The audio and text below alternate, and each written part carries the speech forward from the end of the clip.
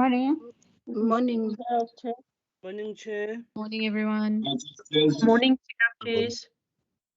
Thank you. We need to Morning, start. Chair. Good morning, honorable members. We need to start our meeting. I'll request that all members stand for a moment of prayer and meditation.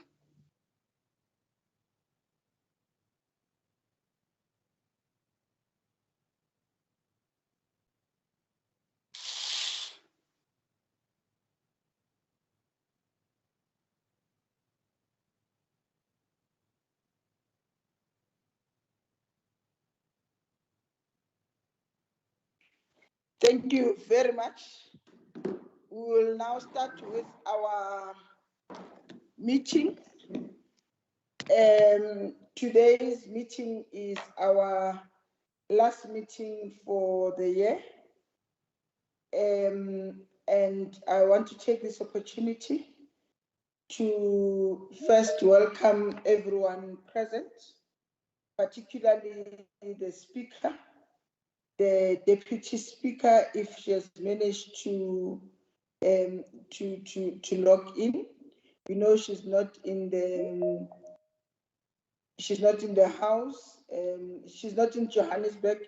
She's actually in Cape Town for the launch of the parliamentary program, together with Honorable Sox Kanyile. Let me also greet and welcome our Honorable Premier, Honorable David Makura, the Chief Whip, Mzi Kumalo, the leader of the official opposition, I think it's Mr. Murate or Soli. I hope, let me not mention names, but I will correct it later. Let me also welcome the leaders of other opposition parties, Honorable from the IFP, from ACDP, from EFF, and Freedom Front Plus. Let me welcome and all our honorable members who are present in the meeting, together with our MECs who are present. I would also like to welcome the senior officials from the Gauteng Legislature as well as Gauteng government. Let me welcome and acknowledge all those who have joined us through social media, who are citizens of this province. You are all welcome to our last sitting of the year. I also want to thank the Office of the Speaker for a beautiful event yesterday, an event where women who have contributed in changing the lives of our people in Gauteng and of course in South Africa were recognized and were given awards. What was interesting with this event was it was a non-racial event. Not only blacks or whites or colored or Indian were rewarded or awarded. Actually, every citizen of this country or every citizen of this province was actually recognized. And I think, Madam Speaker, I want to thank you and the team that worked hard to make sure that this event was a success, as well as identifying those that are actually doing good work without them being recognized, without them claiming any reward for the good work that they are doing, in our province. I think if we can all learn from them, our country, our province can be a better place. Let me also wish every member a restful festive season, that some of you will be starting from tomorrow, and of course there are those that will still be working until the 15th. Let me wish you a good, a Merry Christmas as well as a Happy New Year. We'll meet next year, and I hope when you come back next year, you'll come back with a great energy to come and serve the people of Gauteng. With those words, I want to then officially open this legislature and start with the procedures of the legislature. In terms of Rule 79 in brackets 1, we don't have any statements by the MECs. We also have 2 member statements, but in terms of Rule 81 in brackets 1 from Member Shabalala. I would then like to recognize Member Shabalala to make his statement. Member Shabalala.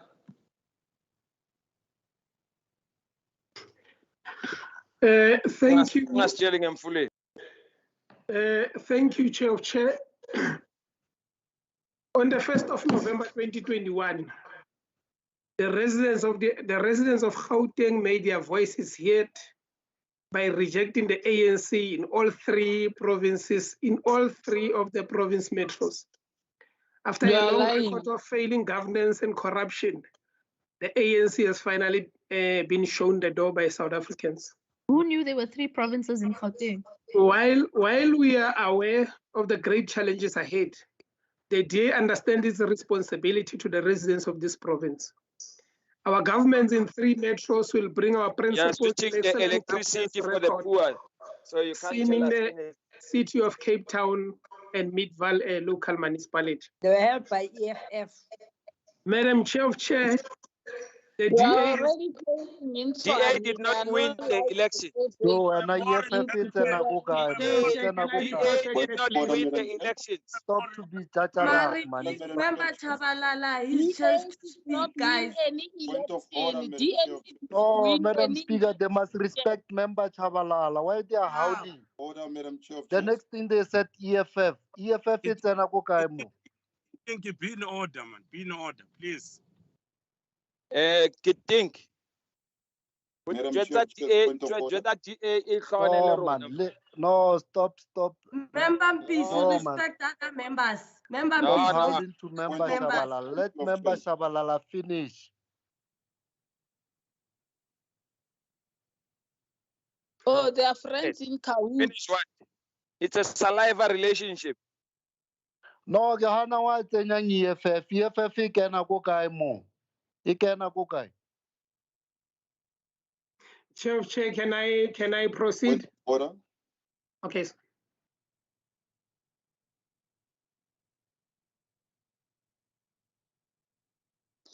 Unmute, Chair of Chairs. Unmute, please. Chair of Chairs. Unmute. Honorable members, please let's give Honorable Shabalala an opportunity to make his statement, and you can continue, Honorable Shabalala. Thank you, Chair of Chair. The DA has been treading a delicate path in our engagement with several other political parties in the province to constitute mayoral committees that represents the will of the people of Gauteng, as well as governments that are fit for purpose. It is astonishing yet not surprising to see the Kokta MEC Lebham Maile and former mayor of Ekurhuleni Mrozandile Masina chattering on the sidelines regarding the process of forming mayoral committees. The MEC is jumping the gun with his critique of the process to form mayoral committees. The process in Tshwane, Ekurhuleni, and Joburg is tedious, with the intention of stability. Our mayors are also working on the ground, as we have seen with Dr. Mpopala's visibility on the ESCOM issue in Soweto. MEC Maile should be more worried about prolonged running disasters in the province, that is Sidibeng municipality, Lesedi municipality, and Mfuleni municipality, if he's concerned about service delivery. Honorable Maile has previously behaved without much concern for the rule of law or service delivery through his misguided actions of putting Tshwane under administration in 2021.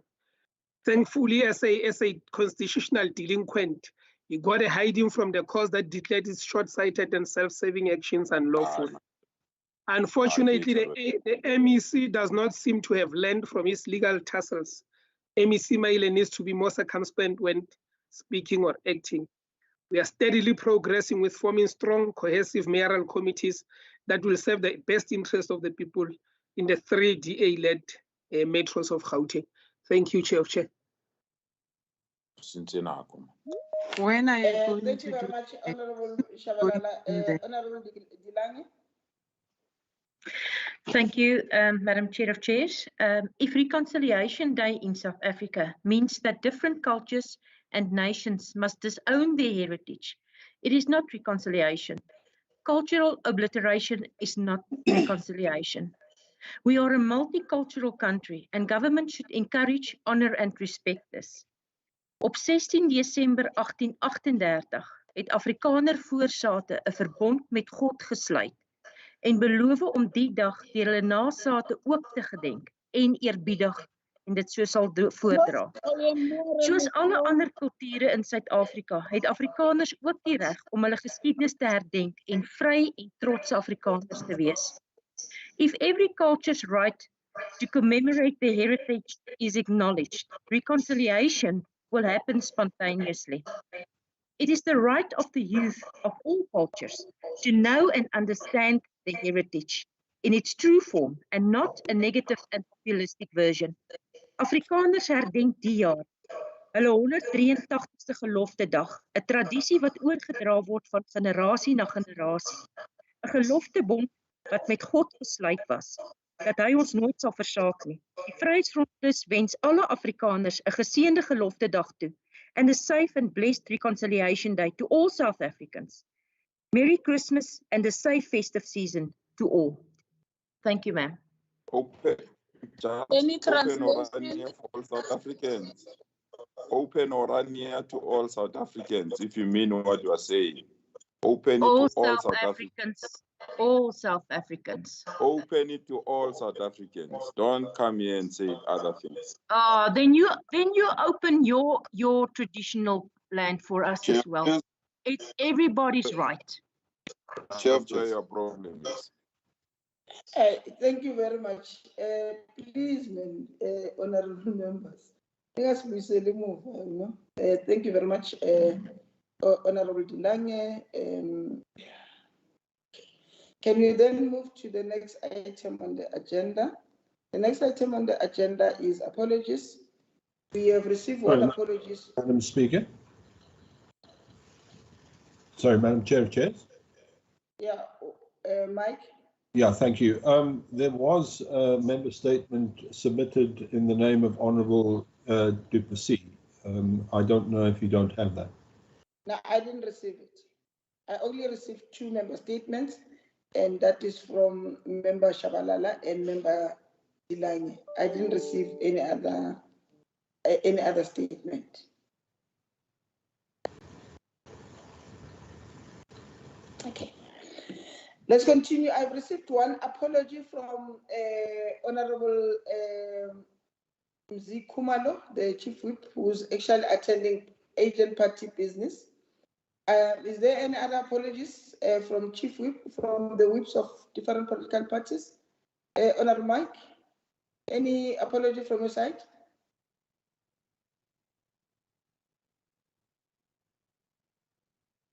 Okay, there's nothing.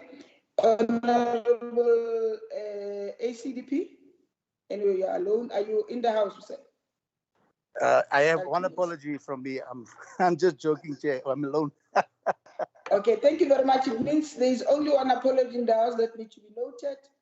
Can then move to the next item on the agenda. Secretary, please read the first order. Oversight Committee on the Office of the Premier and the Legislature's Oversight Report on the second quarterly report of the Gauteng Provincial Legislature for the 2021-2022 financial year. Thank you, Chair of Chairs. Thank you very much, ma'am. I think it's Honorable Dlamini. Please present the committee report, sir. Thank you. Thank you very much, Chair of Chairs, and greetings to colleagues. Excuse my voice, I've just survived the COVID. Thank you very much, Chair. The quarterly report, the second quarter report for the GPL, I will just ask the chair to consider the parts of the reports that I will not read as read.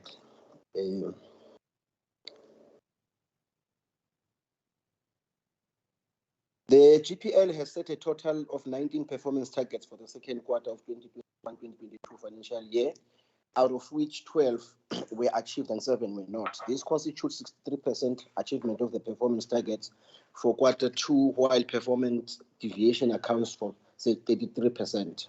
The performance targets that were not achieved relates to transversal mainstreaming training and leadership initiative implementation plan.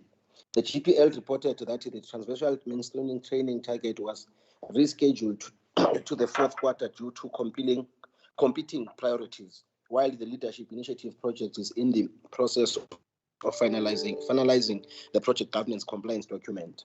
Non-achievement was also recorded on the targets on the SOM oversight reports adopted. 95% of the responses to the resolutions considered by committees, 300,000 people reached through digital platforms and implementation of the communications and petitions and public participation, a 5-year strategy. The GPL reported that this was due to pronouncement on the local government elections date, which had a significant impact on the work of the legislature overall. This meant that the House program had to be amended to accommodate a recess period, which would allow members of the legislature to carry out their political campaigns. Most of these performance targets will be carried forward into the next quarter.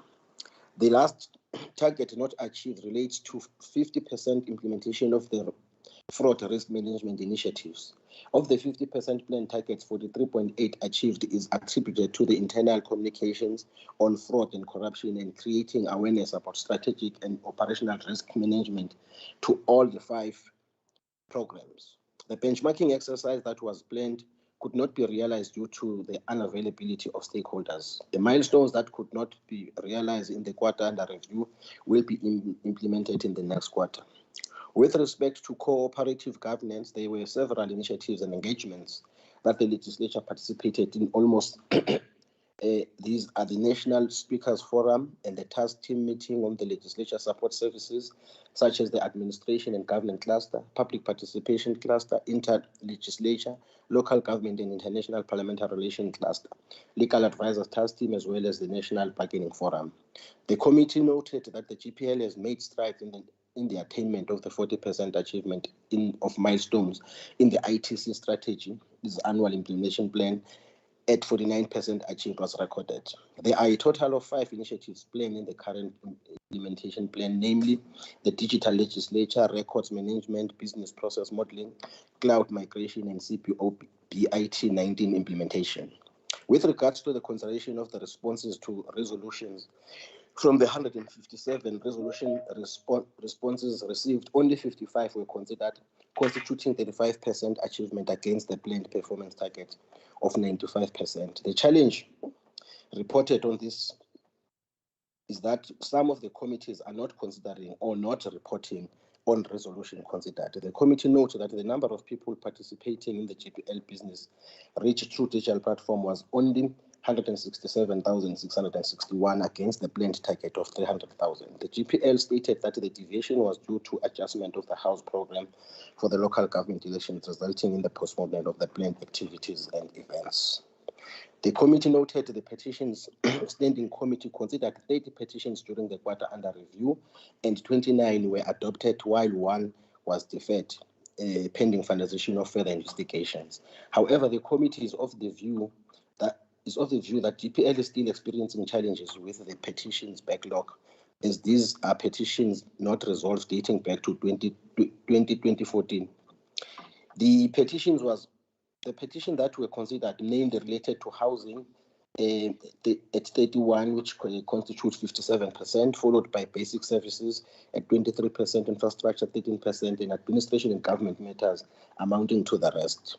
In terms of payment of service providers within 30 days, a total of 678 invoices were processed during the quarter under review, and out of the 600, in terms of the budget expenditure, the GPL allocated a total amount of 5 million for the quarter under review and recorded 100% spending. The GPL managed to collect a total amount of 3.6 million, namely from interest received from bank balances, 3.1, and parking income at 424,000. The GPL received an unqualified audit opinion with no matters of emphasis for the 2020-21 financial year for the quarter under review, which is the same as the previous year.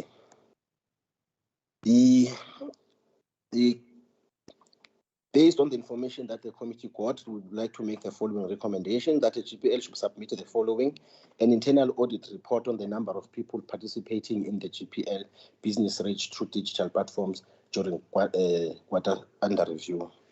We would like to acknowledge, honorable members of, the committee hereby thanks and acknowledge the cooperation of the Speaker, Honorable L.L. Mehwe, Provincial Secretary, Mr. Skosan, and senior management during the consideration of the second quarter.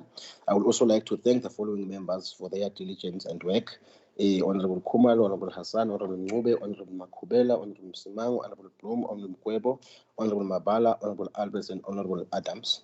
The committee would also like to thank the following support staff members: Vas Montisi, Makato, Mohale, Mtagane, Chibu, and Stole.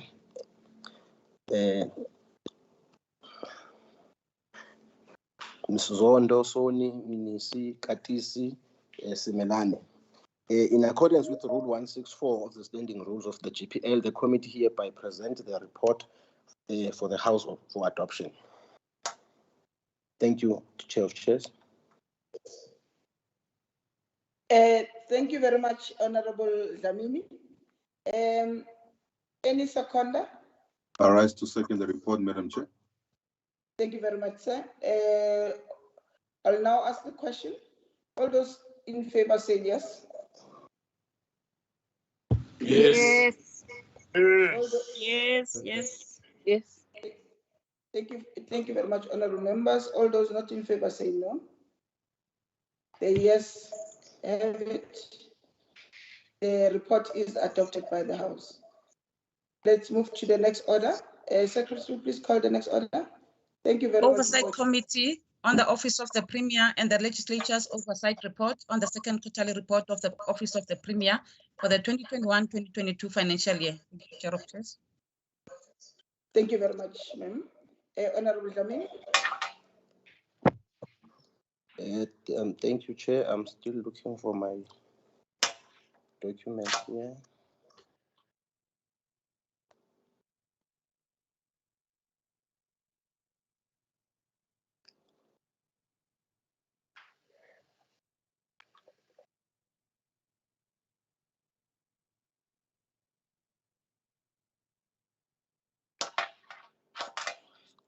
I'm just.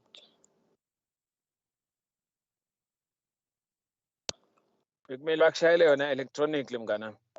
Ila electronic vele mngana ngiyi-BBT la ngishaya ubu-BBT.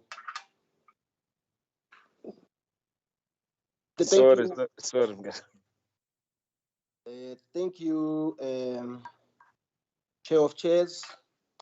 It is noted that the Office of the Premier allocated 183 million for the implementation of its delivery programs in the quarter under review, and incurred spending of 244 million, with an overspending of 61 million, which is 33% of the quarterly budget allocation. The office has incurred 334 million spending, which is 50% budget expenditure against the annual appropriation of 714 million, and recorded a variance of 360 million. I will not go to programs, each program. The committee notes the Office of the Premier improved performance in the implementation of the planned APP targets in the quarter under review, with an achievement of 94%, which is 47 out of 50 indicators, when compared to the previous quarter achievement of 81%. The main areas in the APP that experienced underperformance was in Program 1 and in Program 1 and in Program 2. It is noted that the Office of the Premier has adopted measures to ensure that its programs still achieve the planned targets, and was given the opportunity to retable The 2020-2021 APP, as specified by the Department of Planning, Monitoring and Evaluation, the Office of PRIMA was able to access and revise targets, indicators, and programs. Frontline Service Delivery Monitoring also revised its tools to solemnly focus on compliance to COVID-19 regulations within the service delivery centers of the province. The Office of the Premier reported that the government is making progress in industrializing the province in line with the GGT 2032 multi-tier specialized economic zone and high growth sector programs. It is noted that the multi-tier SEZ program is now under the supervision of the dedicated full-time project management team within the Economic Acceleration War Room deployed by the Department of Economic Development. The building phase of the Tshwane Automotive Special Zone is the first stage of now confirmed 15.18 billion investment by Ford Motor Company in Tshwane Automotive Cluster. The office explained that GPG is already committed to OR Tambo and Val River STZs. It is noted that Val River STZ is progressing very well.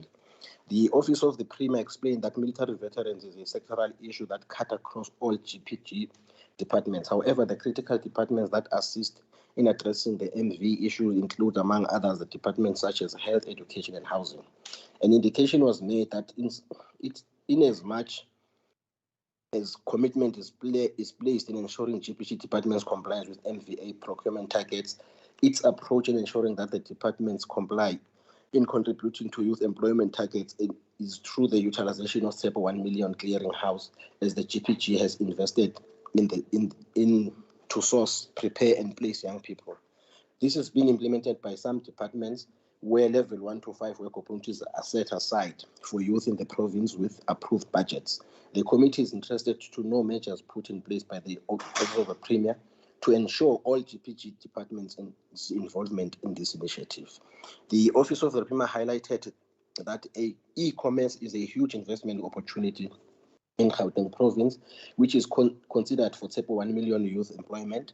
The committee expressed that the configuration of the SEPA 1 million is being awaited, and this program needs to reach its full potential and impact the youth across the Gauteng Province. The 25% youth employment in the Office of the Premier is commendable. It's a commendable effort that can be increased and serve as an exemplary to the GPG departments. The committee expressed the view that the Office of the Premier continues to lead in the employment of women, but percentage achieved in the PWD's employees is too low at 1.0%, and it needs to be increased. The committee notes that the process of the Township Economic Development Bill is on track, and it is now being considered by the Gauteng Legislature.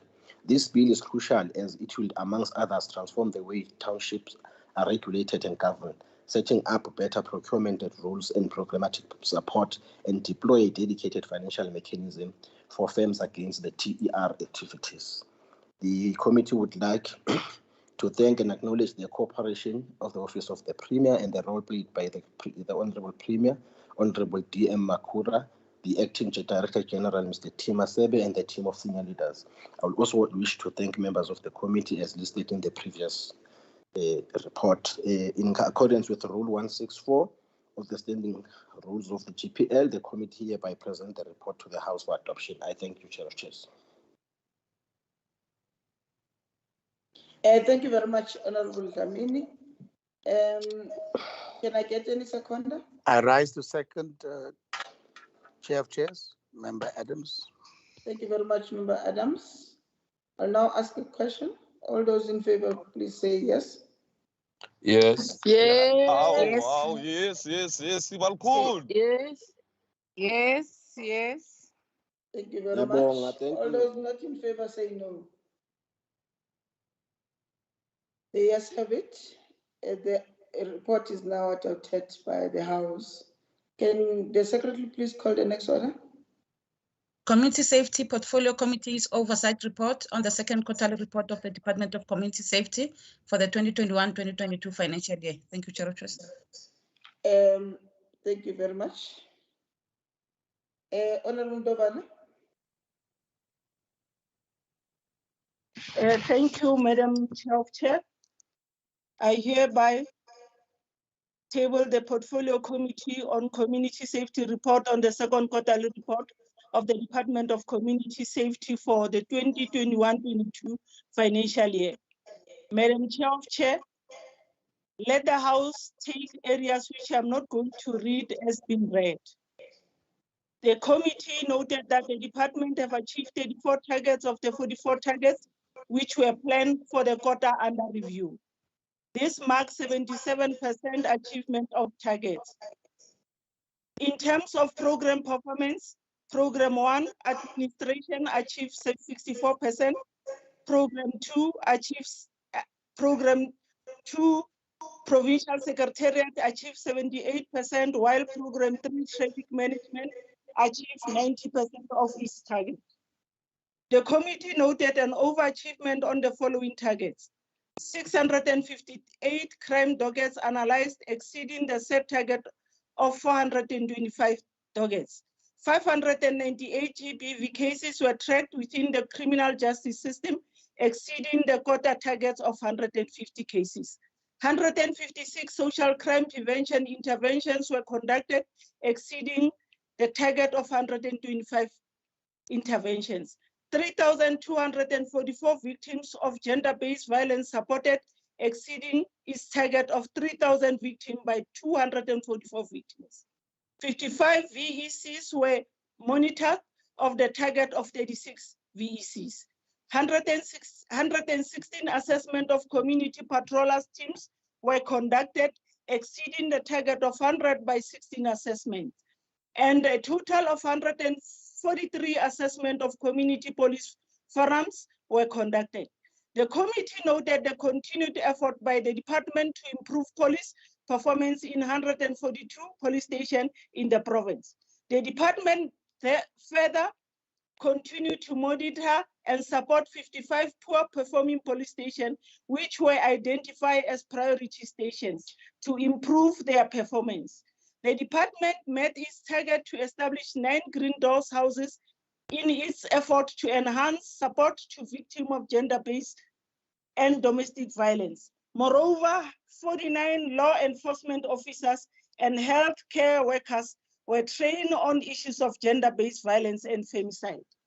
The committee noted an underachievement with the target to the 750 safety intervention which were planned for the quarter. 625 school safety interventions were conducted.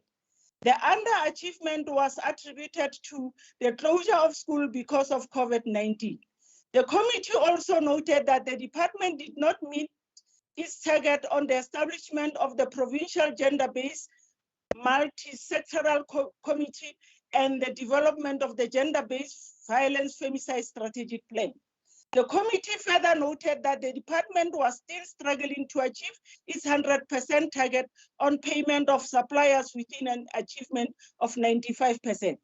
The committee noted that the department overachievement most of its target, which were focused on crime prevention and reduction of road crashes and the fatalities to reduce crime as well as improve road safety.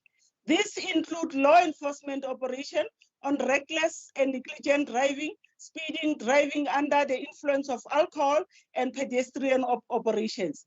The operations resulted to arrest of several suspects for various crimes, including possession of drugs, trading without license, drunken driving, and assault, theft, and illegal immigrants.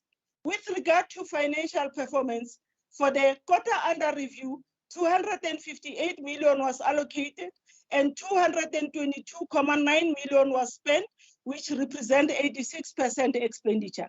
The program expenditure was as follows. Program 1 spent 339.9 million of the 45 million budgeted for the quarter, representing 89% expenditure.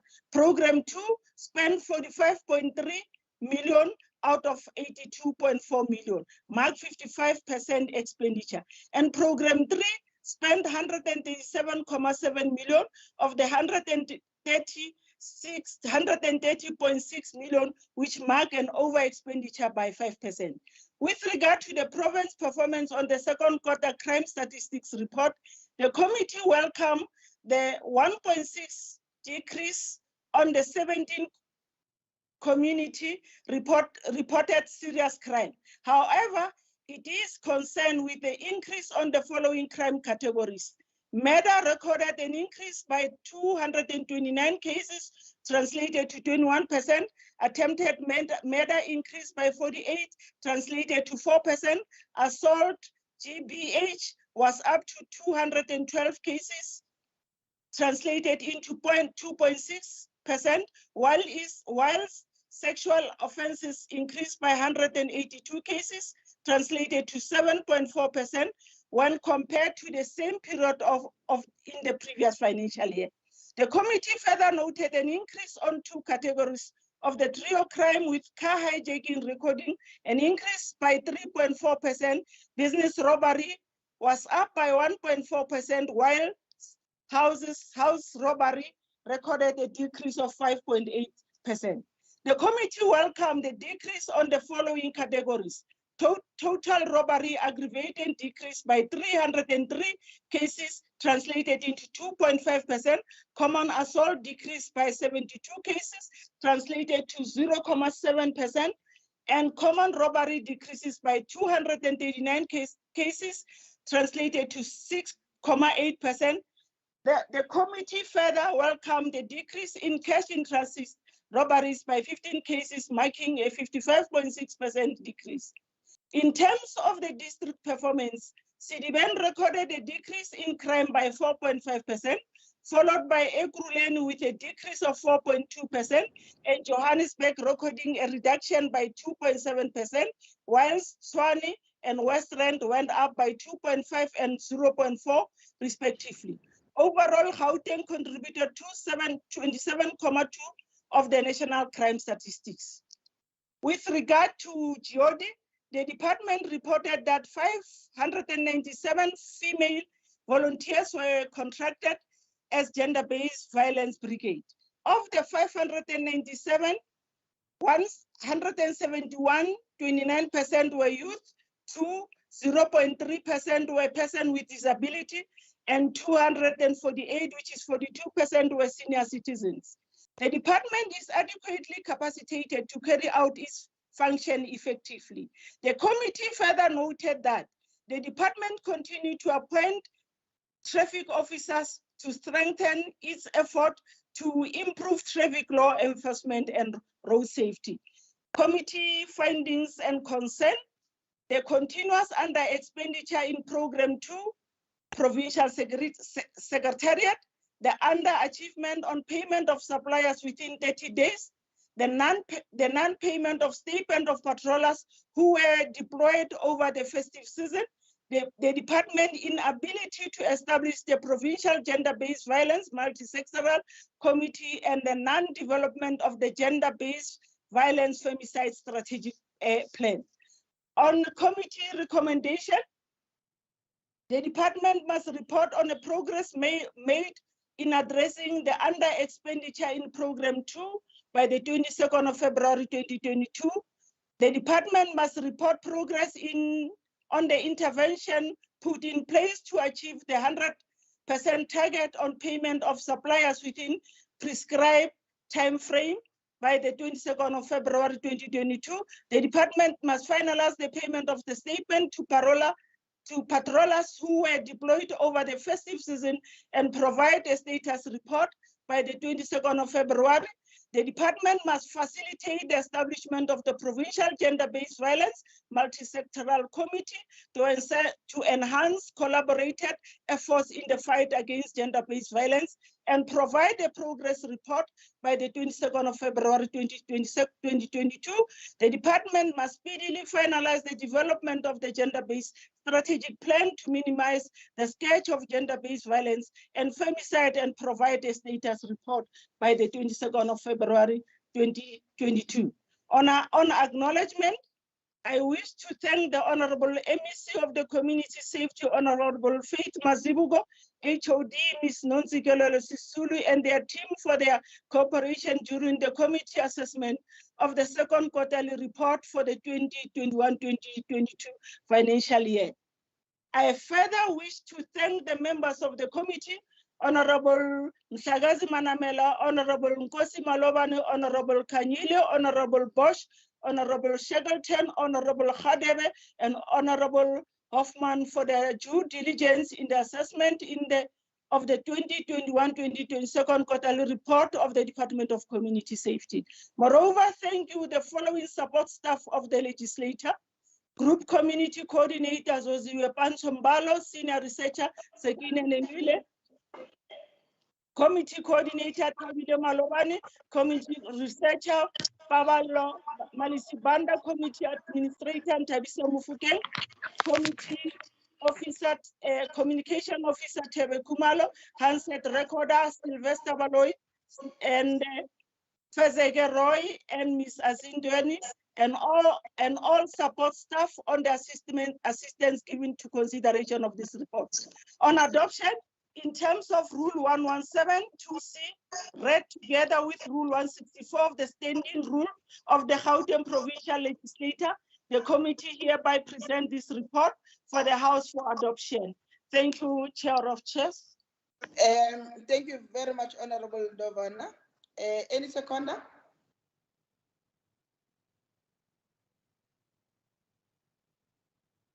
I rise to second the report, Dikhamela here. You're not a member of that committee.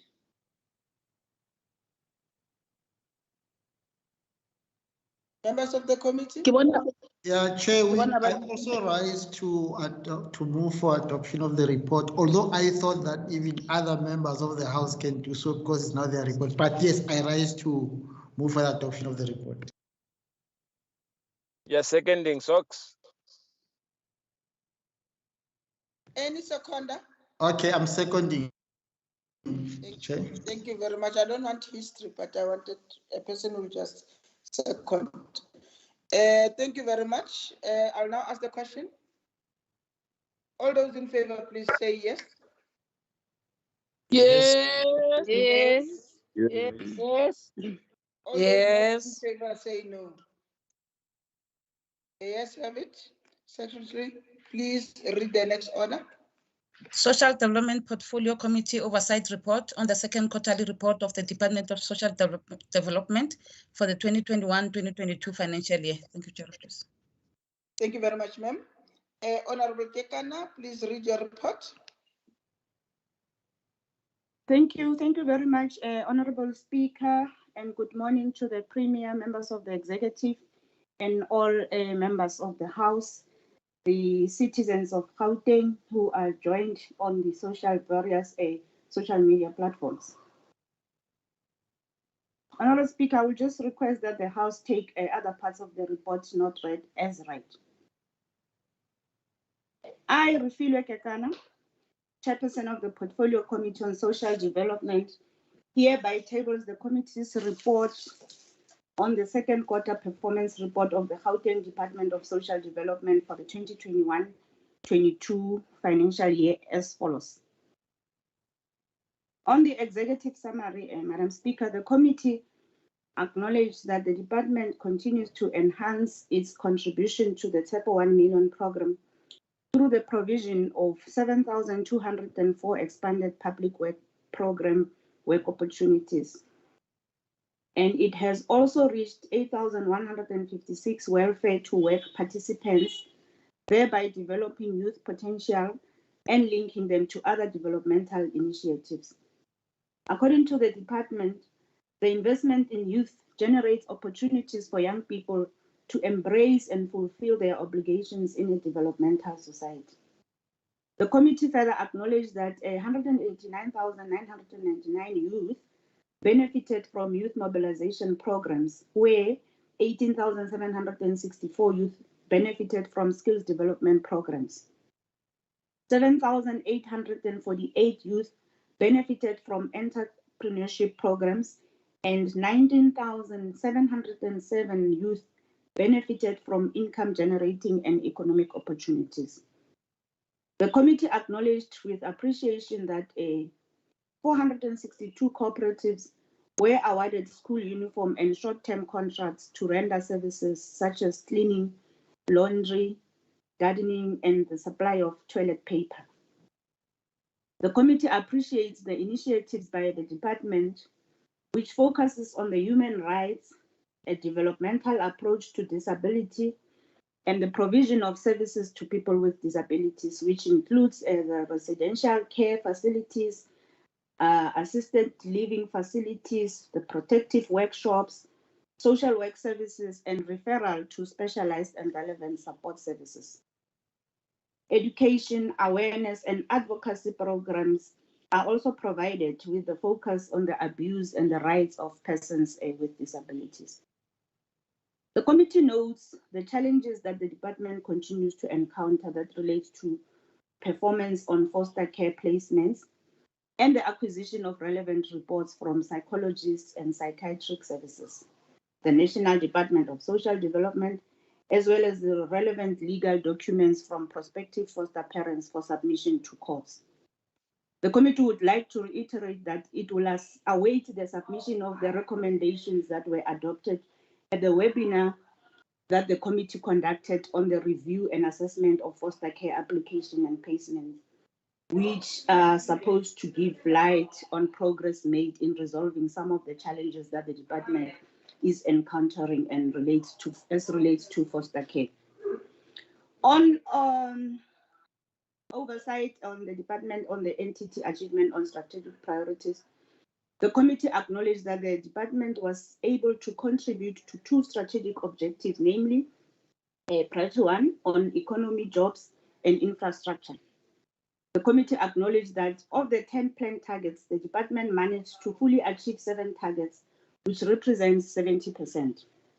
2 targets were not achieved with good progress, of course, representing 20%, and only 1 target was not achieved with good progress, representing 10%. The committee further acknowledged that on priority 4 of the planned 25 targets, 19 were fully achieved, representing 76%. 2 targets were not achieved with good progress, which represents 8%, and 1 was not achieved with poor progress, representing 4%. And on oversight on the entity's achievement on APP targets, of the 24 planned targets, 17 were fully achieved, representing 71%, while 3 were not achieved with good progress, representing 13%. 3 were not achieved with a fair progress, representing 13%, and only 1 target was not achieved with poor progress, representing 4%. In the previous quarter, the committee acknowledged that out of the 25 planned targets, 14 were fully achieved, representing 56%. 3 were partially achieved, representing 12%. 2 were not achieved with fair progress, representing 8%, and 1 not achieved, representing 4%. On the targets that have not been achieved during the period under review, the department commits to the continuous monitoring of the implementation of the plans with a view to realize improvements in the next reporting period. Oversight on the financial performance. During the 2021-22 financial year, the department had been allocated an amount of 5.8 billion rands. And during the quarter under review, the department managed to spend 1.4 billion rand across all programs, representing 101% expenditure of the allocated budget by the end of the quarter under review. In terms of the expenditure per program, the committee noted that on administration, the department managed to spend 22% of the budget on social welfare services. The department spent 25% of the budget, and on children and families, it spent 22%. On restorative services, it spent 25%, and on development and research, they spent 26%. On the township economy, the department reported to have spent 43.4%, amounting to 96 million. The committee acknowledged that on procurement targets related to historically disadvantaged individuals, the department recorded a 90.2% spending, which amounts to 197 million. On women, the department recorded a 38% expenditure, which represents about 84 million. And on youth, the department recorded 15%, representing 33 million. On persons with disabilities, the department recorded a 2.2%, representing a 4.5 million. And according to the department, 72% of its service providers were paid within 30 days, while 93% were paid within 15 days. According to the department's report, the overall expenditure for conditional grant is on track at this period of the financial year due to the presidential ECD employment stimulus payments. However, no expenditure was incurred for maintenance and administration components of the ECD conditional grant by the end of the quarter under review. The department also indicated that the expenditure on ECD maintenance will be incurred from the third quarter once the assessments are finalized. Details of the capacitated department. During the period under review, the committee acknowledged that the department had a total number of 5,849 posts with additional 331 posts compared to what was reported in the previous quarter, which was 5,518 posts. A total of 5,199 posts have been filled, while 650 posts are still vacant at the end of the quarter under review. The department reported that there were 56 terminations of contract and 2,474 new appointments, while 8 incumbents are on acting positions. On the committee's concerns and findings, with respect to access to learnership programs, the committee is concerned that out of the planned target of 300 by the end of the quarter under review, the department has achieved 0, and the reasons provided relates to confirmation of qualifications and finalization of tender processes.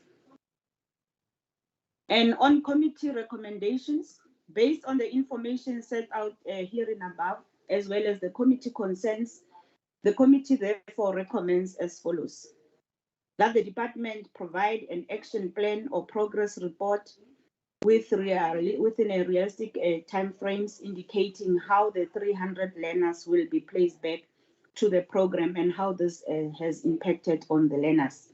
We expect a written report by the 28th of February 2022. And on acknowledgements, the committee would like to thank the NEC for Social Development, Honorable Murakani Musupi, and the HOD, as well as the other officials of the department for their participation during consideration of this report. I would also like to express my appreciation to members of the committee, Member Magagula, and we wish her a speedy recovery, Member Nteka, Member Ndrovana, Member Badenhorst, Member Dili Dwaba, Member Engelbrecht, and Member Mufama for their commitment to the oversight process.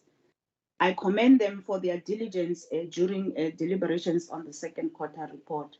I would also like to thank the officials that support the committee, Mr. Nwala, Zuzi Wepanswa Mbalo, H. Ngobeni, S. Nweli, N. Jigolo, J. Muloi, L. Mantata, T. Nzuke, D. Ngwenya, N. Ntlebi, L. Mantata, K. Kulu, and M. Makwela for their dedication in assisting the committee to achieve its mandate.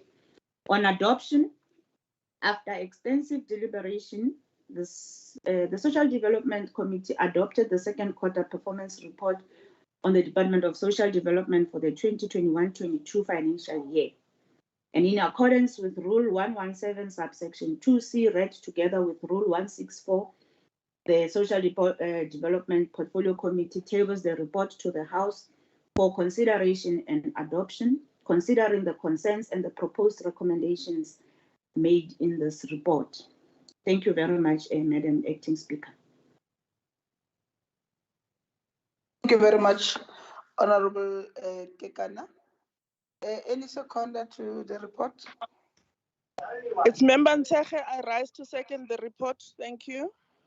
Thank you very much, ma'am. Thank you, Ambor Mayor. Thank you very much, Honorable Member.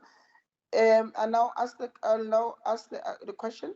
All those in favor, please say yes. Yes. Yes. Yes. Thank you very much, honorable members. All those not in favor, please say no. The ayes have it. The report is adopted by the House. Thank you very much. Can we move to the next order? Economic Development, Environment, Agriculture and Rural Development Portfolio Committee's Oversight Report on the second quarterly report of the Department of Economic Development, including entities for the 2021-2022 financial year. Thank you, Chair. Thank you very much. Acting Chair Mpapa, please present the report.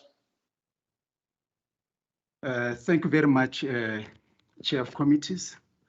And also request that the section that I'm not going to read should be treated as read. Thank you. Honorable Chair of Committees, this department has realized 15 out of 26 set targets as compared to the 56.5% in the previous quarter.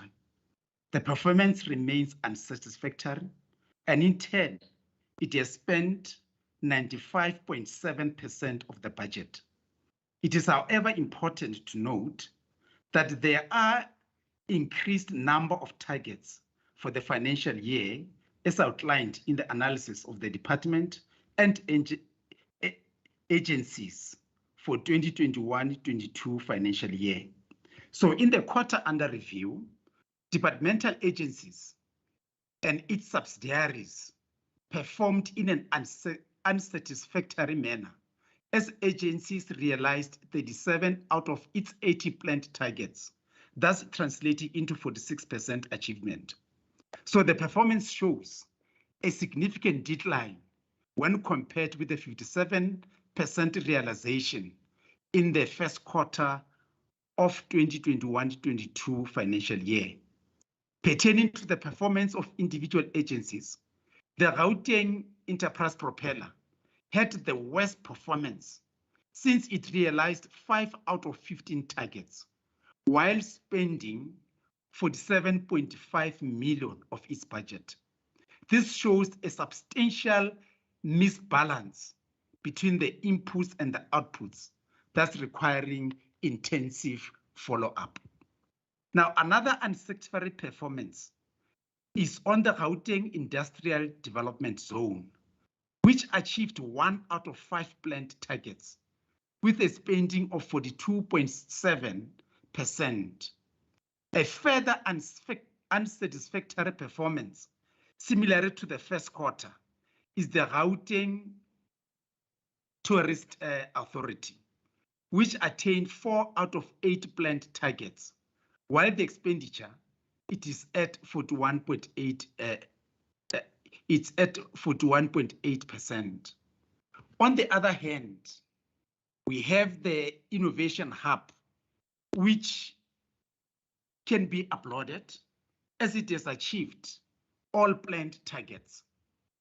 But we have this Gauteng Gambling Board, which has declined slightly when compared with the first quarter, as it realized 6 out of 7 planned targets, and with expenditure of 63.1%. So in the quarter under review, the committee noted that the department reported that it attained its 2 planned targets under Program 1, that is 100% suppliers or service providers were paid within 15 days, which is an improvement from 99% of the first quarter. This also noting that the Public Service Commission raised the non-payment of service providers as a persisting concern across most of the Gauteng provincial government departments. On the other hand, the program has, however, spent 54.6 million against the budget of 59.8 million in the quarter under review. So on the Gauteng Liquor Board, the target on 500 qualifying shebins facilitated into the mainstream of the industry was not attained. And the reasoning behind this was that there needs to be consultation as there is a pushback from Traders Association. In response to this, the Gauteng Liquor Board indicated that the main concerns are that the current strategy of consultation, it has been conducted, but suggestions are that all Shebeens permits holders should apply or lodge liquor application in terms of Section 23 of the Gauteng Liquor Board Act. So there is a potential that some of the traders may not meet the municipal requirements, and they might not be granted consent letters by respective municipalities. Therefore, the risk is that some of the applications may not be approved, and this is a major concern, especially to the Shebeen permit holders. So that is one issue that has been really looked at. Again, the committee is noted that the target set for 5 million annual turnover of the Alexander Automotive Hub in the quarter under review, it has not really been achieved. And the department has reported that the hub is currently under the ownership of the city of Johannesburg. The city had initially planned to transfer the facility to the province to ensure full operationalization, but has since reversed the decision. So the facility was vandalized in 2020, and the city has recently refurbished the hub to the tune of 7 million and employed security to provide permanent guarding. So the city is planning to lease the facility and has advertised and are in the process of identifying the suitable tenants, and thus far has not generated any turnover. In line with this response, the committee should be enlightened by the department on the role that it will play with the city of Johannesburg to ensure the securing of the enterprise to do business in that hub for the creation of jobs for youth, women, and people living with disability. So this is the concern from the committee. On job creation, the constraints linked to the target on the planned number of jobs retained through investment facilitation still point to the presence of the red tape. And in addressing the issue of the red tape, the Gauteng Growth and Development Agency indicated that the entity requires investors, when reporting job creation data, to complete a form in compliance with GOD template. Some investors do not complete the GOD table, and this really poses a problem, especially to the committee. Now I'll go to the committee findings and concerns. With respect to the Gauteng Liquor Board, the committee is concerned about the pushback by the 500 Shebeen permit holders who are apprehensive about logging applications in terms of Section 23 of the Gauteng Liquor Act.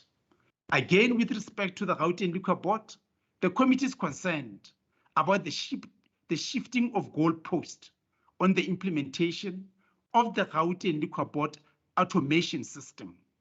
And with respect to the Alexander Industrial Hub, the committee is concerned that the hub remains inactive, whilst the department has indicated that the city of Johannesburg has indicated that it has been refurbished and currently unoccupied by any enterprise.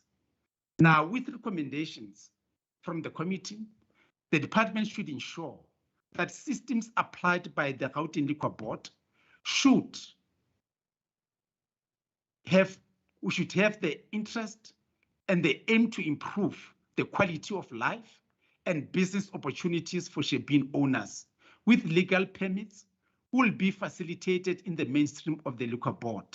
So a detailed report on this should be submitted to the committee, outlining all measures taken to ensure that the application of the system will not be punitive in nature or marginalize Shebeen permits owners from making a sustainable living. And then we're giving them up to the 31st of March 2022. Now, the department, again, should implement the Gauteng Liquor Board automation system projects. And this also we give them up to the 31st of March, 2022. And the department should report on measures in engaging the city of Johannesburg and ensuring that the Alexander Industrial Hub is functional. Again, we're expecting the written response by the 31st of March, 2022.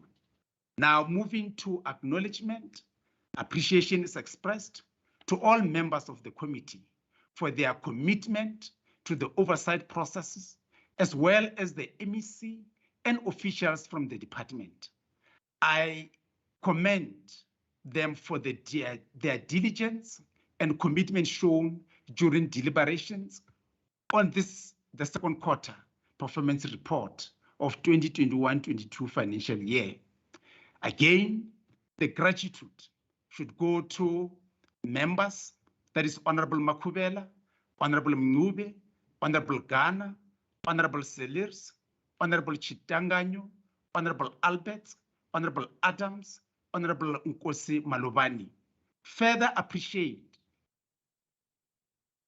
for the alternative members, that is Honorable Engelbrecht and also Honorable Bedenhorst. Again, appreciation should go to the supporting staff in their various capacities. Now, after due consideration, the Economic Development, Environment, Agriculture, Rural Development Portfolio Committee unanimously adopted the Committee Oversight Report on the Gauteng Department of Economic Development second quarter performance report for 2021-22 financial year. In terms of the Rule 117(2)(c), read together with Rule 164, the committee presents to this House and recommends the adoption of the committee's oversight report on the Gauteng Department of Economic Development second quarterly performance report for the 2021-22 financial year. Thank you, Chair of Committees. Thank you very much, Honorable Mpapa. Any seconder? Honorable Makubela, I second. Thank you. Thank you very much, sir. I'll now ask a question. All those in favor say yes. Yes. All those not in favor say no. Yes, yes.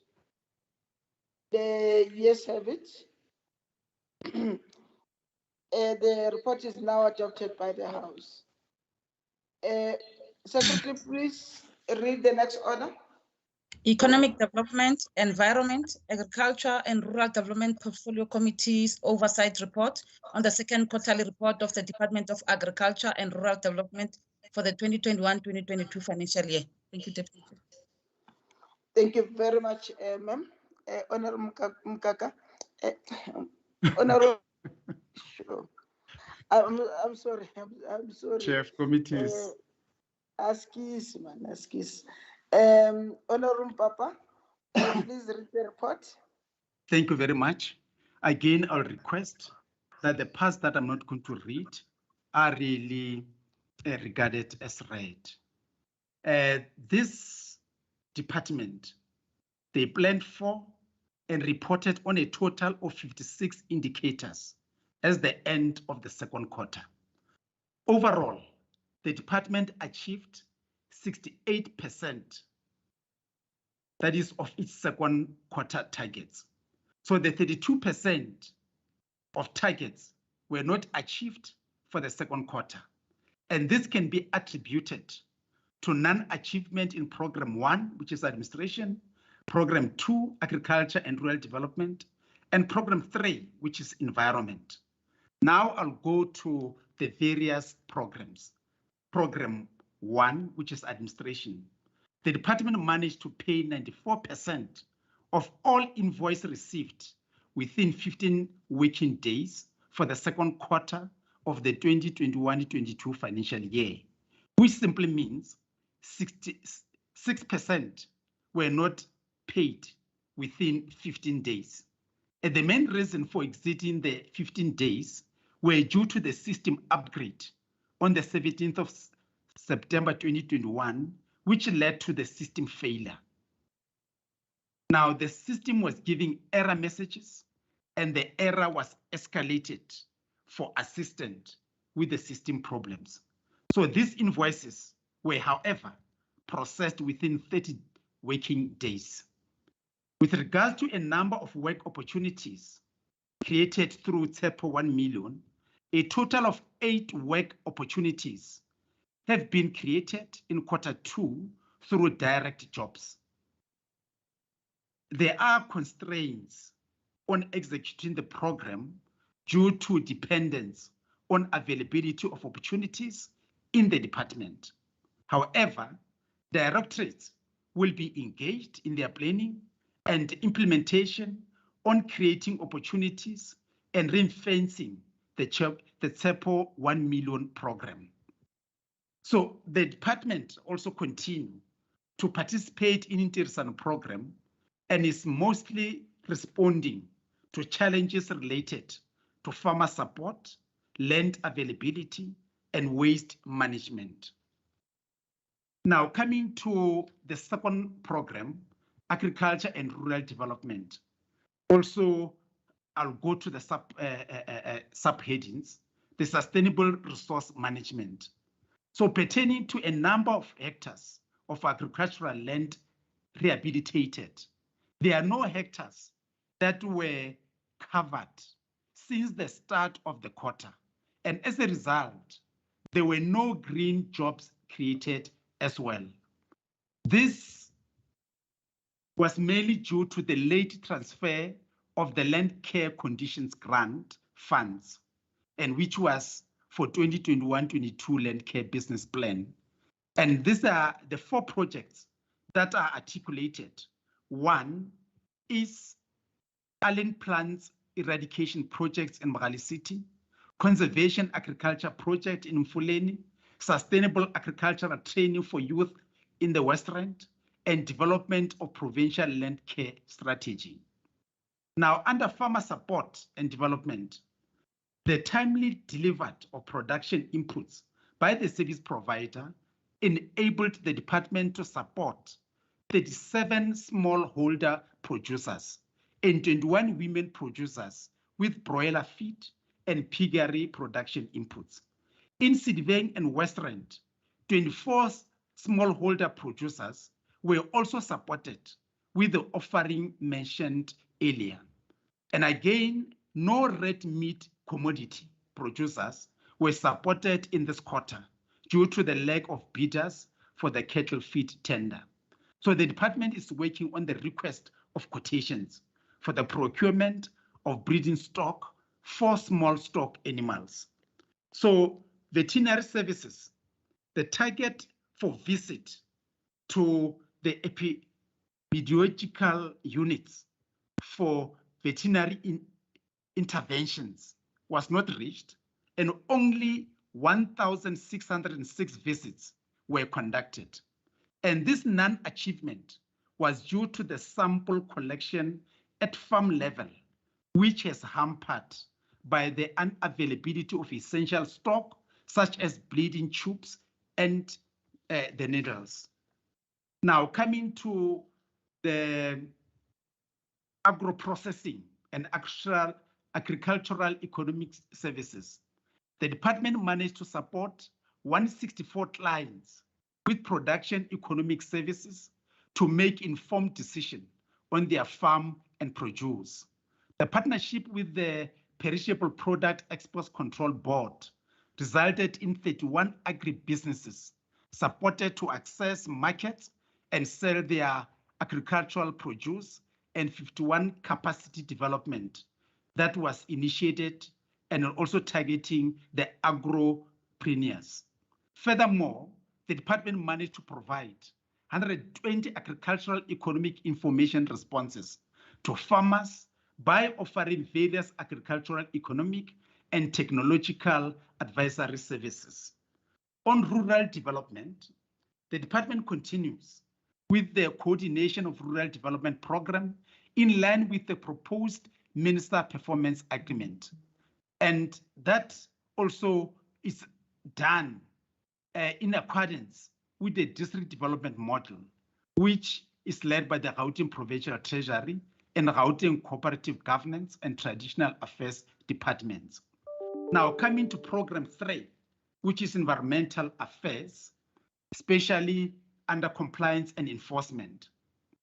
The department achieved the target for compliance inspections conducted. However, the administrative enforcement notices target was not achieved due to fewer non-compliance found from the inspections that were conducted. So the department handed 16 criminal investigations over the NPA for prosecutions against the target of 9. So the quarterly target exceeded due to more investigations that were finalized as anticipated. Now I'll move to the committee concerns. Now, one, with respect to GOD, the committee is concerned that the department continues to underachieve the target for the business owned by youth and people living with disability. And with respect to program performance, specifically program 2 and 3, the committee is concerned with the failure to align its budget with its planned targets, as under expenditure, underperformance is continuously observed in agriculture and rural development and environmental affairs program. With respect to project management, the committee is concerned with the lack of completing capital funded projects and spending in goods and services due to tender processes that are being implemented through the open tender system. And with respect to farmer support, lack of support for smallholder farmers prior and after the COVID-19 pandemic is still a concern. And with regard to land care, failure to identify available land for agricultural purposes, it's a concern. Lack of assisting smallholder farmers to gain access to land, it is a concern. And also failure to identify land that needs to be rehabilitated.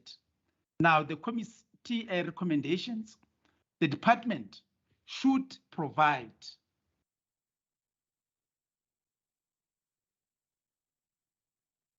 the department should provide a turnaround strategy on how procurement targets for women, youth, and people living with disability will be achieved.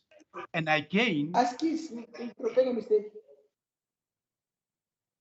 the department should provide the committee with a detailed report on how it will align all its departmental targets with its expenditure. Again, we're saying the department should provide quarterly feedback report on the implementation of capital funded projects and completion dates by DBSA. Now moving to, and all this should be, we need a written response by the end of January 2022. Now, coming to the acknowledgement, the Portfolio Committee on Community Development, Environment, Agriculture, Rural Development wishes to thank the department with the MEC, and then also all the members who are serving to this committee, and then also the supporting staff for this committee. Again, under adoption, in terms of Rule 117, 2 and C, read together with 164, the Economic Development, Agriculture, Rural Development Portfolio Committee present the oversight reports on the second quarterly performance report of the Gauteng Department of Agriculture and Rural Development for the 2021-22 financial year and recommends that it be adopted. Thank you, Chair of Committees. Oh, thank you very much, Honorable Mpapa. Any seconder to the adoption of the report? Member Hassan, I second. Oh, okay. Thank you very much, Member Hassan. You sound better today. We're happy. I will now pose a question. All those in favor, please say yes. Yes, Yes. Yes. All those not in favor say no. The yes have it. The report is now adopted by the House. Thank you very much. Secretary, please read the next order. Consideration of the Oversight Committee on the Office of the Premier and the Legislature's Oversight Report on the Annual Report of the Gauteng Provincial Legislature for the 2020-2021 financial year. Thank you, Chair of Chairs. Thank you very much, ma'am. Honorable Zamini, please present the report of the committee. Thank you, Chair of Chairs. I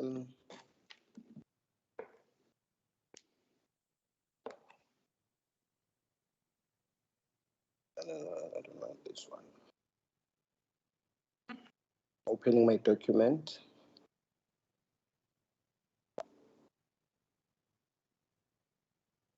I know yasebenza Jama kasijada.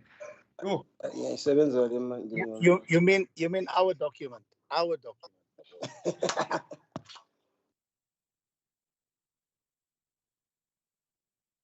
Just wait for me, guys.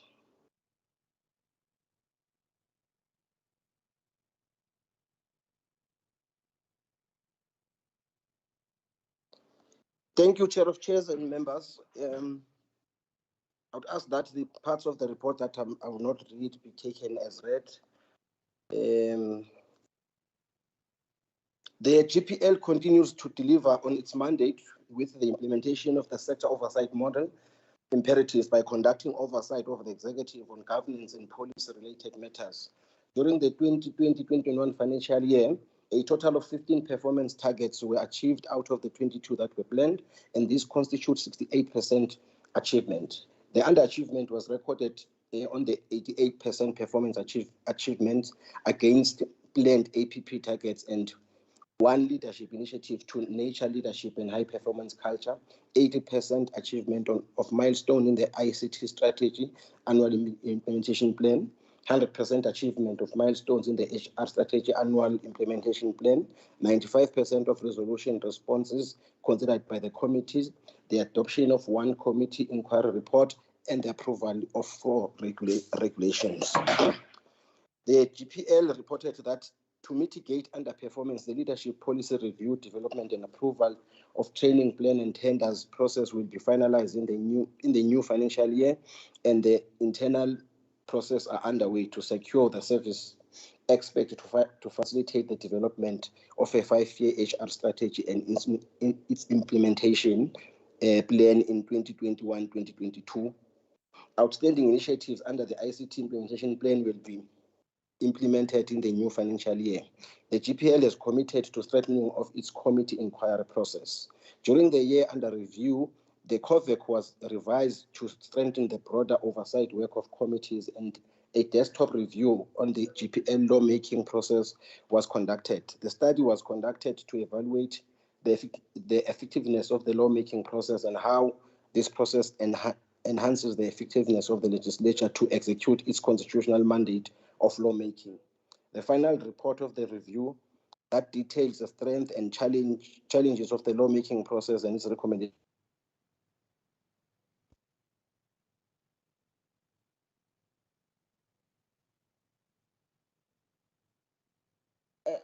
Thank you very much. Any seconder? I rise to second, Madam Chair of Chairs. Thank you very much, Honorable Member. I'll now ask a question. All those in favor, please say yes. Yes. Yes. All those not in favor, say no. Chair, I'm supposed to be debating. No. Honorable Speaker, before I call you, because I thought you had to agree to the report. Oh, gosh. Yeah, no. And thank you very much, Honorable Speaker, for that intervention. I'll now call the Speaker to open the debate for the report of his office. Thank you very much. Honourable Speaker. Thank you very much. I'm still the hair. I'm still the she, Honorable Chair. What did I say? Did I say he? Yes. I'm sorry. Yes. Let me understand. She. It's a Friday. Yes. Yes, thank you. Honorable Deputy Speaker, Honorable Nomvuyo Mhlagazamanamela, the Chairperson of Committees, Honorable Sizakele Nkosi Malubane, Deputy Chair of Committees, Honorable Mpapa Kanyana, the Premier of Gauteng, Honorable David Makura, the Chief Whip, Honorable Mzigaise Kumalo, members of the Executive Council, leaders of political parties represented in the legislature, members of the legislature, distinguished guests, people of Gauteng. It is an honor and a privilege to present in this August House the 2020-21 Gauteng Provincial Legislature Annual Report to the people of Gauteng. The presentation of this annual report provides an account of our achievements for the period under review. Before going any further, and on behalf of the Gauteng Legislature, allow me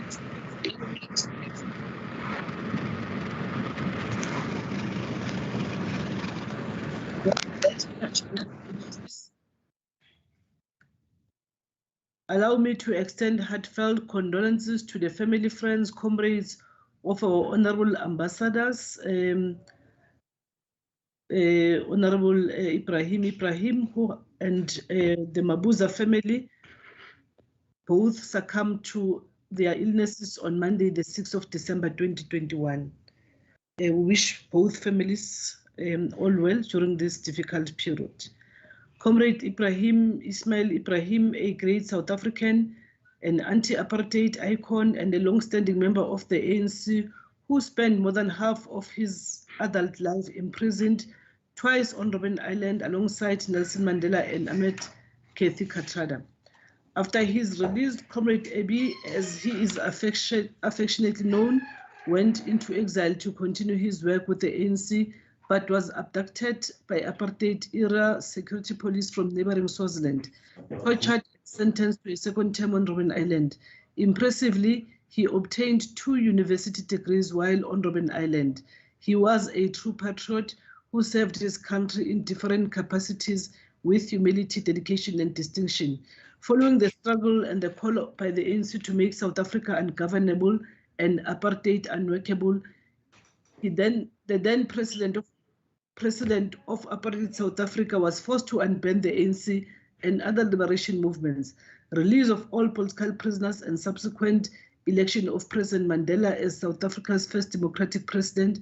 Comrade Ibi served in various capacities, including as Deputy Minister of Foreign Affairs and Parliamentary Counselor to President Mandela. Comrade Ibrahim was especially vocal in conveying the unwavering support of the ANC for the people of Palestine and had accordingly constantly called for the immediate downgrading of the embassy of apartheid Israel in South Africa. Comrade Ibi is survived by his wife and 2 children. He was buried on Tuesday at the West Park Muslim Cemetery in Johannesburg. We pray for strength and peace for his family and loved ones during this time. Sis Lindiwe, as he was affectionately known, was a great South African, a diplomat, a poet, a teacher, a journalist, an academic, a cultural activist. She was an anti-apartheid activist born on the 13th of August 1938 in Newcastle. He left for exile in her early days. He settled in various countries, which includes Lesotho, Swaziland, the United States of America, Sweden, and many more. And he studied in various universities and also lectured at Minnesota in the United States of America. She was instrumental in influencing and lobbying the anti-apartheid movement abroad to put pressure on apartheid South Africa to end apartheid, but also worked with the likes of our icons in America and also influence the parliaments there. She occupied various positions, including being an MP, although a short while after 1994, and became a diplomat in various countries, including Germany and the US. We wish the family all the best during their trying period. On behalf of the Gauteng Provincial Legislature, allow me to extend yet another note of congratulations to the Independent Electoral Commission of South Africa for delivering a successful, free and fair 2021 local government elections. While the initial confusion on the date pending the Constitutional Court matter had resulted in a bit of disorder on our program and the achievement on some of our activities, eventually the local government elections were successfully conducted on the 1st of November 2021. This is a strong testament of our maturing democracy and the independence of our oversight bodies, to such an extent that the IEC of South Africa is often used as the benchmark for successful elections, both on the continent and abroad. This is something that as a nation, we stand justifiably proud for. We also congratulate all elected councillors and wish them well in their tenure, with the full confidence that the needs of the people of South Africa will be prioritized, especially the poor above all else. In the same breath, we as the Gauteng Legislature commit ourselves to work with all local government legislatures to strengthen cooperation with municipalities, especially offices of speakers, as we advance our collective responsibility of oversight and scrutiny of the executive, as we advance towards improving the quality of life of all our people. We offer the platforms created by the Gauteng Speakers Forum and related structures to share our experience and strengthen our resolve to ensure improved quality of services to the people of Gauteng. We are, however, disturbed by the delays to finalize the appointment of mayoral committees and Section 79 and 80 committees, and the impact that such delays have on the functioning of municipalities and the potential negative impact thereof on service delivery, because councillors do their work through committees. We urge the coalitions to stop political bickering and get down to do what they have been elected to do. That is to provide basic services to residents as required by the Constitution of the Republic of South Africa. We commit the Gauteng Legislature to work with all speakers of municipal councils, irrespective of their party political affiliation, in the interest of the people of Gauteng. Members, while we still find ourselves observing the 16 days of activism of no violence against women and children, let me stress that 16 days is not nearly enough, and therefore our campaign is a continuous one for 365 days of no violence against women and children. Year in and year out, we observe 16 days of activism for no violence against women and children. We chant, we protest, we develop slogans and catchphrases, but the brutality meted out against our women and children goes on unabated. Even though we enjoy the fruits of a democratic South Africa, we note with great sadness and anger the continuing and relentless, brutal, savage, and senseless incidents of domestic violence and gender-based violence and femicide that dominate our headlines almost daily. It does not matter how we rationalize in order to find lasting solutions that may address the issues from its roots at the end of it all. Domestic and gender-based violence is a vicious crime.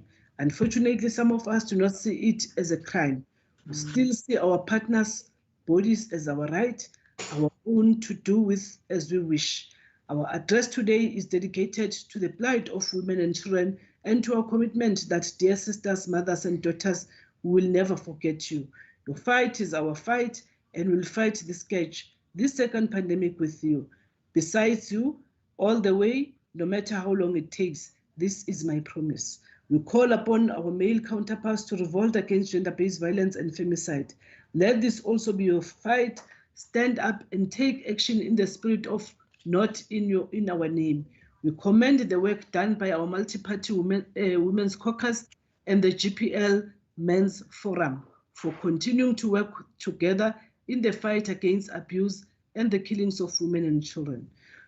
Honorable members, today is the 10th of December. It is indeed a historic date, for it was on this day, very day, exactly a quarter of a century ago, on the 10th of December 1996, when the then President Nelson Mandela signed the final draft of the Constitution into law at a historic place called Sharpeville to symbolize appreciation of many of our countrymen and women who paid the supreme sacrifice in the struggle against apartheid and colonialism. The signing of the Constitution symbolized a peaceful transition from apartheid, brutality, and inequality to democratic and majority rule based on the Bill of Rights. It symbolized a transition from subjugation into a truly non-racial, non-sexist, democratic, and prosperous South Africa united in diversity. As we mark that historic occasion, we need to pause, reflect, and introspect as members and the legislature on the progress or lack thereof in advancing our democratic agenda. The many challenges, including gender-based violence and femicide faced by women and children, high levels of unemployment, especially amongst young people, inequality and poverty, should spur us as elected public representatives to up our game and always think about the people who represent and always act in their best interests. Sadly, it was also on this day, 8 years ago, on the 10th of December 2013, that Utata's memorial was observed at the FNB Stadium in Johannesburg. The father of the nation, our president and president of the African National Congress, who, true to his word, gave his entire life for the freedom and liberation of South Africans. It is this very constitution that Utata had signed into law that confers the mandates to the GPL. Consequently, the GPL has two primary mandates, oversight and lawmaking, and two enabling mandates, which is public participation and cooperative governance. It is in accordance with these mandates that the GPL strategic plan and comprising annual performance plans are developed and ultimately against which this annual report tracks performance for the financial year 2020-2021. Through this annual report, we provide an account of our progress towards achieving the strategic plan and vision of a progressive legislature that fosters public pride in democracy and enabling service delivery to the people of Gauteng. We have set ourselves a noble goal to improve the quality of life of the people. It is this lens that we must always wear as we conduct our work. The period under review marked an unprecedented time in our country and the world, which was impacted by the novel coronavirus, which is called COVID-19, and its different strains as it mutates further, leading to losses of lives, worsening levels of unemployment, and decline in the economy. It also impacted how we do our work. However, despite these unprecedented challenges, you, honorable members, supported by our staff, had continued to discharge our constitutional mandates as we'll be outlining. On oversight,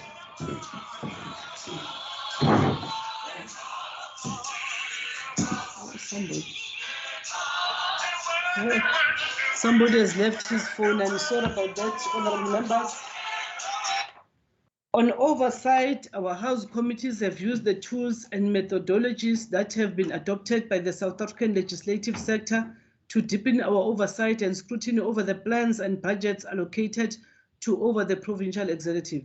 These tools include the oversight model of South Africa legislative sector, also referred to as the SOM, the budget cycle model, and committee oversight and accountability framework called COVIC. A noteworthy, ambitious innovation with the legislative sector is a project of standardized oversight, accountability, and reporting in Gauteng, shortly known as SOA-GP, that GPL Provincial Executive, the Public Service Commission are working on towards consolidating and streamlining oversight, reporting processes and formats in Gauteng with the ultimate aim enhancing shared oversight by organs charged with oversight responsibilities. During the period under review, all sector oversight model imperatives in support of committee work were achieved. Yes, Comrade Honorable Adams, who said your report, yes, it is true. The GPL has put in place innovative and progressive mechanisms to continue overseeing the executive despite the lockdown and associated restrictions.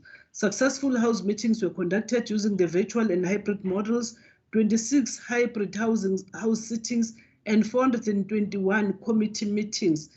294 were virtual and 127 were physical, were successfully conducted. During these House sittings, quarterly oversight reports, committee budget oversight reports, and focused intervention studies reports were adopted. Oversight visits were conducted to identify and investigate service delivery progress and related challenges at various service delivery sites throughout our province. Some of these oversight visits were unannounced to obtain a true impression of the level of service delivery on the ground, and for the committees to obtain a candid picture of the lived experiences of our people. It is worth mentioning that most of these oversight visits were conducted on COVID-19 related matters, assessing the provincial responses to the pandemic, such as personal protective equipment, the South African Social Services Agency grant distribution, and implementation of preventative measures. These oversight visits culminated in House resolutions to which department had to respond as an additional mechanism for oversight. The legislature also applies questions and motions as oversight tools to hold the executive accountable. Accordingly, in the reporting period, a total of 51 oversight question papers were produced and communicated to the executive to seek accountability on the questions raised by the legislature. A total of 9 motions were debated and adopted by the House. On lawmaking, the Gauteng legislature committed to making provincial laws and contribute to national lawmaking processes that are responsive to the needs of the people and meet the constitutional muster and oversee the implementation of those laws. Through consultation and listening to the voices of the people, the legislature had approved and overseen laws that create an enabling environment to better the lives of the people of Gauteng. In the year under review, 7 provincial laws were passed and 16 National Council of Provinces bills processed. To further improve lawmaking mandate, the legislature has begun the process of consolidated and integrated reporting on the lawmaking mandate of the institution. On public participation, despite the COVID-19 restrictions, notable improvements have been made in creating various innovative digital platforms for the public to remain meaningfully involved in the business of the legislature. These platforms afford the people to have their voices heard as required by the Constitution. Members of the public participated by making submissions to the departmental performance reports, petitions, and sector engagements. We are excited that our aspirations to integrate sector parliaments into committee work is beginning to bear fruit. For the first time, the House adopted a report of the Workers' Parliament, and the executive is expected to respond to the adopted resolutions in the coming year. This is work in progress, and our ambition is that these sector parliaments should be an integral part of committee operations. Our programs of public involvement are expanding to reach hitherto neglected areas and all national groups. We urge political parties to join us in the quest to reach all national groups and continue striving toward a non-racial, non-sexist, united, democratic, and prosperous South Africa. On cooperative governance, the GPL is an integral and active member of the South African Legislative Sector, SALS in short, Commonwealth Parliamentary Association, Africa and International, and the leader of the Gauteng Speakers Forum. We continue to work with institutions with similar mandates, such as institutions supporting democracy, Public Service Commission, non-governmental and community-based organization, research and institutions of higher learning to improve our ability and capability to execute our constitutional mandates. We remain committed to work with similar institutions, including partnering with different organs of state in the discharge of our mandates. To improve legislative sector work, GPL approved an inter-legislature relations strategy aimed at spearheading the strengthening of the legislative sector's cooperative governance and cooperation in the province and ensuring alignment at all levels of the state. On admin support, good governance, and fiduciary compliance, we are pleased to inform members and the people of Gauteng that the Gauteng legislature has again achieved an unqualified audit with no material findings, what is generally referred to as a clean audit. This outcome was achieved despite the challenges brought about by the COVID-19 pandemic.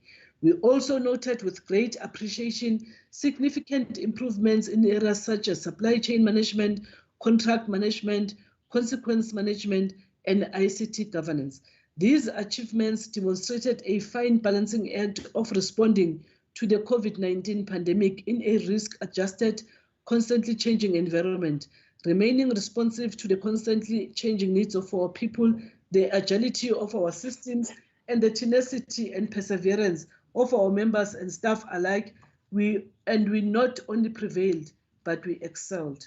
We remain confident that our systems are sufficiently robust to maintain this improvement by regularly scrutinizing the Auditor General of South Africa recommendations and implementing the recommendations to enhance and improve our good governance, internal controls, as well as fiduciary compliance. This is strong testament to the seriousness with which we take our good governance, internal controls, and fiduciary processes. Our move away from the strategic objectives towards outcomes has progressed well, and positive results are already showing in terms of aligning strategy with operations. Honourable members, our clean audit status and areas of improved performance are welcome, but to remain careful not to become complacent. Instead, we strengthen our resolve to be more vigilant and perform our responsibilities to the best of our abilities and always strive to improve even further. It may not help and be sustainable in the long run to have unqualified audits with no material findings when, for instance, our leaves are not functioning well, the working environment is not conducive enough to work in, committees continue to complain about the quality of support provided, the building gets flooded when it rains, among other things. These are lived experiences of both members and staff, which the Auditor General's Office may not be paying attention to, but which we deem critically important. All these issues and many others that I may not have mentioned are receiving attention, and management has committed itself in line with our vision of a progressive legislature that fosters public confidence in democracy and improves the quality of life of the people of Gauteng, to reposition the administration to be purpose and people-driven by doing the right things first time, on time, every time. In addition, we are excited that after a long process, the Gauteng Infrastructure Fund Agency has appointed a transactional advisor to assist GPL with design and implementation of a building maintenance plan that will also take into consideration the envisaged legislature of the future. Details of the plan will be shared with honourable members in due course. Honourable members, having summarized some of the achievements we have recorded during the period under review, with further specific and technical details in the actual report, I state with pride that we have made substantial achievements on the delivery of our mandates despite the restrictions and challenges of COVID-19 pandemic. Want to assure honourable members and the people of Gauteng that our oversight and scrutiny systems are sufficiently robust to sustain and improve the audit outcomes, meet and exceed expectations of members, our staff, and the people on whose mandate we occupy the positions as elected public representatives and appointed officials. We've become innovative and ensured that we deliver on our constitutional mandates, thereby ensuring that our service to the people of Gauteng, irrespective of our circumstances we find ourselves, will always be prioritized. Members are aware that GPL has embarked on a recruitment process to fill the posts of executive and senior managers whose fixed-term contracts have lapsed. We're excited about the skills, knowledge, attitudes, professionalism, and energy of the team that is being assembled. As presiding officers, we have an engagement with the team who have been appointed to date and read out the Riot Act. We're encouraged by the daily progress that the newly appointed team is making in responding to the critical issues raised by members.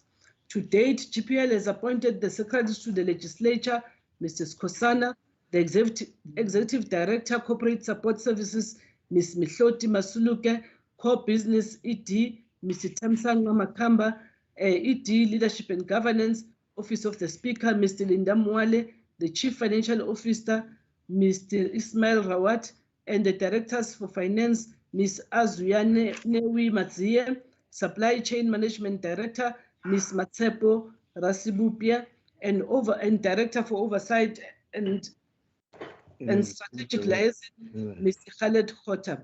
We've been assured that other senior managers will join GPL in January 2022. Members will be kept abreast on these developments. Honorable members, allow me to express my sincerest appreciation to OCPOL members for the robustness of the oversight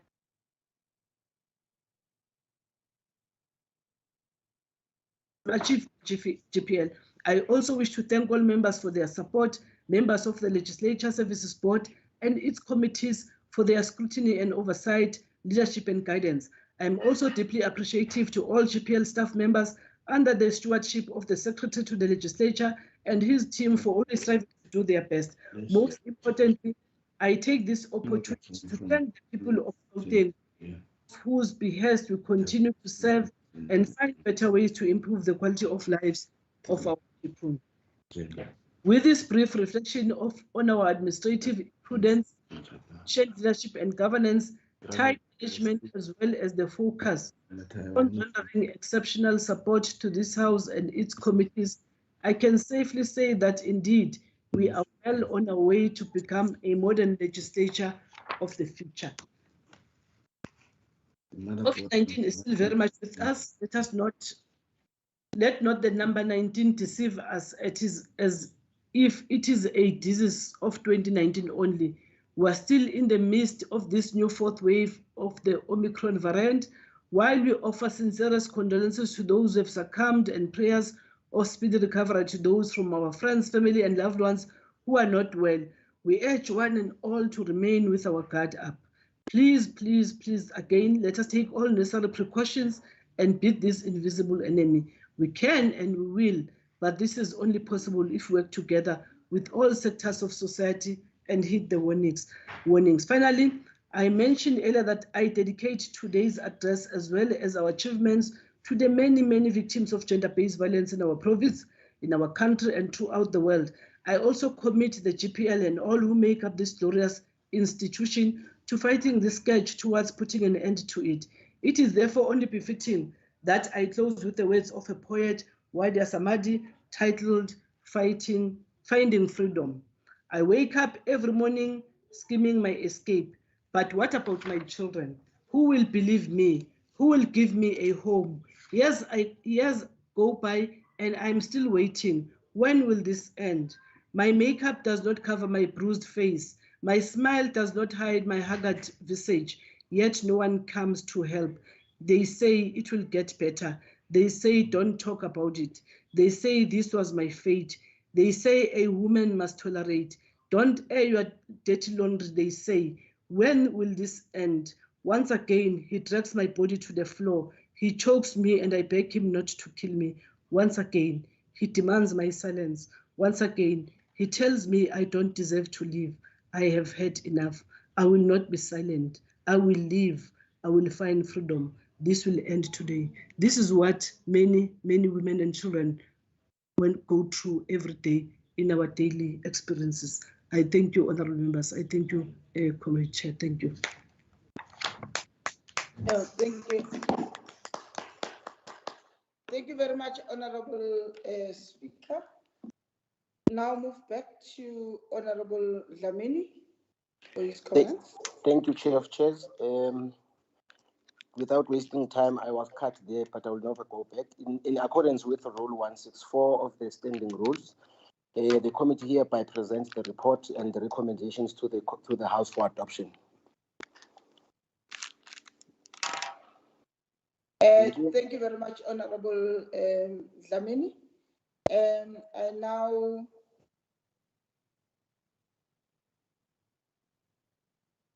I now ask, okay, any seconder to the presentation of the report? Honorable Dlamini. I second. Thank you very much, ma'am. And now pose the question. All those in favor say yes. Yes. Yes. Yes. All those in favor say no. The report by Honorable Dlamini is adopted. Thank you very much. Secretary, now we can now read the next order. Debate on the annual report of the Office of the Premier for the 2020-2021 financial year. Thank you, Chair of Chairs. Thank you very much, ma'am. Honorable Sima, please present your debate. Thank you very much, Madam Chair of Chairs, Madam Speaker, Premier Makura, honorable members, and the citizens of Gauteng at large. I want to start by passing my deepest condolences to the thousands of families who have lost their loved ones due to the virus that has turned all our lives upside down, and call on all South Africans, especially those that haven't had their vaccination yet, to actually do get vaccinated. The numbers and the statistics are showing that the more people get vaccinated, the better they stand the chance of surviving when they actually contract the virus once again. Madam Chair of Chairs, it is important that we note that a lot still needs to be done in educating people about the advantages of actually taking on the vaccination. And I think this government needs to do a whole lot more in terms of educating people, in terms of advocating for vaccination to take place. Millions of lives can be saved and should be saved if we all take care and also play our role, especially when we go into the festive season where people will be traveling inter-provinces and some will be traveling outside of the country. We need to make sure that we all return in the next year, all safe, all healthy, and all ready to fight the new fight. Madam Chair of Chairs, last month we went through a democratic exercise of elections at a local level. Although this will go down history as one of the lowest turnout local government elections, it spoke loud about how people are viewing government, how they view politics, and how they view politics, and how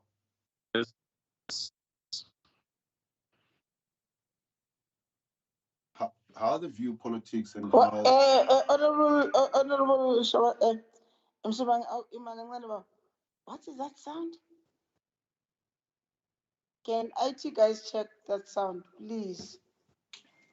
Okay. Honorable Msimang, my apology for disturbing you. Please continue. Nyawonga, Mama. I was saying that last month we went through a democratic exercise of elections at a local level. Although this will go down history as one of the lowest turnout local government elections, it spoke loud about how people are viewing government, how they view politics, and how they've lost hope in politics and in our governments. The question is, are we listening? Are we listening to the millions who are tired of promises that never get to be fulfilled? Are we listening to the millions who are tired of watching us trying to tear each other into pieces, heckling each other unendingly in our sittings, this instead of constructively engaging on what needs to be done in order to turn their lives around? Are we listening? Premier, the last time that we spoke, I asked if the people working within the government of Gauteng, this from the MECs to the lowest level workers, understood what your vision is. If they bought into your vision and if they embodied that vision, can you confidently say that they do? Do you think that the millions of the Gauteng residents experience your vision through the work done by the people who are either elected or employed to do so? Are we still listening? We are again here today to debate the annual report of the Office of the Premier. The report this year resembling that one of the previous year. Same challenges, same shortfalls, same targets not being met. Target of creating jobs by the Office of the Premier was not met again. This at a time when many, especially the young people, are so desperately in need of a job. At a time when our economy in Gauteng needs all the help that government can give in order to create the correct environment for jobs to be created and for the private sector to invest and thrive and help in thriving and in assisting to thrive the economy of this province of ours, we're still not anywhere near meeting our targets. Madam Chair of Chairs, it is unacceptable that our youth are being shackled by the scourge of unemployment in our province, that people now are dependent on the 350 Rand grants, which only provides temporary relief to them. What is needed, Premier Makura, is a direct intervention by government to equip our youth with the skills needed to empower them to start their own businesses and to actually find jobs and to be more employable. It is also time that the fourth industrial revolution is fully embraced by our government. The time of talking is over. Are we listening to what our people are telling us? For the 2020-2021 financial year, the Office of the Premier failed to meet its full target of youth accessing work placements. For the last financial year, there was a shortfall of 17,980 youth who were supposed to have received placements, but 12,980 through the TSEPO 1 million program and 5,000 through the expanded public works placement under the TSEPO 1 million program was supposed to be done. It is extremely concerning, as the COVID pandemic should no longer be used as an excuse for not meeting the targets, but continue to be done. By now, adequate measures should have been put in place to ensure that these targets are met and that our youth that are now crying out and calling on us to provide solutions are given the fair shot at finding permanent employment or getting their businesses started. In addition, it cannot be said that there were no funds available to place our youth in development programs, as they have significantly underspent, or the department have significantly underspent 147.8 million rand, which the Auditor General made a point to draw attention to as a part of the material funding under expenditure. Whether we are still on our way, this is something that we need to be asking our residents out there. Are we really old? Are we really listening to Khudiragetse Mogajane, who had started a business in Hammanskraal, a business that looked at starting an app that where Mr. Delivery and Uber Eats is not able to operate? He had started a business, but had been looking to be funded or had been looking for assistance in order to grow the business that he had started. He wanted to take advantage of using modern technology that many of our residents have access to.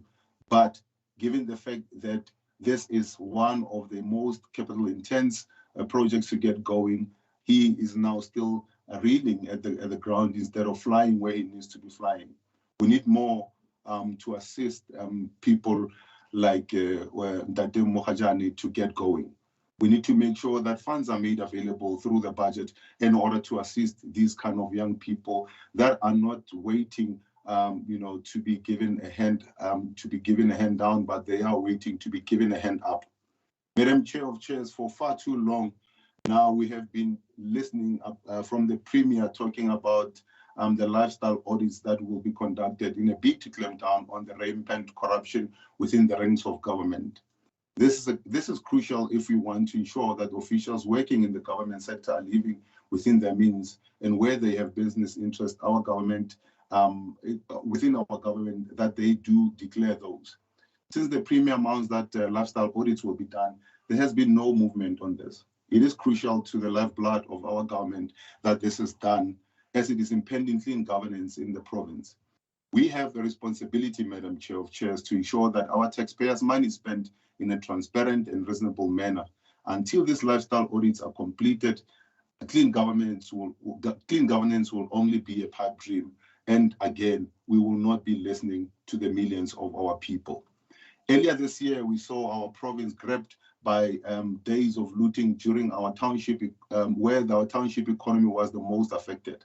While a number of measures were put in place to ensure that businesses affected by the looting were assisted, it is very disheartening to see that Premier Makura's office has failed the township economy in 4 areas, namely providing access to purchasing order financing, providing access to cash loans for business working capital, providing access to stock credit working capital, and lastly, supply credit for operational needs. This is concerning, given that the current bill that we have on the township economy is still something that we have to debate and battle with in the legislature. If these 4 key areas were not met during the last financial year, what confidence can we have that the Gauteng Provincial Government and your office, Premier, will be able to successfully stimulate the growth in the township economy? If this is the trend, then it will appear as if the township economy bill will not be worth the paper that it's written on. Madam Chair of Chairs, it is clear that a lot of reflection and rethinking need to be done within the office of the Premier if we are able to ensure that we have a province that is working more, so that we have a province where our youth, and especially those that want to find themselves employed or running their businesses are equipped and given the knowledge that they will need in order to make a success of their businesses and a success of their employment opportunities. The learnerships and the skills development programs that will uplift their lives need to be intensified, and we need to make sure that we don't just have them on paper. We need to make sure that we all are implementing that. We all know that the government's job is not to create jobs, but to create the right environment for investment to take place, which in turn will create jobs that are needed. Madam Chair of Chairs, I also must ask the question, why are we spending money in paying performance bonuses if departments are failing to achieve their set targets? I've heard during the course of the week from Gauteng Infrastructure Finance Agency, or the GIFA, where we are actually paying about 57.3 million rand or thereabouts each year for a group of people to ensure that we are able to find funding for infrastructure in Gauteng and are able to then fund projects. But we are not getting anywhere near funding enough projects to get the injection into the economy going. This is something that we need to continue to ask time and time again.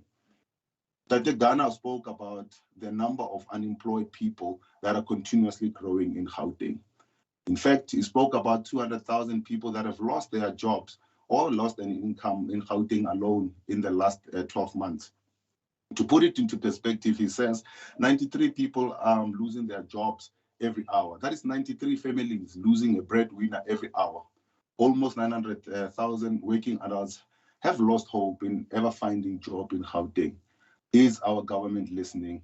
Are we able to then do enough to change the circumstances? Madam Chair of Chairs, we have also spoken about, or the Premier has also challenged us to come up with ideas in order to change things around. One of the things that has been proposed is to make sure that we change the departmental scorecards and success criteria to place a higher way on job creation when and also to make sure that where provinces lose jobs, there should be no bonuses paid to anyone in the department. I mean, what would there be incentive if we are not going to ensure that people get incentivized and get bonuses based on performance, not just because it is the 13th check that they are supposed to be getting? We need to urgently recruit competent people at the Gauteng Enterprise Propeller who will speed up the assistance given to small businesses and entrepreneurship. We need to also ensure that we urgently get experienced trade and investment specialists in the Gauteng Growth and Development Agency to increase the level of real investment in the Gauteng economy. By real investment, we should understand that it means that the creation of more jobs for the people of Gauteng. It is quite sad that when you're looking at STRA again, you have a department that has underspent by 160 million across all programs. I mean, that's 160 million that could have meant that the people of Tukomsres would have once and for all have a sporting facility that is working, that is actually state of the art. 160 million could have meant that the people of Kutong would have had a library that has Wi-Fi, that is working, that has books. It would have meant that in CDVM we could have had the library that is fully functional and not just a hall that is called a library.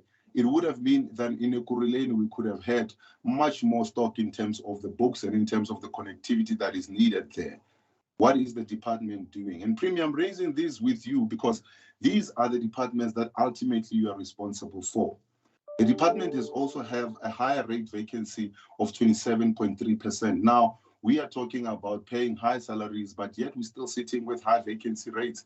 These are things that we need to be looking at and talking to and say, are we really giving the people out there the value for money in terms of the services that they're supposed to be getting? I'm going to talk about, Premier, a number of things. One, again, the infrastructure department, which is also a big problem. We now have been hearing you once again talking about how you're ready to go to jail in order to make sure that the Charlotte Maxeke Hospital is actually sorted out and that you are willing to do everything that you can in order to move speedily towards resolving the issues in Charlotte Maxeke. Reading an open letter by Dr. Mohammed, one can only conclude that very little, if anything, has been done to provide services and to ensure that we are able to resolve the issues in that particular hospital. I'm raising these things, Premier, because ultimately, as I said earlier on, the departments respond to you. It's not good enough that you have a clean audit in your department, but yet we have departments that are still failing out there to deliver on the mandate and on the vision that I asked you about earlier on. We need to work together. We need to listen to the people of this beautiful province of ours. We need to be asking ourselves, are we doing enough to turn the people's lives around? Are people buying into the vision that you have, Premier? And are people being held to account for each and everything that they are doing? If the answer is yes, then we need to ask our people out there, are you experiencing the services? Are you experiencing the change? Are you experiencing the vision of a Gauteng that is growing, that is working for you? And if the answer is no, then we need to go back to the drawing board and do each and everything that we can to turn the lives of our people, to turn the fortunes of Gauteng and its economy around for the better. And if we can debate and talk to that, I think we will be well on our way to ensuring that Gauteng become a progressive and a very, very, very growing and inviting province where millions of South Africans will enjoy life in. Thank you very much.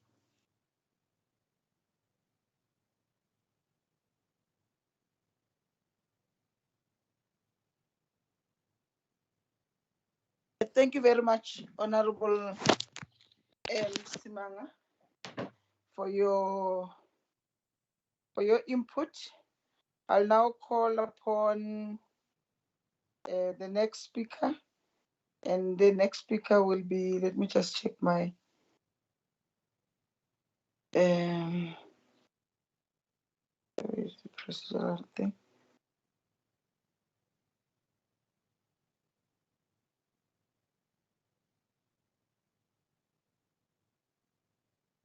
The next speaker is Honorable Mkwebo from the EFF.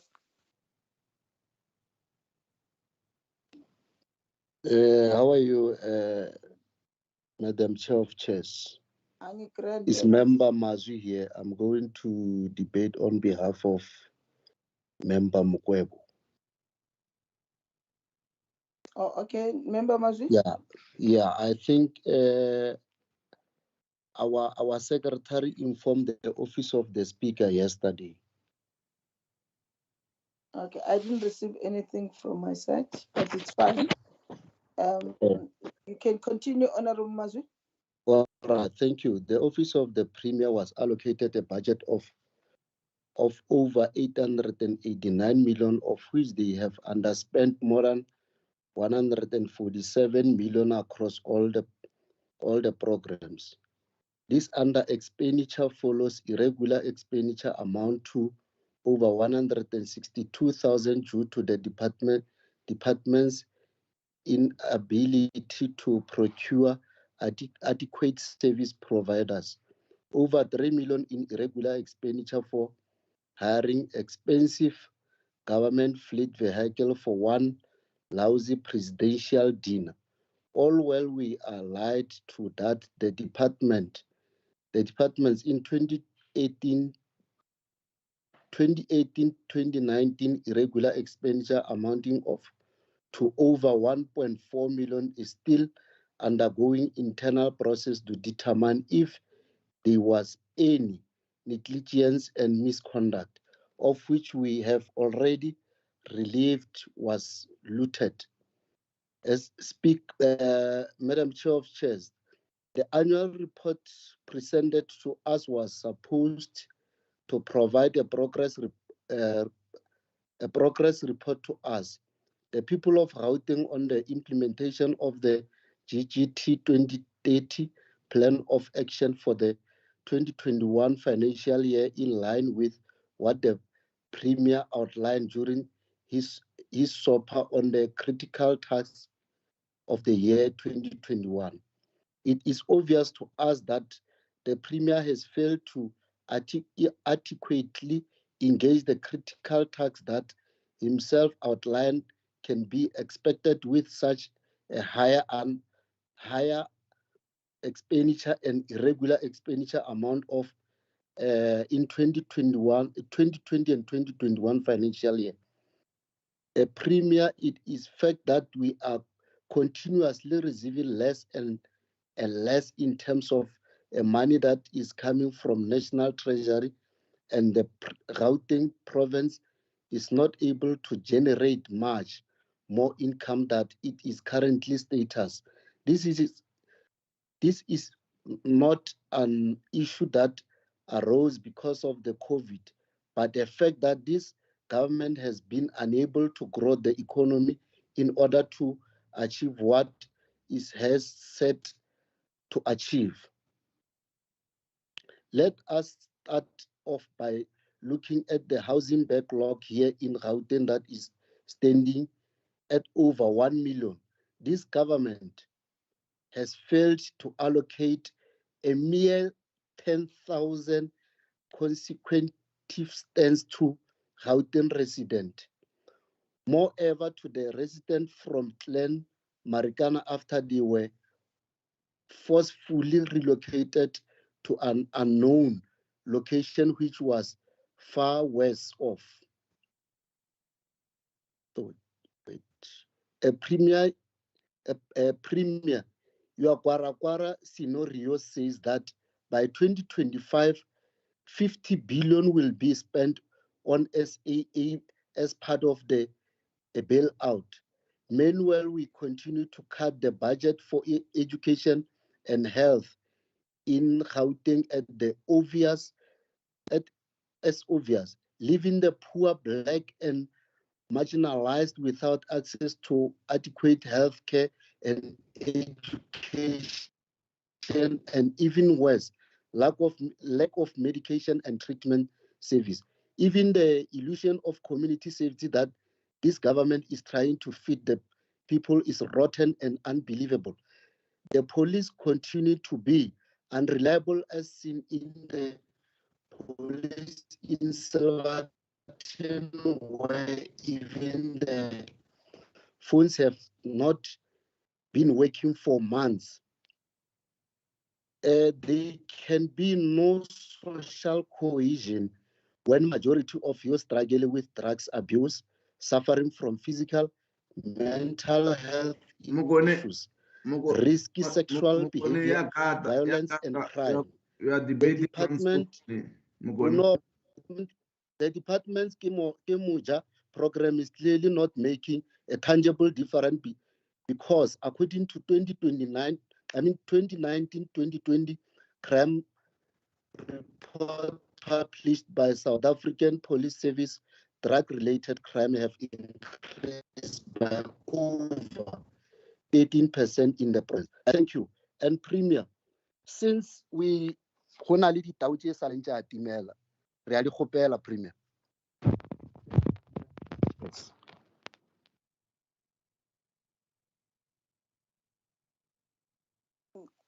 O feditše? Ke feditse ngwano se ke bile fast a kere mabanong khatilenyana ka ela ika. So today ke tsere screenshot ke re ke o ntso reng sharp sharp o itsintse re sa go utlwe No, thank you Bang very di much. tau di tsena kae bjalo? Yeah, just because of the Nna peace.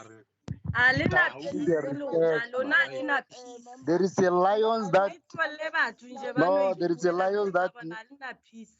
no, when you count it Premier on kutlile or ke re Ditingi, ditau. ntsa reng sharp sharp motho ntsa reng o itse ra go utlwa le batla gore ga botsele le jakeng ha ntso reng sharp sharp o ntso bua ka eng o ntso debate eng sharp sharp re bua ka the Premier ke ena nkutlileng ditau wena o ntso reng sharp sharp no man ya ditau ke ya ditau man I'm saying to the Premier, you must be aware that there is lions still already mesite in the Nuke. So le no sukumela mola this was a waste of time. Serious. This waste was a of waste time. of time. Na kwa ka be sa le teng. No, you I was wasted our eating time. my own time. No, sharp sharp. Order members, or you want me to call you by name? Jana kwa yaka. Okay, thank you very much, sir. Honorable Albert, it's now your opportunity to speak. Thank you, Chair of Chairs, honorable members. The GGT 2030 and the plans emanating from it is clearly not working with no sense of urgency given the fact that COVID-19 has created a much deeper economic hole on top of the ANC-created version. Chepa 1 million is just limping along, and the Premier's economic recovery plan is just more of the same when a higher level of thinking is required to create employment and drastically reduce poverty. The electorate has clearly shown what they think of the ANC's economic policies on 1 November. Against this background, the Okpol Committee have taken brave steps to create real hope for the people of Gauteng. The committee has accepted the Freedom Front Plus's proposal to create its own economic recovery plan together with economic experts and to submit this to the Premier and the Executive for consideration. Furthermore, the committee has undertaken to ensure more employment opportunities for the young and people with disabilities. For the people of disabilities especially are left behind as a matter of habit. I wish to thank the Chair and other members of the committee for their foresight to embark on this project that can create real hope for a better life for the people of this province. I thank you. Thank you very much, Honorable Bloom. Honorable Alberts, we now move to Honorable Bloom. Bloom, please present your debate. Thank you, Madam Acting Speaker. This annual report covers the period during which many challenges arose because of the COVID-19 pandemic, which still afflicts us. This virus still surprises us. So the best we can ask for is that whatever is done is based on the best available evidence and that it is done efficiently and effectively. Now, the Premier's office typically gets a clean audit, but this should really be standard for all departments. It's important that we look at what is. The monitoring and evaluation of the departments continues to be a glaring weakness. Frankly, I am still gobsmacked that 500 million rand was spent on the Anglo-Ashanti Hospital, supposedly for COVID cases, but it seems to me it was purely to enrich greedy people. According to the SIU, one of the contracts was arranged by telephone and the other one ballooned from 50 million rand to 500 million rand. You know, I really want to ask, is there no one at the Premier's office that keeps an eye on this sort of thing? And it doesn't help that the entire Provincial Executive Council took the decision to refurbish this hospital in an out-of-the-way area. Other hospitals have struggled with COVID patients, but the Ashanti Hospital has treated a grand total of 109 COVID patients, and only 8 of these were critical patients. Many beds at this hospital are still not finished, nor are other planned beds, including those at the Sedibeng Hospital. And there's also the wasted money on PPE and useless school cleaning contracts. Now, the Premier's office is often described as the nerve center of the provincial government. But the evidence of the past year is that this nerve center has bad signals and is painfully slow to react and self-correct. Honourable Premier, what happened to your pledge in June 2014 that, quote, fraud and corruption are prevented and detected early in the value chain to prevent losses? That is more than 7 years ago. Why are there no effective systems to pick up multi-million rand contracts awarded by WhatsApp or phone call, or to stop a budget being wildly overrun? They say that justice delayed is justice denied. But you can also say that accountability delayed is accountability denied. I was sanctioned in this House 12 years ago for accusing former Health MEC Brian Klongwa of corruption. But he went on to serve as the ruling party's chief whip in this House for a long period of time. Earlier this week, he appeared in court to face 258 charges, including fraud, corruption, racketeering, money laundering, and contravening the Prevention of Organised Crime Act. You know, we cannot carry on with such glacial accountability. And this includes all the forensic reports that the Honourable Premier promised to make public in June this year, and the reports on the fire on the Banker Lisbon building 3 years ago. Madam Acting Speaker, the Premier's office cannot be considered a success if it cannot make effective and speedy interventions to stop corruption and wasteful spending. Thank you. Thank you very much, Honourable Bloom. We'll now move to Honorable Hassan to also submit a debate. Thank you very much, Madam Chair of Chairs. If I get out of breath, I know you'll give me a minute.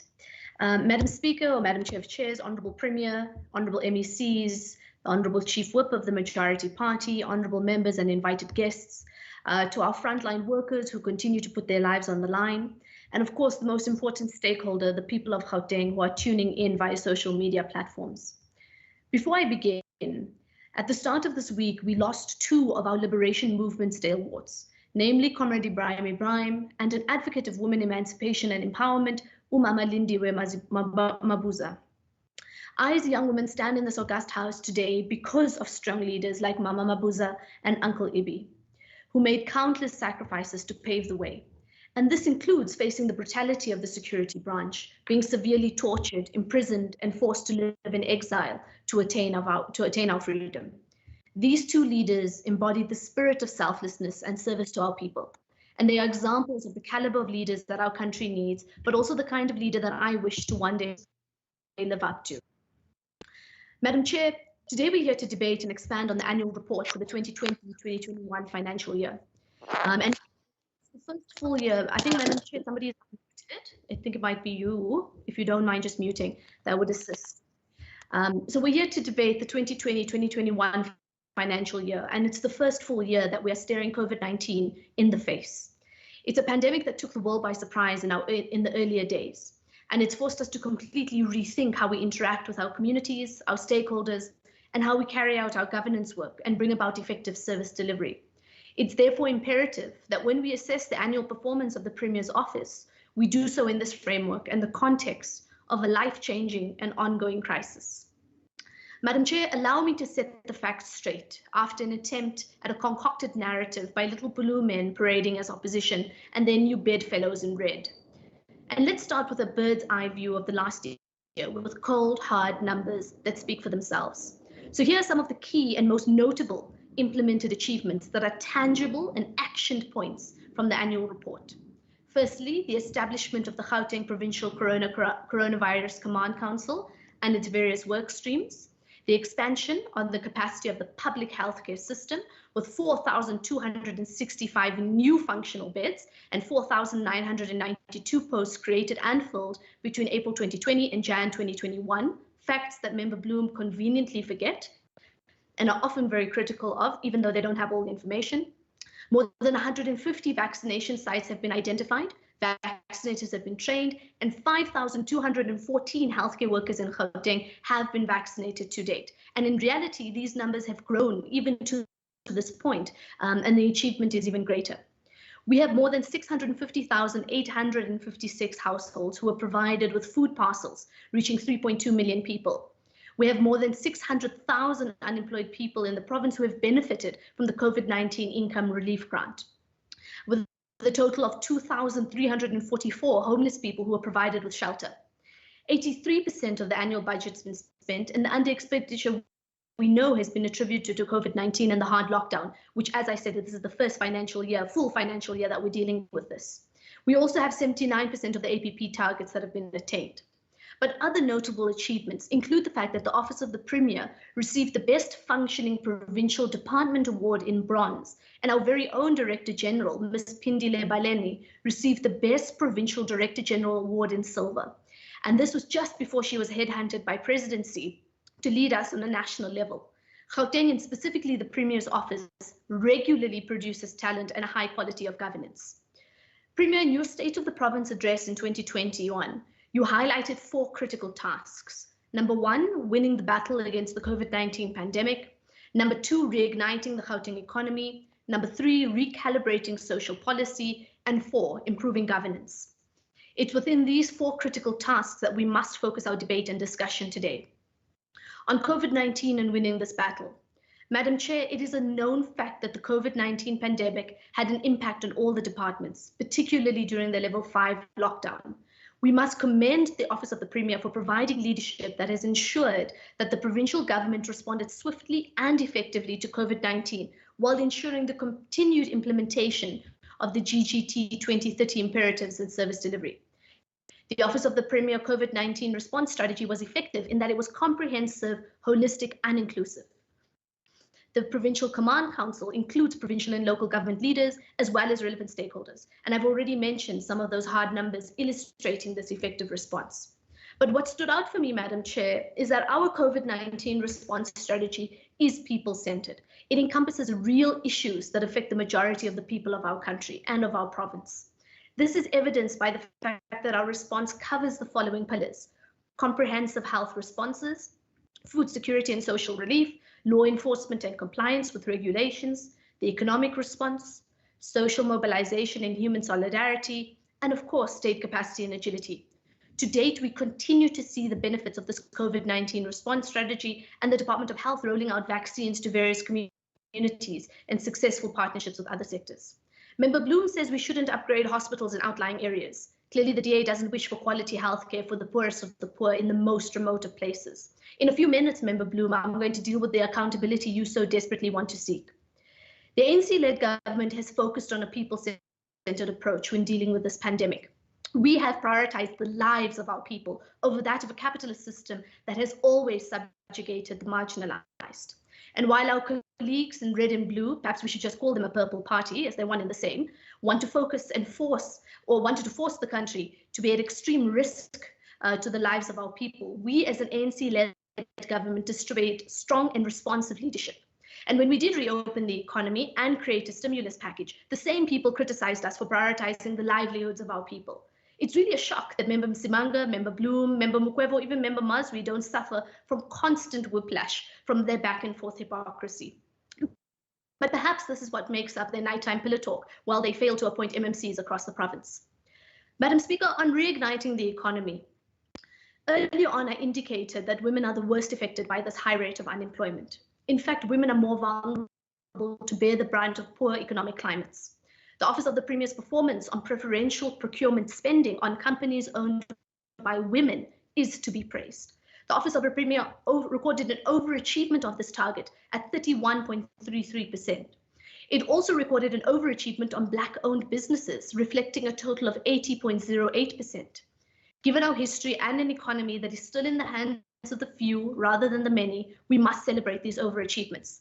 However, the Office of the Premier must improve their preferential procurement on people living with disabilities, township-based enterprises, and spending on youth-owned businesses, which were all lower than the projected targets. Madam Chair, because we are a government of action, allow me to highlight a few important plans of an ANC-led government that have already commenced.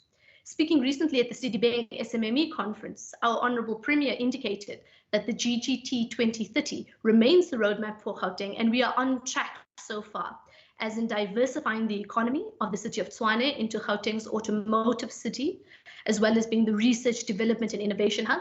In the Western Corridor, the mining belt of the Gauteng city region, we are aggregating all efforts and bringing together businesses and communities around the development of a special agro-processing zone.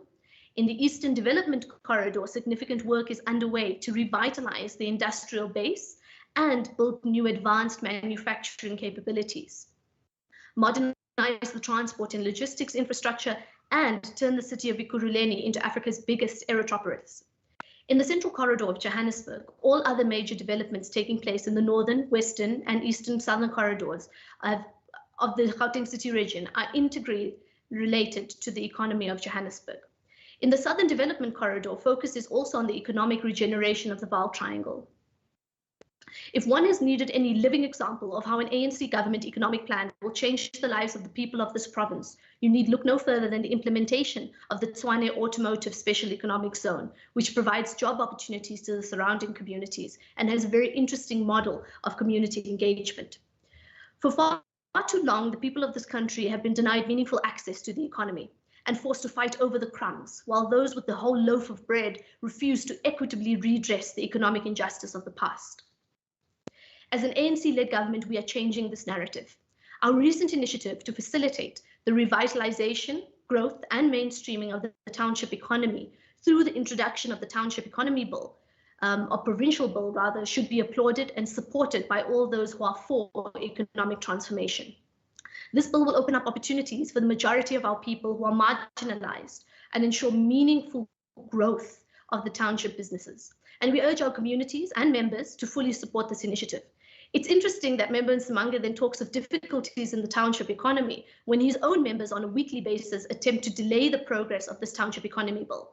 Perhaps Member Nsimanga should speak to his own members first and allow us to lead the province. In terms of recalibrating the social policy, particularly TEPA 1 million, and I'm very glad that a multitude of members raised this. It's a big focus and passion of mine as a young public representative, and the Premier will tell you we are as robust in our debate, both privately and publicly. Chairs, in 2014, the Gauteng Provincial Government launched this TEPO initiative with the aim of empowering 500,000 young people through skills training, job placement, and entrepreneurship development. This number was later increased to 1 million on instruction from our Premier, who saw the need for a further intervention regarding the high rate of unemployment amongst the youth. Stats SA recently released the quarterly labour force survey for the third quarter of 2021, which painted a horrific picture of unemployment.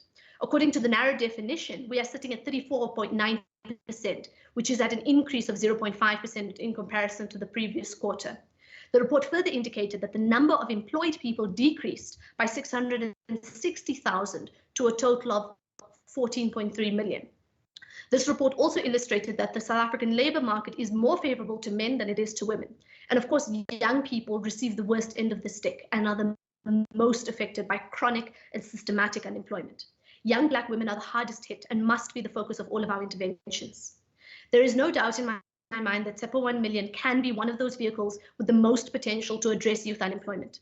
And if we pay attention, particularly to Pillar 1, whose target was overshot and overachieved by 142,814 against the projected target of 110,000 economically excluded out-of-school young people who have now been put on pathways to earning. That includes building one's profile, demand-led learning and volunteering. But this tells us an interesting story.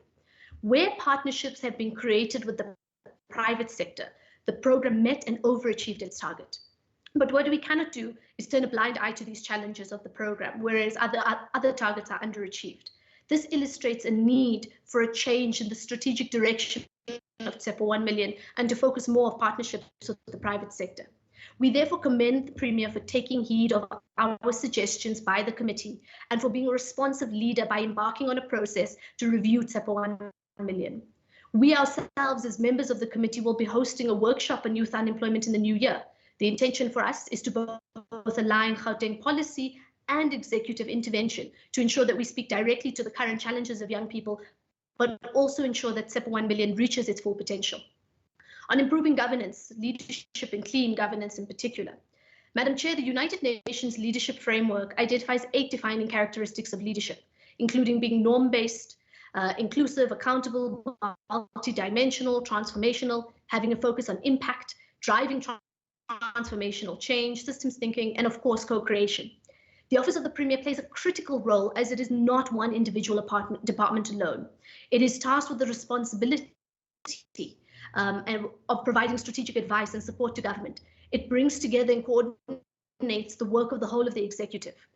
Every single department feeds through into this core nerve system. Simply put, this office is the driving force behind all the provincial government departments. And what is clear is that the Office of the Premier leads by example and displays these characteristics and behaviors highlighted by the UN framework.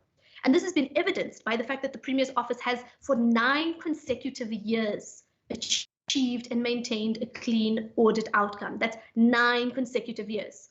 There has also been no unauthorized, fruitless, or wasteful expenditure incurred in the 2020-21 financial year.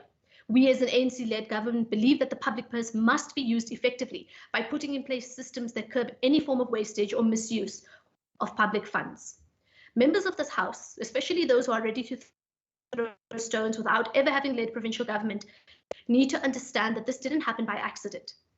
Rather, it was a result of painstaking and intentional laying of a firm foundation for clean governance through an open tender process and other public finance management initiatives to improve the integrity of the procurement and spending processes. It is through the deliberate work of the Office of the Premier and their leadership abilities. And speaking of throwing stones, Member Masri wants to talk about the housing backlog, but fails to mention that it's the EFF that invades and illegally hijacks housing projects and then prevents rightful owners who have spent years on the waiting list from actually getting their homes. I don't know how you justify from stealing from old mamas and gogos who are really just waiting for a better life for us. Madam Speaker, the period under review did, however, see certain irregularities, specifically the PPE tender corruption scandal, which tainted our good work. And we're pleased to announce that the Office of the Premier acted so swiftly in addressing this issue, and will await the SIU report that is to be made public before the end of the third quarter of the 2021-22 financial year. Member Bloom, if you had read the documents, it's quite clear that it will be made public in the third quarter. We support the fight against corruption and rooting out this cancer, but we also support systems put in place by the Office of the Premier, including that open tender system, comprehensive anti-corruption strategies, and vetting of senior management, and the progress made in terms of the lifestyle audits of the members of the Executive Council. Member Msimanga will note also that these audits are currently underway and are sitting with the SSA. Provincial government and the Office of the Premier have done their part, and we now call on national government to fast-track that process. And so blame cannot be laid on the feet of provincial government. As we also know, the last few financial years have seen the issue of life esidimeni being confronted. The Office of the Premier has worked hand in hand with all stakeholders to ensure that this crisis be addressed in a sensitive and fair manner. During the period from the 20th of December 2018 to the 31st of March 2020, 262 claims were paid to the family portion and 20 claims were paid to those who are affected directly as mental health care users. During this current financial year of 2020-21 financial year, 46 claims were paid to the family portion and 9 claims paid directly to the mental health care users. The life esidimeni process can only be finalized when the court order is officially issued. And this presents challenges in estimating a finalized timeframe. It is a moving target created by the judiciary, but the Office of the Premier is not running away from this challenge. Rather, it is facing it head on. In closing, honourable members, this past year presented us with our most difficult year yet during the 6th administration, an annus horribilis, so to speak. And with that background in mind, we must applaud the work done by the Office of the Premier for steering the ship in the face of a great life-threatening storm. It is not without challenge and it has not been without difficulty, but we acknowledge and appreciate the Premier's humility and hard work in facing these challenges. But most importantly, the implementation of the recommendations of the Auditor General has been exemplary. We ask that you provide the necessary leadership and guidance that will ensure a record clean audit cascade down to all departments and entities, not just at the Office of the Premier. And we also ask you to fast track the review of the TEPA 1 million program to ensure improvement in meeting targets. Premier, I have no doubt that this new financial year will bring with it major challenges, especially as we rebuild this economy. But I want to say one thing in closing. At a time when you could have shut out the committee and us as backbenchers while dealing with this crisis, you did not. Rather, you listened and took heed.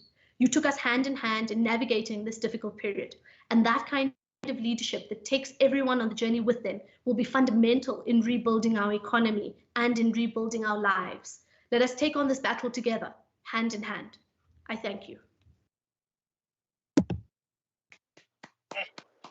You did well, you know, despite all your health challenges. Thank you. I was worried I was going to run out of breath. Yeah, thank you very much. Speak so beautifully. Thanks a lot, Honorable Hassan. Premier, it is now your opportunity to respond to the debate. Honorable Premier Makura. Chair of Chairs, thank you very much. I may not be able to be on camera because of the Wi-Fi connectivity problem that's being attended to. I would like to acknowledge Madam Chair of Chairs, firstly the Speaker of our legislature and the Deputy Speaker, the Chief Whip of the majority party and the leaders of all the political parties in our legislature, colleagues in the Executive Council of our province, honorable members and senior officials in our government and in the Office of the Premier. I am also acknowledging those who are participating in this proceedings of our legislature virtually. We conclude the business of our legislature this year and deliberate on the 2020 to 2021 annual reports in a week that has so much historical significance in the life of our democratic nation. Today is the 25th anniversary of the signing of the Constitution of our Republic, signed by the founding father of our democracy, President Nelson Rolihlahla Mandela. This week also marks the 8th anniversary of his passing since the 5th December 2013. But this week is also the 4th year since the passing of our great stalwart comrade Lalu Isu Chiba on the 8th of December 2017.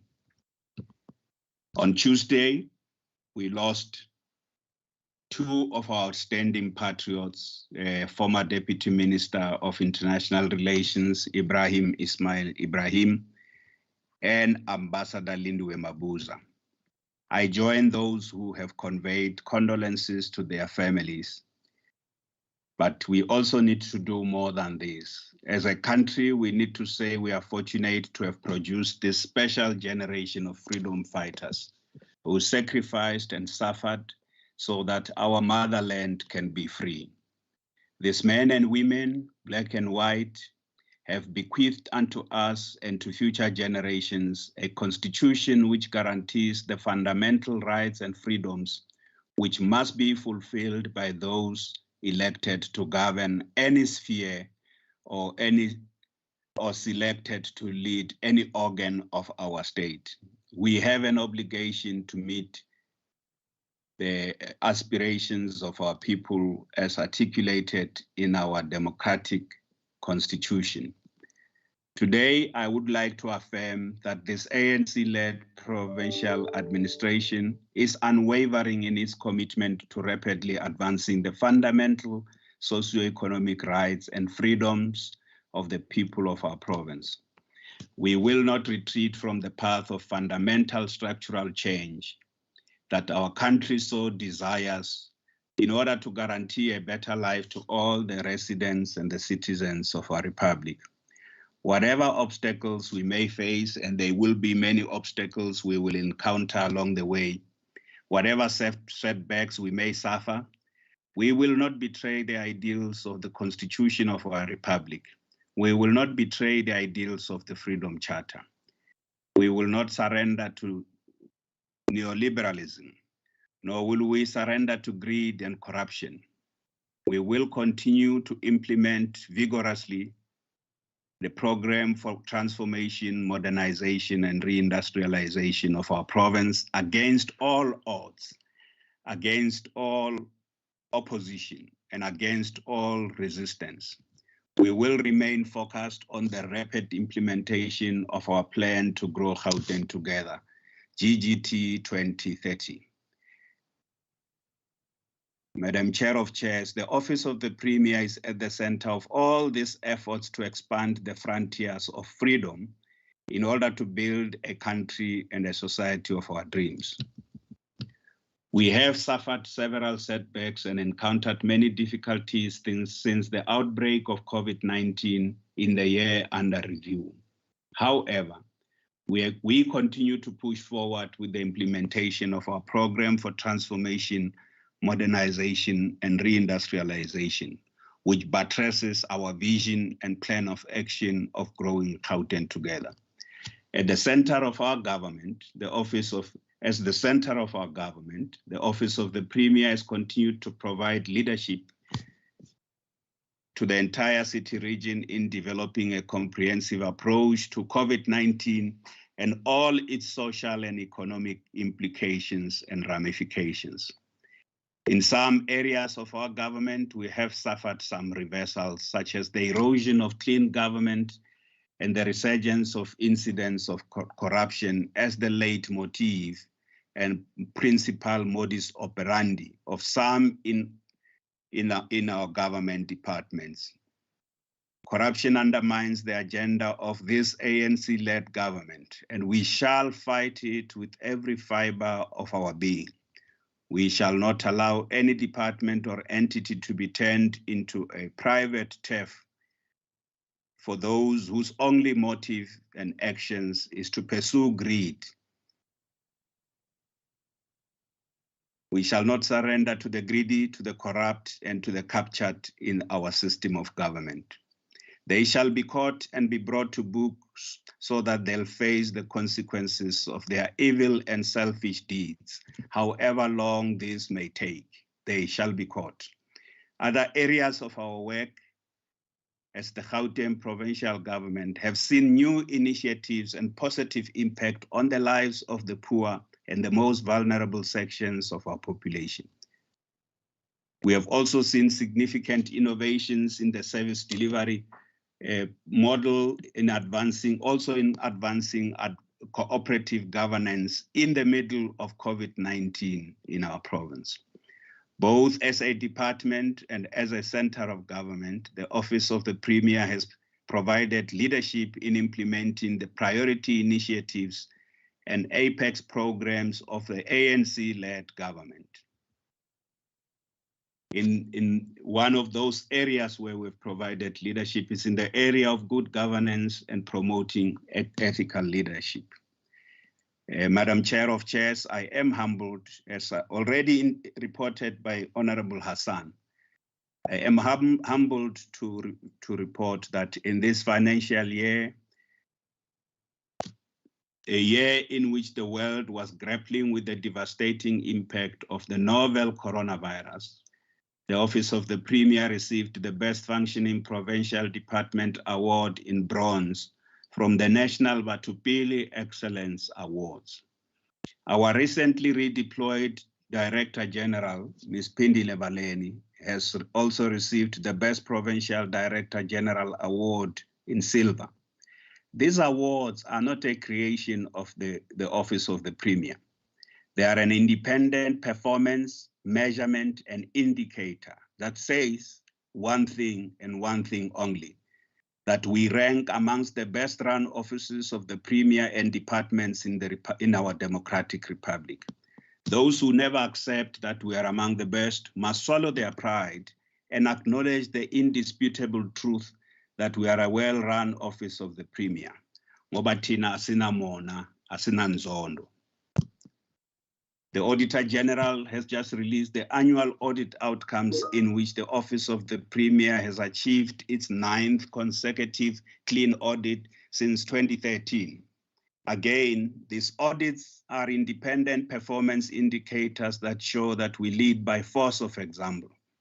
Even our detractors in this House who want to brush this aside have to swallow their pride and acknowledge the inescapable truth that we lead by example. Ngoba thina asina mona, asina nzondo, siyayisebenzela iGauteng. This week, honorable members, the AG also in her report indicated that there's some slight improvement from 16 to 18 departments and entities of the Gauteng government that got clean audits. And this is an improvement, as I said, from the previous financial year, where 16 departments got clean audits. I would like to take this opportunity to commend all the 18 auditees that have achieved their clean audit outcomes. And this includes our own Gauteng Provincial Legislature. Honorable members, it is good that our legislature is also leading by example. And it is something that we really, really commend the legislature for, honorable members and Madam Speaker, and the office bearers of the legislature. We commend you because tina asina mona, asina nzondo. And we commend all our departments that have shown significant staying power, which have had their clean audits for a while, and those that have arrived in the family of clean audits. We also commend those departments that are cleaning up their own acts, that have received unqualified audits and that still have work to do.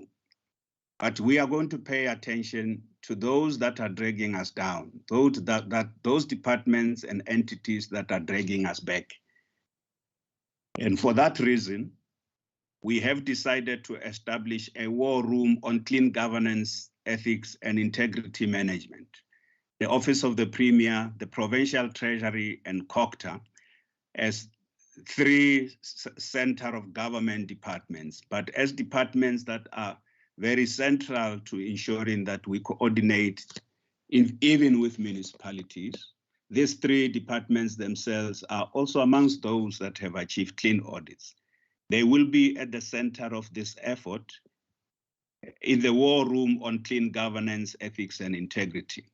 These 3 departments will work with the Gauteng Ethics Advisory Council to focus on every area of risk and every area of reversal, to hold both the political leadership and the accounting officers of each of our departments accountable, to ensure that we achieve, as the 6th administration, the objective and goal of clean governance and ethical leadership. This has to be a norm.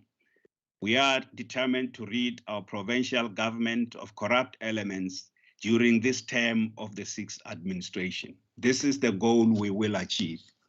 In addition, Chair of Chairs, the Office of the Premier has achieved very specific outcomes and specific objectives in this financial year, 2020-2021, a year punctuated by 2 waves of COVID-19, which saw some protracted lockdowns. Some of those specific outcomes and achievements have already been managed, announced, reported by both the chair of OCPOL and the Honorable Hassan, who spoke now. One of those is 79% of non-financial targets were achieved, and 83% of the financial targets were achieved in the middle of COVID-19.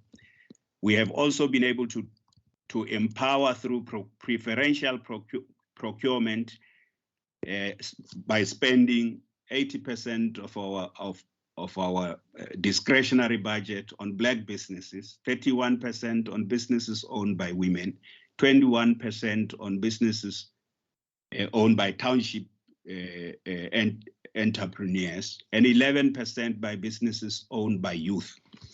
Only 1% of our discretionary budget was spent on people with disability. We seek to improve in this area. Even in the midst of COVID-19, in this difficult financial year in question, our program, TEPO 1 million, has been able to place 142,814 young people on pathways to earning, and specifically ensure that 20,000 of those had access to job opportunities in the labor market.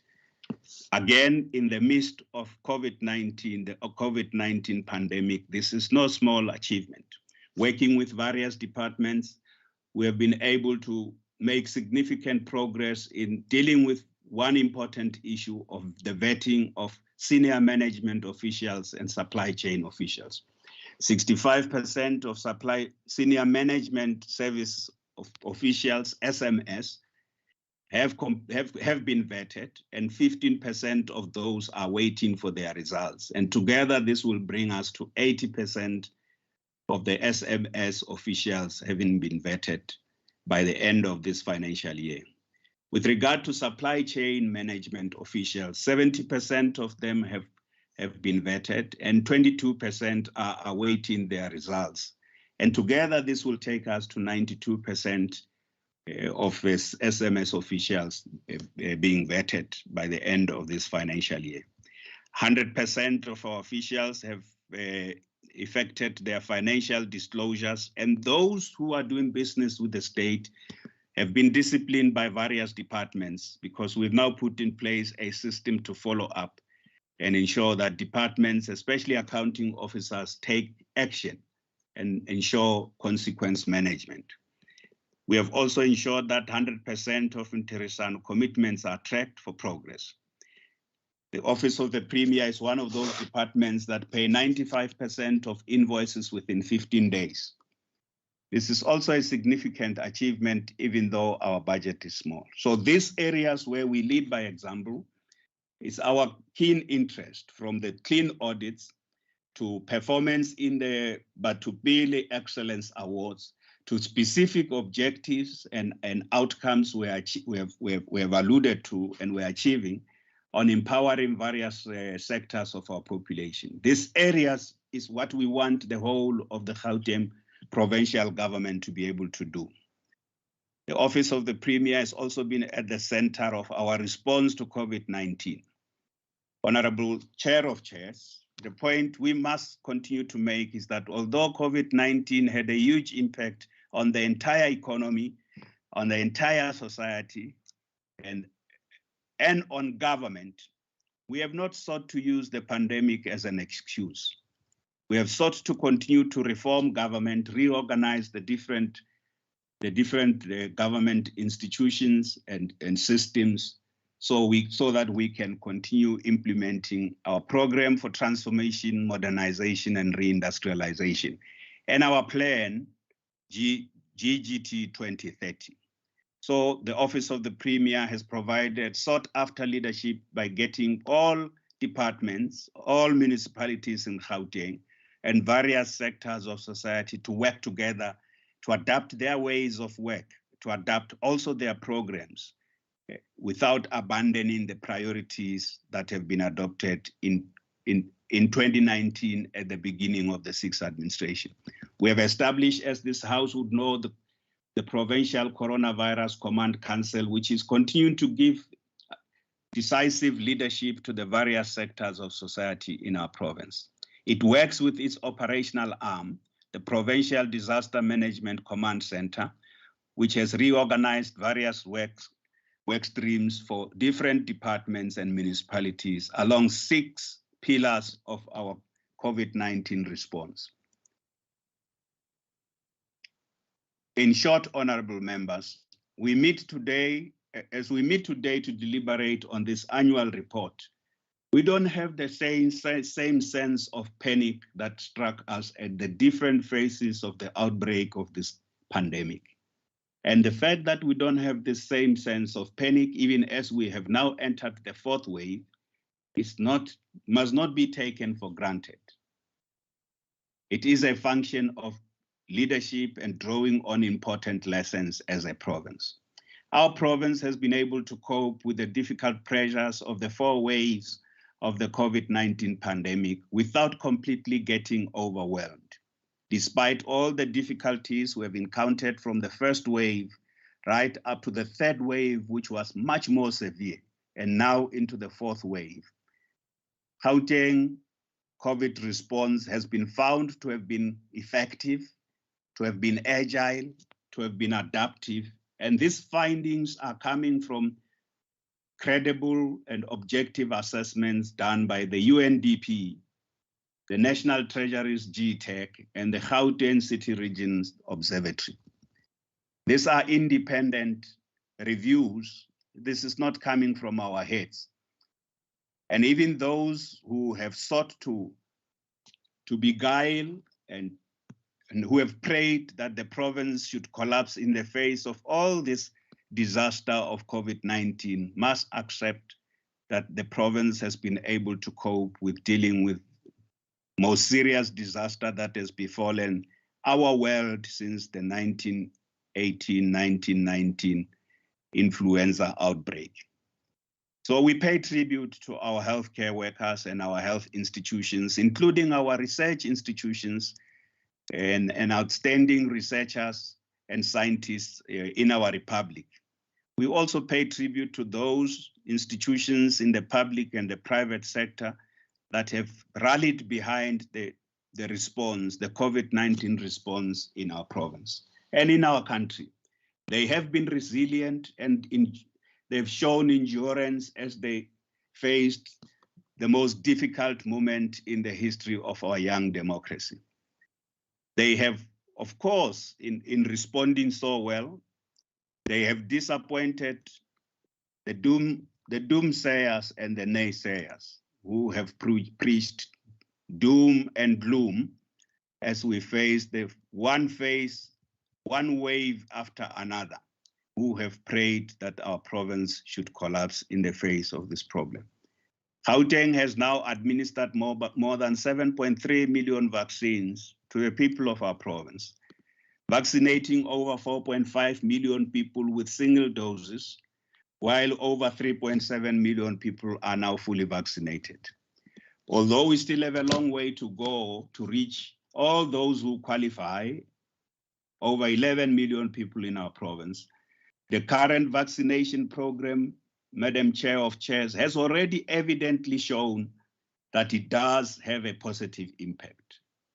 We hear from our clinicians and scientists that the impact of the new variant Omicron in our wards and amongst people who have contracted this variant, that the impact is mild. They're experiencing mild symptoms, especially those who have been vaccinated. This is something worth celebrating. We call on our people to continue to vaccinate, as this is the most powerful weapon which will help us to tame this virulent variant, including future variants that may come. Also to contain any new wave of the pandemic that may come. We have to learn to live with this pandemic. As the Gauteng Provincial Government, we must say that we are ready for the fourth wave, and those who wish that we are not ready, as they have wished us not to be ready before, as they celebrate and thrive when something goes wrong with our system of government, will be disappointed.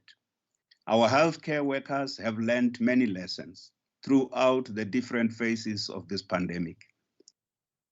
Our healthcare system is better prepared. Of course, we need to all continue to call on the people to take the responsibility for their own safety. Our people must vaccinate. They must wear their masks.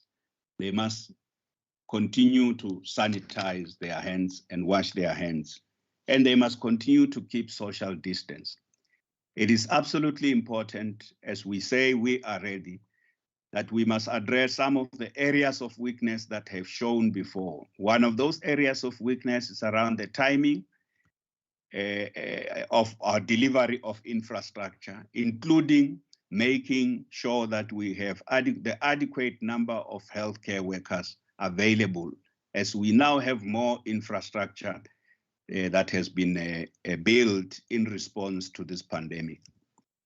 So our healthcare, the maintenance of healthcare infrastructure and the delivery of healthcare infrastructure, as well as the allocation of appropriate resources, is an area that will continue to receive our attention, including where there have been weaknesses in our infrastructure response. This will continue to receive our attention. Honorable members, the Gauteng City Region Observatory's latest quality of life survey provides fresh and indisputable evidence of the devastating social and economic impact of the COVID-19 pandemic.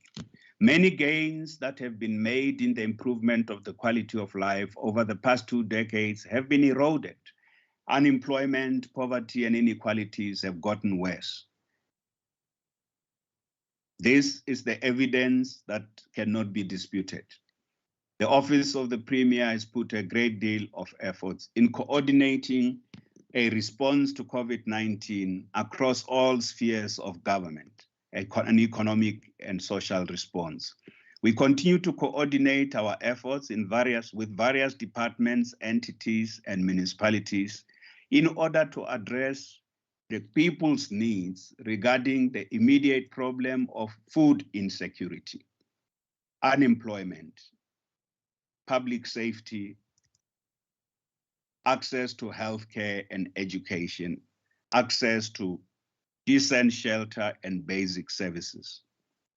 During the year under review, the social security work stream has galvanized both government, municipalities, business, and the non-profit sector in a combined action that saw the biggest food relief in the history of our province, where 5 million people in Gauteng were assisted with food relief in the course of the year 2020-2021. The impact of this food relief effort was acknowledged by the Gauteng City Region's Observatory Quality of Life Survey, which was released recently. We are grateful to all those who made the difference in feeding the hungry, and we will continue to work with the different sectors to attend to the pressing question of food insecurity and hunger in our province. Madam Chairperson, the provincial government also works tirelessly with has worked tirelessly with the national government, municipalities, and the private sector in Gauteng in pushing forward the economic reconstruction and recovery of the Gauteng economy. The implementation of our economic recovery and reconstruction plan is fully underway. We are making tremendous progress in the construction and completion of the Tshwane Automotive Special Economic Zone. We are on track in also completing the first phase of the Automotive Special Economic Zone, which will take effect in June 2022, where 200,000 vehicles of the new Ford Ranger will be under production. So June 2022 is the first phase of the completion of the Tshwane Automotive Special Economic Zone. We are also making tremendous progress towards building the Vaal River Special Economic Zone, which will be unveiled in 2022, especially before the second quarter of 2022. The progress we are making on the Vaal SEZ has been accentuated by the conference we held in October this year, where investors pledged 45 billion rands worth of investment into the Vaal Special Economic Zone. We are also making substantial progress on the Western Special Agro-Processing Zone and the N12 corridor development. We have completed all the planning regarding the Lanseria Smart City. So in 2022, we are bound to see more progress in our major economic initiatives in this province. These economic initiatives are critical for us to create more jobs and facilitate the creation of new businesses which are inclusive and bring growth, especially the SMME sector, and integrate the township businesses in our special economic zones. The Gauteng provincial government's vision is that of making Gauteng a multi-tier special economic zone. And this vision is now taking shape, as acknowledged by Honorable Dlamini, under the custodianship of a full-time project management team, which is led by the Department of Economic Development in Gauteng. Honorable members, the Office of the Premier has also championed the adoption of the Township Economic Development Bill by this 6th legislature. We are confident that there will be no dragging of feet, and the provincial legislature will pass this piece of legislation soon.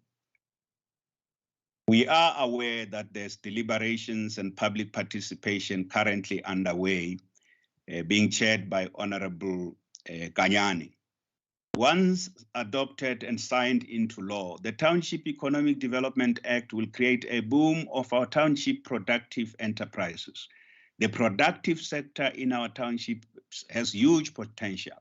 Our small businesses should have an opportunity to grow into medium-sized businesses and big businesses. And local residents of our townships must be the ones who own these businesses, who employ people and earn decent incomes to raise their children in these communities. These township enterprises will be integrated into and incubated into the value chains of the businesses operating in our special economic zones to bridge the divide between the first and the second economy. Honorable members, the Office of the Premier, working with the Department of Cooperative Governance and Traditional Affairs and our Provincial Treasury, as the three center of government departments, have also continued to support the rollout of the district development model and support to local government in our 2 districts and 3 metros. We look forward to working with the newly elected councils in Gauteng to advance the development needs of the people of our province. Gauteng needs functional local municipalities if we are to meet the development and service delivery expectations of the 15 million people who live in this province, regardless of which party or coalition governs with which municipality. Cooperation between provincial, national, and local government is mandated by the Constitution of our Republic. So there is no choice but to cooperate, and all the municipalities have to function in accordance with the dictates of our Constitution. They can't function on their own. They can't choose whether to attend intergovernmental meetings or not. They are compelled by our Constitution, which is supreme, to function in collaboration and in cooperation with all other spheres of government. As the Gauteng Provincial Government, we will use every available legal instrument and institution to provide support to our municipalities and ensure that they do not fail. If any municipality collapses or fails to meet its constitutional obligations, we will step in like we have done before and ensure that the services are provided to the relevant communities. I call on all parties in this legislature and in municipalities across our province to look beyond the excitement or the anxiety of their first meetings where they elected office bearers. There's a lot of work to be done. We need executive committees, in other words, mayoral committees in all municipalities in Gauteng before Christmas. The people on the ground are already calling for leadership, and that leadership is missing, as we saw in Soweto this week, where the communities, where the Premier's office had to send a delegation because the mayor of the city of Johannesburg was communicating with people above their heads from the comfort of an office somewhere in Braamfontein. We had to move into Soweto and engage with the people of Soweto for us to understand what are the problems they are facing. We know the problems they are facing on electricity. There's no amount of speaking above the people's heads from the comfort of our offices that's going to get these problems to go away. We're going to need leadership on the ground, leadership that can face people, leadership that can go there and talk to people rather than just issuing media statements about the issues that our people are facing on the ground. That's the type of leadership we provide in Gauteng, especially as the Executive Council. Whenever there are problems on the ground, the MECs of this government have to go to the ground and meet with people instead of preferring to hold press conferences and issuing statements away from the people. So with all the constraints we have had imposed by COVID-19 in 2020, 2021, the Office of the Premier has continued to do diplomatic work that seeks to build and strengthen bilateral relations with other countries through the heads of missions and trade representatives of those countries in our country. The focus of the Gauteng government's international relations program is first and foremost to promote trade and investment between other jurisdictions and our province, but also to position the Gauteng City region as a strategic site for the realization and the pursuit of the goals of the Africa Continental Free Trade Area. This is important. We must continue to advocate and represent our province in global and continental bodies, and the Premier has continued to do this work. Because Gauteng province is the industrial hub, the financial center, and the research and academic beachhead of Southern Africa, as demonstrated by the capabilities of our researchers who have informed the world about all these new variants, including their properties and how they are responding to vaccines. We are proud of being this beachhead of both economic and intellectual excellence. And the provincial government and the municipalities must shape up and understand the place and role of our province. Accordingly, the Premier of our province was re-elected as the co-president of Metropolis in November last year. It is my honor, honorable members, to report to you that in November last year, I was re-elected as the co-president of Metropolis, which is a global body of regional and local governments across the world. In conclusion, we can say, with the benefit of both hindsight and the evidence of science and the assessments of independent bodies, that despite all difficulties and setbacks we have suffered during 2020-2021 financial year, Gauteng Province continues to be a trailblazer, and the Office of the Premier is continuing to lead the charge in fighting for a better province. I would like to thank you, honorable members, and wish you the best in this year and hope to see you back in the new year. May the lions that are chasing Honorable Mazwi just stop it for now. Thank you.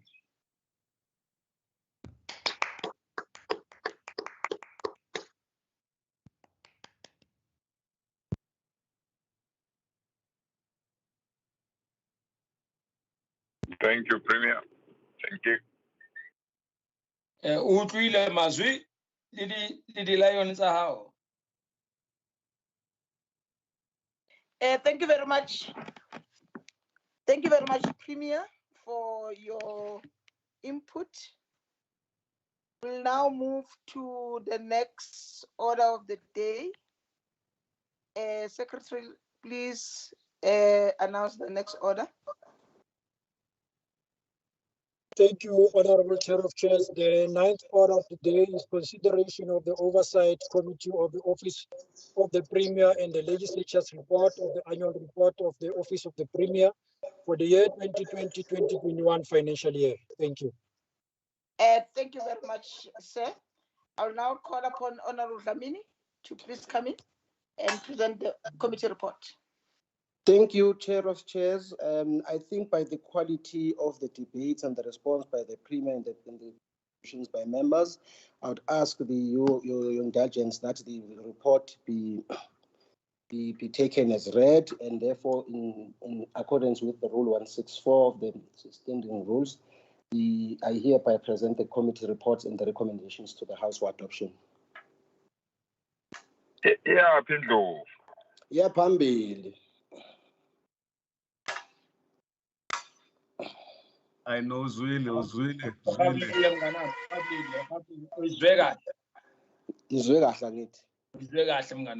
Yes.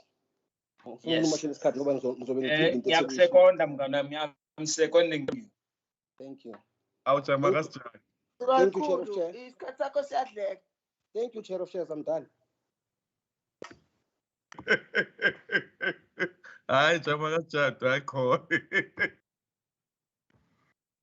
Chairperson, I also would like to second the move for adoption of the report. Thank you very much.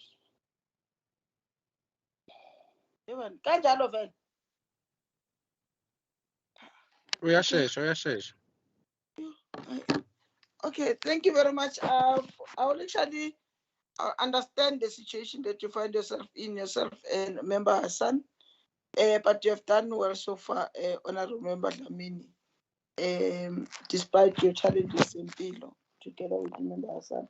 So thank you very much. I'll now ask the question. All those in favor say yes. Yes. Yes. Yes. All those not in favor Yes. say no. A yes of it. The report is now adopted by the House. Secretary, please read the next order.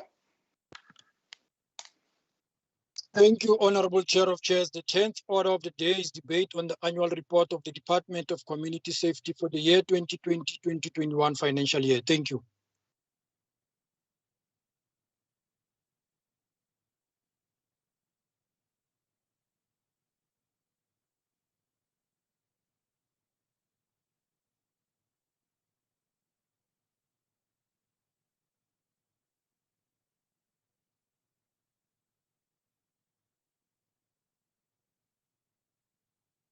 Oh, I'll now call upon Honorable Shackleton to start the debate.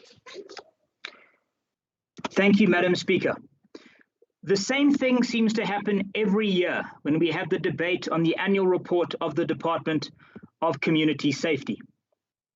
The target for green doors is never met, and we remind the MEC that the Gauteng Traffic Police should be made a 24-hour service with the greatest urgency possible in a bid to alleviate crime across our province. Only 30 green doors have been established against a target of 36. We will continue to pray for the day that 100% of the target of green doors is met under this government. And then in 2024, when the DA governs Gauteng, we will meet the target ourselves. The department had planned to collect 37.6 million rand in the 2020/21 financial period, a 5% projected increase from the prior year. The actual collection decreased by 9.4 million rand compared to the prior year. We once again call for the cost of what it would take to make the Gauteng Traffic Police an essential service, so that we can assess this against the department's under-expenditure and failure to collect revenue. 17,946,000 rand of the department's budget remains unspent. The department incurred material impairments of 460,406,000 rand as a result of the impairment of accrued departmental revenue. In addition, the department wrote off or reversed accrued departmental revenue amounting to 5,248,000 rand. The Scopa Committee of the Legislature has expressed concern that the department failed to put proactive measures in place to prevent material impairments. The department is the defendant in various lawsuits and labor disputes amounting to 53,807,000 rand. No provision for any liability that may result has been made in the financial statements, and this may pose a significant risk going forward. Writing off the prior year's irregular expenditure amounting to 79,238,000 rand is underway, as investigations have been conducted and completed, and an application for condonation has been submitted to the Treasury. It is a large figure that must be addressed by the department going forward. This year's annual performance report discloses that the department failed to reduce irregular expenditure by 50%, which is the department's own target. The department fails to disclose two very important questions. One, what are the reasons for this failure? And two, how much irregular expenditure was there? The Auditor General highlighted that in terms of IT systems, a risk was identified about the department's management of user access. Listen to this quote from the report itself. There is currently no coordination between HR and IT, as officials who are no longer employed by the department have unauthorized access, as they have not been removed from the database. This is the same department that is meant to be keeping the people of Gauteng safe, and it is therefore of the utmost concern that the department cannot protect its records from former employees. This department needs to do more to keep the people of Gauteng safe. The 15% vacancy rate in the department does not point to a serious approach to keeping people safe. There are still deficiencies when it comes to paying suppliers within 30 days, which stands at 94% of invoices paid. No one can have freedom while they live in fear. Thank you, Madam Speaker.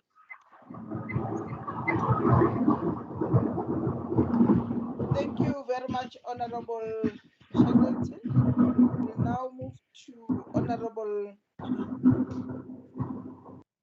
Khatebe from the EFF. Thank you, Chairs of Chairs. The Department of Community Safety is primarily established to ensure effective oversight over the province's law enforcement agencies and reduce road accident and fatalities. In addition, the department should be contributing towards ensuring the realization of National Outcome 3, which state all people in South Africa are and feel safe. This should be done through innovative, effective, and proactive ways by improving the quality of policing, intensifying meaningful community participation, enhancing social crime prevention, amongst others. While the department has spent 98% of its 899 million budget, we must ask, has the department contributed to the realization of safer communities in Gauteng? The answer is a resounding no. It is therefore unsurprising that the department received 340 service delivery complaints during the year under review. The increased risk of lawsuit and labor dispute, and it's deeply concerning. The unqualified audit can not only be attributed to COVID-19, but a failure of management system within the department, and this impunity must nip in the bud. A total of 9,556 rape cases were opened between July and September this year. 74 were opened in Temba Police Station in Tshwane, the highest of any station in the province, overtaking Inanda Police Station in KZN. Rape is a pandemic which all of society must take head on, but the department must lead the fight. Despite this, majority of police stations do not have victim-friendly room center and support victims of sexual violence and rape. Majority of police stations do not have a psychosocial support and continue to subject victims of sexual violence to secondary victimization when they find the courage to report such crime at their local police station. There is a need for a well-coordinated and integrated approach between the volunteers programs at police stations. That is, victim supporters, floor managers, and GBV brigades to ensure efficient support to victims of crime. This is evident in the increase in the number of contact crimes in the year under review across all regions. The SAPS has various cross-cutting issues such as premature closure of dockets. Investigating officers do not comply with issued instruction, witnesses' statement not being obtained, informer not asked, and commanders not making follow-up on instructions issued, which is a blatant disregard for IPID. Recommendation to improve monitoring and implementation of amongst 155 negative recommendations affecting 297 officers that are registered. MEC, we do not understand why Gauteng Community Safety can be the first province to begin digitalizing dockets in order to avoid them missing, which ultimately impacts crime prevention. Finally, the police stations are still not adequately capacitated to deal with victims of domestic and sexual violence. Currently, majority of police stations in the province deal with such crime without understanding the sensitivity of the issues. Victims of the domestic violence still go to hostile police stations. The process of family courts and obtaining protection order are still long and insensitive, but more importantly, they don't protect the victims as they should. We are aware of disappointing lack of support from the departments towards the CFS in various municipalities in the province, namely in Tshwane, Rand West, and Mfuleni, to name a few. CFS are a great vehicle coordinated community safety measures between two spheres of government, that is provincial and local government, that the department fails to resource and capacitate accordingly. The department has still not accounted for why various municipalities refuse heed the call and fully support the establishment of CFS to achieve better and improve service delivery to communicate. The department has zero consequences management and does not pay suppliers within 30 days as committed. Acting Speaker, the department does not have a clear recruitment strategy to reduce the massive vacancy rate, and its failure to implement the Auditor General's recommendation year in, year out is apparent in the dismally lack of internal controls. Under expenditure of critical program demonstrates impunity. Take, for instance, the dismal performance of Acacia Police Station in Orange Farm, in Dobsonville, Ivory Park, Langlaagte, and Captain Park and Thokoza, which have over the year been identified as area of concerning but zero improvement. The SAPS has various cross-cutting issues such as a premature closure of dockets. Investigating officer not complying with issue instruction. So we are aware that the Department of Community Safety is not doing what it's supposed to do for our communities. So please, MEC of Community Safety, can you please take our people serious? They need the Department of Community Safety to protect them all the time. I thank you, Acting Speaker.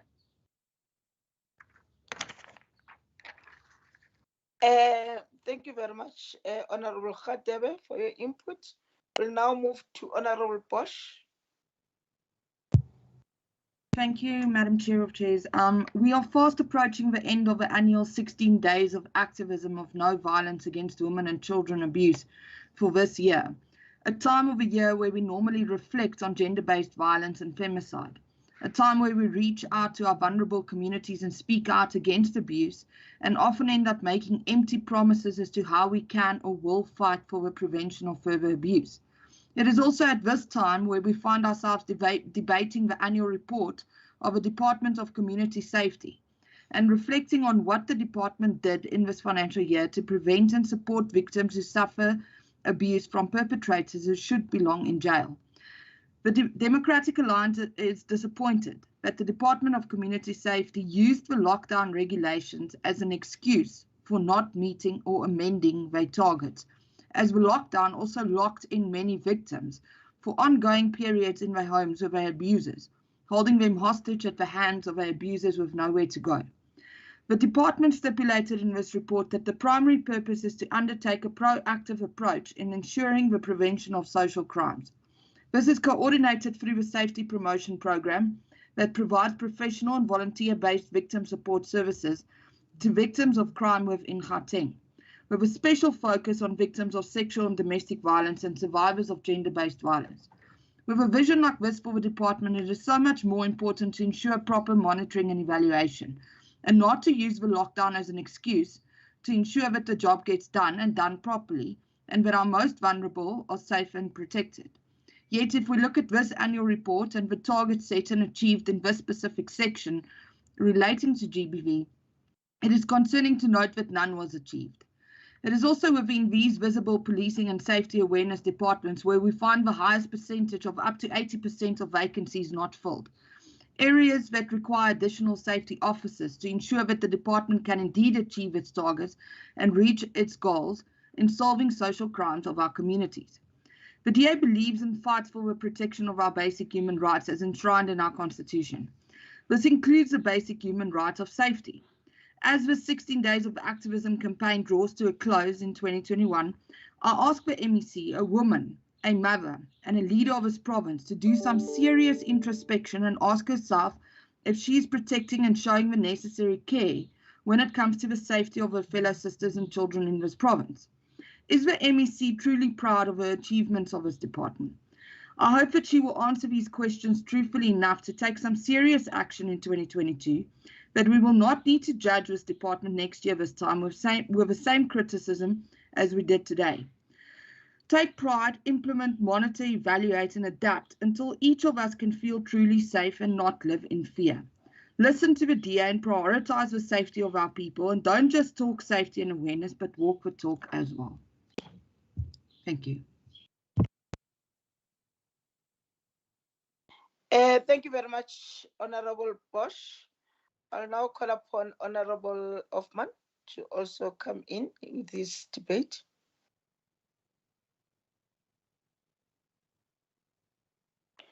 Honorable Hoffman. Honorable Hoffman. Honorable Hoffman. She forgot, she logged in and went away. Okay, thank you very much, Honorable Hoffman. If you are unable to come in, let me then call upon Honorable Dejacher. Your 1 minute, sir. Thank you, Chair. Last weekend, a victim of rape went to Roodepoort SAPS to report the assault. She was turned away because there were no rape kits. She went to Florida and Mkhali SAPS, and she was also turned away because they also did not have rape kits available. Imagine the pain she felt every time she had to relive her ordeal, all because the Green Doors Project failed her. We are amid the 16 days of activism of no violence against women and children, and I want to recommend that public safety lead in a collaboration between safety, social development, health, and SAPS to ensure that all stations are trained or have a trained rapid response team, always equipped with rape kits, that officers are sensitized to understand the pain of victims, and that social workers are always on standby to counsel victims of sexual assault. In closing, a collaboration between public health and safety in collating data will go a long way to identify problem areas and direct budgetary requirements to suit programs. Thank you, Madam Chair. I just want to advise Member Hassan that our job is to hold the executive to account, not to brown nose. Thank you very much, Honorable Jacher. Your time is up. Honorable Kanyile. Thank you, Madam Chairperson of Committees. Let me start where Member Bosch started, although I will not respond to her view on what she described as the excuse of COVID-19, because the Premier has adequately addressed that matter. Today we come to the end of the 16 days of activism for no violence against women and children. It is important to note that during this period, the focus is also on human rights.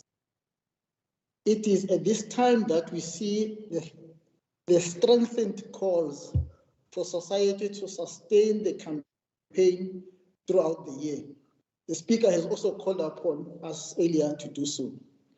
While some of us might find ourselves pushing this noble task down our list of priorities as we face other challenges of life, the Gauteng Department of Community Safety will be seized with the task, as it has always been, of taking this campaign to higher levels. In its annual report, which we are considering today, the department has demonstrated increased focus on programs to mobilize, coordinate, and educate communities to fight gender-based violence and femicide. And if Member Bosch were to read the annual report, not just go through hearsay, she'll understand that there's been lots of programs that have been undertaken in this regard by the department. The fact that the South African Police Service reports a continued rise in the crimes against women should propel society to take seriously their participation in these programs of the department. Where structures like women as safety promoters and men as safety promoters have been established, there is evidence of increased awareness on the need to protect and respect women, although at a marginal rate. as the country has declared through President Ramaphosa that the fight against gender-based violence and femicide must be coupled with the economic empowerment of women,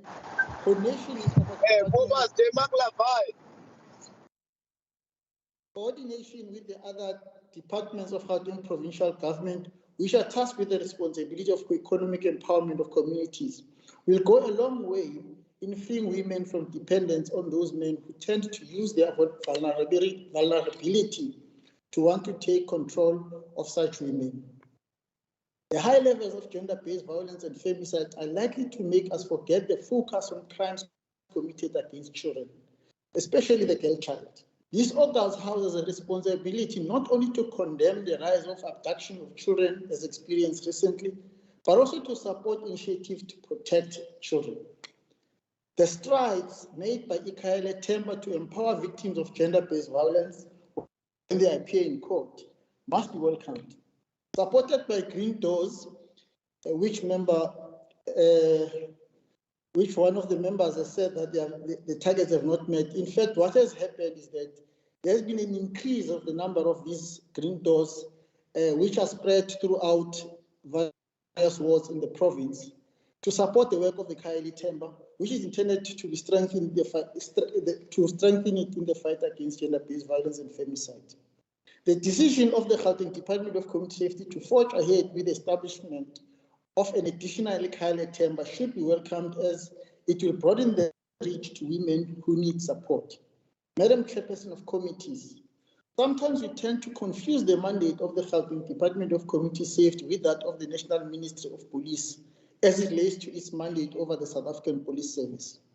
One of the mandates of the department is to conduct oversight over the law enforcement agencies, including the SAPS. It could be that as we provide the platform for the Provincial Police Commissioner to submit some reports to the province as required by the Constitution of the Republic, that this is seen as accountability. The Gauteng Department of Community Safety has a responsibility on behalf of the province to develop policing needs and priorities of the citizens of the province. In doing so, it must consult the community of Gauteng. These policing needs and priorities are to be submitted to the Minister of Police. The responsibility of the province is then to work with the Minister to assess the performance of the SAPS in meeting these policing needs and priorities. At the beginning of the current term, the Gauteng Department of Community Safety was supposed to have adopted a 5-year community safety strategy, which, amongst others, should outline its plans to coordinate programs and resources to combat crime. Reports which were brought before the committee suggest that there has been gaps in this regard. Thus, the call for the department to accelerate the finalization of this strategy. The fight against crime is a coordinated effort, key among these being the community. It is in this regard that the department has prioritized several programs to mobilize, coordinate, and involve the youth, women, and men in the fight against crime. The coordination of law enforcement agencies, which includes the South African Police Service, as indicated earlier, has been recognized to ensure refocus as reported in the year under review. In addition, the focus of the department in the work of Gauteng Traffic Department has ensured that in addition to traffic management, fighting crime, especially that which is committed through trucks transporting illegal goods, have been a success. It must also be understood that the mandate of Gauteng Department of Community Safety to coordinate law enforcement agencies also extends to ensuring that Metro Police departments effectively implement their mandate of crime prevention. It has been our observation that more still needs to be done to empower the department to effectively coordinate the Metro Police departments, working with the leadership of municipalities. Operations conducted under Gauteng have demonstrated the effectiveness of coordination and the major dent it can make on crime. As Operation Gauteng is strengthened, we need to also strengthen the Gauteng Law Enforcement Agency Forum, also known as GLIF, to be able to also work with the zeal that Operation Gauteng is working. This we should do because GLIF has a capacity to ensure effective implementation of bylaws, especially in supporting local municipalities which do not have police departments, like it is in the case of metro municipalities, and who lack necessary resources. Madam Chairperson of Committees, The success of any development programs of a country is heavily dependent on the participation and empowerment of its communities. This is also the case if we were to get the safety programs to be successful. In the case of Gauteng, safety initiatives can be successful if the young people, who are the majority in the province, are actively involved. None of us can deny the roles which have been played by the youth in fighting injustices prior to democratic dispensation. Mobilization and coordination of the youth in the fight against crime has been prioritized by the department, either as in youth desks or as patrollers. Several of safety structures which involve the community have young people as majority participants. The department has demonstrated its ability to address the various problems experienced by the community policing forums. This is a result of its focused capacity built to monitor the community policing forums. Let us reiterate the call for those who are elected to serve in these CPFs to continue to find ways to involve all citizens in their respective policing precincts. Given the recent results of the local government elections, this House should call upon all the new leadership of the municipalities in our provinces to prioritize the establishment of the community safety forums. This it must do because creating conditions of safety is one of the mandates of municipalities as per the constitution of the country. The community safety forums provide an opportunity for communities to be involved in ensuring their safety. Already the Department of Community Safety has created conditions for active participation of communities by launching and building capacities of community policing forums. These community safety forums should also be made to build the capacity of members of their soon to be established or soon to be elected ward committees who are responsible for safety. Madam Chairperson of Committees, it is interesting to note that in recent reports, the Department of Community Safety has indicated that it has made strides towards achieving its target of reducing road fatalities. As we do so, we note, like we have done recently in the House, that the first decade-long campaign on road safety has come to an end. The focus on the new global decade-long campaign is being launched. We impress upon the department to utilize its experiences in the past campaign to close the necessary gaps and ensure that the citizens of the province are safe on the roads. In this regard, our focus must be on coordinated efforts with the National Traffic Department and the Municipal Traffic Department. This should be practical because through Operation Ukayumlao and GLIF, we have already seen the benefits of coordination. The effort of investing in communities through public awareness campaigns and education must continue to be improved. As emphasized in the past, investment in schools and among the youth will ensure that successes of the campaign against road fatalities.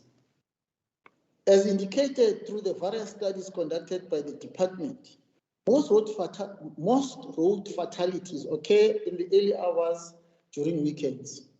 These studies confirm that the major contributory factor is excess consumption of alcohol and fatigue as a result of all-night-long activities. As part of preparing to achieve the objectives of the envisaged road safety decade, coordination with structures like the Gauteng Liquor Board and municipalities will go a long way in addressing this. Madam Chairperson of Committees, let me take this opportunity to send our condolences to the department on the loss of its acting head of department, Mr. Sipho Tanjekwayo, a few months ago. We also once again send condolences to his family. Let me also take this opportunity to welcome Ms. Nontskelelo Sisulu, who has recently been appointed the head of department. In the few months in which she has been interacting with the committee, she has demonstrated ability and capacity to support the MEC in refocusing the department towards making the citizens of Gauteng to be and feel safe.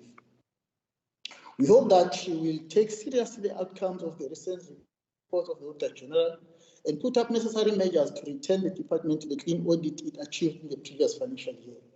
Key among these is to ensure that the head of the Provincial Secretariat is appointed and that in its implementation of its targets, clear objectives are set and documented accordingly.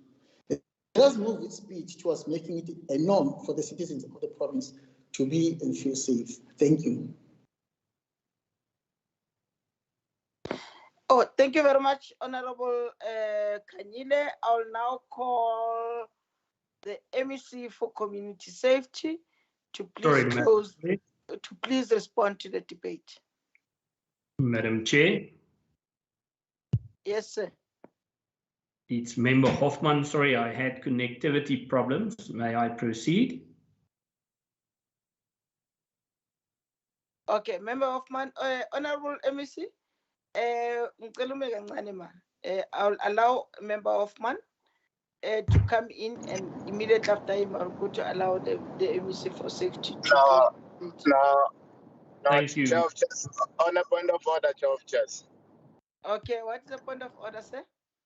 Honorable Hoffman, if you can go and check with the official, he's still logged in 2 other meetings in other committees for the past 2 weeks.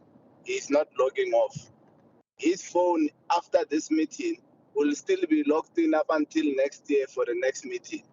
He doesn't have connectivity problems. He was busy with other things. Let's allow the business of the House to proceed. And please, we need to ask officials to log him out after the meeting. He's wasting the resources of this legislature because he'll still be logged in for the next month. Thank you. Sure. Madam Chair, if we can just turn him around so that he just speaks through the right hole. Thank you, Madam Chair. If I may proceed. Geachte voorsitter. Please wait, Honorable Kobas. Let me allow Member Dalton. His hand is up. You want to respond to Madam Chair of Chairs, can I ask indulgence? Let's allow Honorable Hoffman. Honorable Makubela, I hear you. Let's allow him, please. Thank you so much. It's 1 minute. It's 1 minute. Thank you, Chair of Chairs. Okay.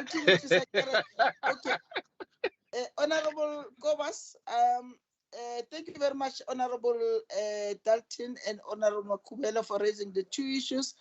Let me then take a decision as the chair of the House. I'm going to allow Honorable Hoffman to contribute his ideas in through his 1 minute in the debate. Honorable Hoffman. Can we withdraw what he said to Member Makubela first? Thank you, Madam Chair. Member Hoffman, you said it in Afrikaans, and I think that is an insult. Yeah, you must withdraw, Chairperson. I agree. Yeah. I understand Afrikaans. I'm the one that is talking now, guys. Honorable Hoffman. I withdraw, Madam Chair. But can you say it in English so that everyone must understand what you are withdrawing? Because what you said was actually, yeah. Madam Chair, I just wanted him to turn around. I couldn't hear from which side the noise was coming. But that's not what you meant. I do but withdraw. Anyway, I'm happy that you are unconditionally. He's repeating again. He's repeating again, Chair of Chairs. This man is out of order. He's repeating again. It's deliberate what he just said. It's extremely deliberate. Chair of Chairs, what he said was very vulgar and he must Yes, it's an insult, Honorable Very, yeah. And he repeated it, Chair of Chairs. He's repeating it. This man is we very can't insensitive. allow the right-wing mentality to proceed in our meeting by Exactly, Member Mpisi. This man is completely out of order. It's a right-wing insult. And he needs to be told. He needs to be told. It's a right-wing insult. He can't come into the meeting and insult us. Yeah, we know that he was busy in a farm. He was busy outside this farm, and he wants to come back. He can't speak.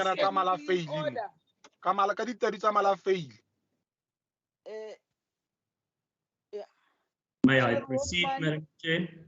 Yes, but I want you to no right to proceed until you say it in English so that we can hear the insult that you insulted on Honorable Madam Chair, I have only spoken in English. I have not spoken in Afrikaans yet. No, you said it in Afrikaans. Okay, that insult you said it in Afrikaans. It's a serious insult. As a presiding officer of this meeting, I'm not going to allow you to insult anybody or to use such words. You might, in Zulu, where they say, usebenzise izisho, but in reality, you have insulted somebody. And I want you to unconditionally withdraw, and then you continue with your debate. I have previously said, Madam Chair, I withdraw. Okay. Thank you very much, Honorable Hoffman. Unconditionally. Thank you very much, Honorable Hoffman. You can continue with your debate. Thank you, Madam Chair. Geagte voorsitter, 2021 het verskeie uitdagings gehad en Gautengers is vuisvoos vir slegte nuus. Tog is slegte nuus en onderprestering sinoniem met die ANC. In Junie van die jaar... Can he translate? Sorry, Madam Chair. Madam Chairperson, it's nice words that we can hear that he's speaking in his own language. Can we have a translation? Can I continue, Madam Chair? Mara Mutagoro senyetsa nako. Ai Mutagoro senyetsa nako. We can't hear what you're saying. Translate. Hi. I'll finish and then I'll translate for you if the House feel it's proper. In Junie van die jaar het ANC binne Your minute is klaar. Madam Chair, can I be protected from... Please. Honorable members, please, guys. And let's allow Honorable Hoffman to debate. And Thank you. We'll ask our officials to provide an interpretation of what you have said through our system here. They'll write it down. Honorable Hoffman. Thank you, Madam Chair. In Junie van die jaar het die ANC binnengevegte uitgespoel op Gautengse strate en het ons beleef hoe talle ondernemings geplunder en afgebrand is. Voorsitter, wat die Vryheidsfront Plus die meeste kwel, is dat die polisie se weerloosheid blootgelê is. Dit is ook duidelik dat politieke ontplooiings binne die SAPD verdeeldheid in optrede meegebring het en was die SAPD lam gelê. Voorsitter, die Vryheidsfront Plus is oortuig dat misdaadstatistiek jaar op jaar sal styg soos sosio-ekonomiese toestande versleg. Die SAPD is ongelukkig nie meer in staat om die golf van misdaad te staai nie. Die rede hiervoor is bloot die sistemiese korrupsie, onbevoegdheid en tekort aan toerusting en sommer 'n totale verval. Oorsig is goed, maar ingryping is onafwendbaar. Ongelukkig is die oorsig wat die departement doen slegs window dressing. Geen noemenswaardige impak word gemaak in dienslewering aan die gemeenskappe nie. Die polisie plaas gewone burgers se lewens in gevaar. Ek dankie. Thank you very much, Madam Chair. Okay, thank you very much. Honorable MEC, I already called you before Honorable Hoffman indicated his challenges earlier. Honorable MEC, is now your opportunity to respond to the debate. Thank you very much, Madam Chair of Chairs, for the opportunity. Let me acknowledge the Speaker and the Deputy Speaker, Honorable Premier, Honorable members of the Executive Council, the Chief Whip and members of the Legislature. Let me also acknowledge let me thank the participant and acknowledge the residents of Gauteng. Kuzoba nenkinga ke ngoba manje ngibhale ngesizulu la nami kuzolo kuthiwa ngichaze manje somlomo. Our Honorable MEC, what will happen is our officials, they will actually translate it and put it on the chat room. It's fine, you can use the language that you're comfortable with, as long as you don't use the words that were used earlier. Ngibonge mphathi wohlelo ukuvukelwa nokunakekelwa kwesifazane izingane kanye nabasengozini enkulu emphakathini wethu kuyisisekelo somphakathi ophumelelayo owentando yeningi ongacwasi ngokwebala futhi ongacwasi ngobulili. This debate takes place on the last day of the 16 days of activism of no violence against women and children. The theme for this year, which is the year of Charlotte Manye Maxeke 16 Days of Activism campaign, moving from awareness to accountability, is befitting as it is a very courageous statement to proclaim. It is also made even more profound as we remember Mama Charlotte Maxeke, whose life was spent in countless hardships to liberate the women of African descent. Mama Maxeke kept the torch burning amid the many turbulent moments. Her heroic, gallant, and brave life was spent in countless endeavors to liberate the women. Sadly, these efforts of Mama Maxeke get watered down by nerve-wracking, appalling, and horrendous acts of abuse that are meted against women and children within our province and the country. Kuyadabukisa kuyashaqisa ukubona izenzo ezimbi zokuhlukunyezwa kwabesifazane nezingane zethu esifundazweni sethu. Okukhathaza kakhulu ukuthi iningi lalezi gameko zenziwa abantu ababaziyo, kungaba izihlobo nabathandana nabo. Madam House Chair, the recently released crime stats by Minister of Police continue to make us here in Gauteng to always bury our heads in shame as we continue featuring 10 police stations in the top 30 of the national list of policing precincts. A total of 2,054 women and children were raped in Gauteng. And these stations whose statistics are high is Temba, Mamelodi, Tsakane, which is now a new entrant, Hillbrow, Tembisa, Luate, Rietgat, Diepsloot, Moroka. The culture of Mavuso, especially in the cluster of Luate, Rietgat, Mabopane, Soshanguve, Temba, is a serious problem, especially because this rape culture of young women as young as 16 years of age should bother all of us. And as parents, we should be in the forefront of fighting this social ill. We also call upon Shebeen and tavern owners in the above-mentioned areas to stop allowing mavusos to be done in their places. We also call upon men to stand up, and these acts of violating young girls should not be done in their name. Contact crimes, Kabubi, House Chair. A total of 15 police stations feature very high in the national top 30 stations. Temba, Mamelodi East, Tembisa, Kagiso, Moroka, the usual problematic areas. Madam House Chair, another big problem here in Gauteng is the drugs. Many young people are now hooked on drugs. Parents are now helpless and are even afraid of their children. I recently received a message from one of the residents of Yesteres, and I wish to read it. It's in Afrikaans. Mora mense, ek is no so en meyel. Die mense wat nou hier by is the house address. En getrek het verkool levende drugs. Sien nou hoe gee die meisies die pakkie drugs. Ek is jammer, maar hier gaan dit nie verder geboor. Small kids in our street must witness how they sell drugs. Sterkste, now it's a response from another one. Except met diezelfde probleem.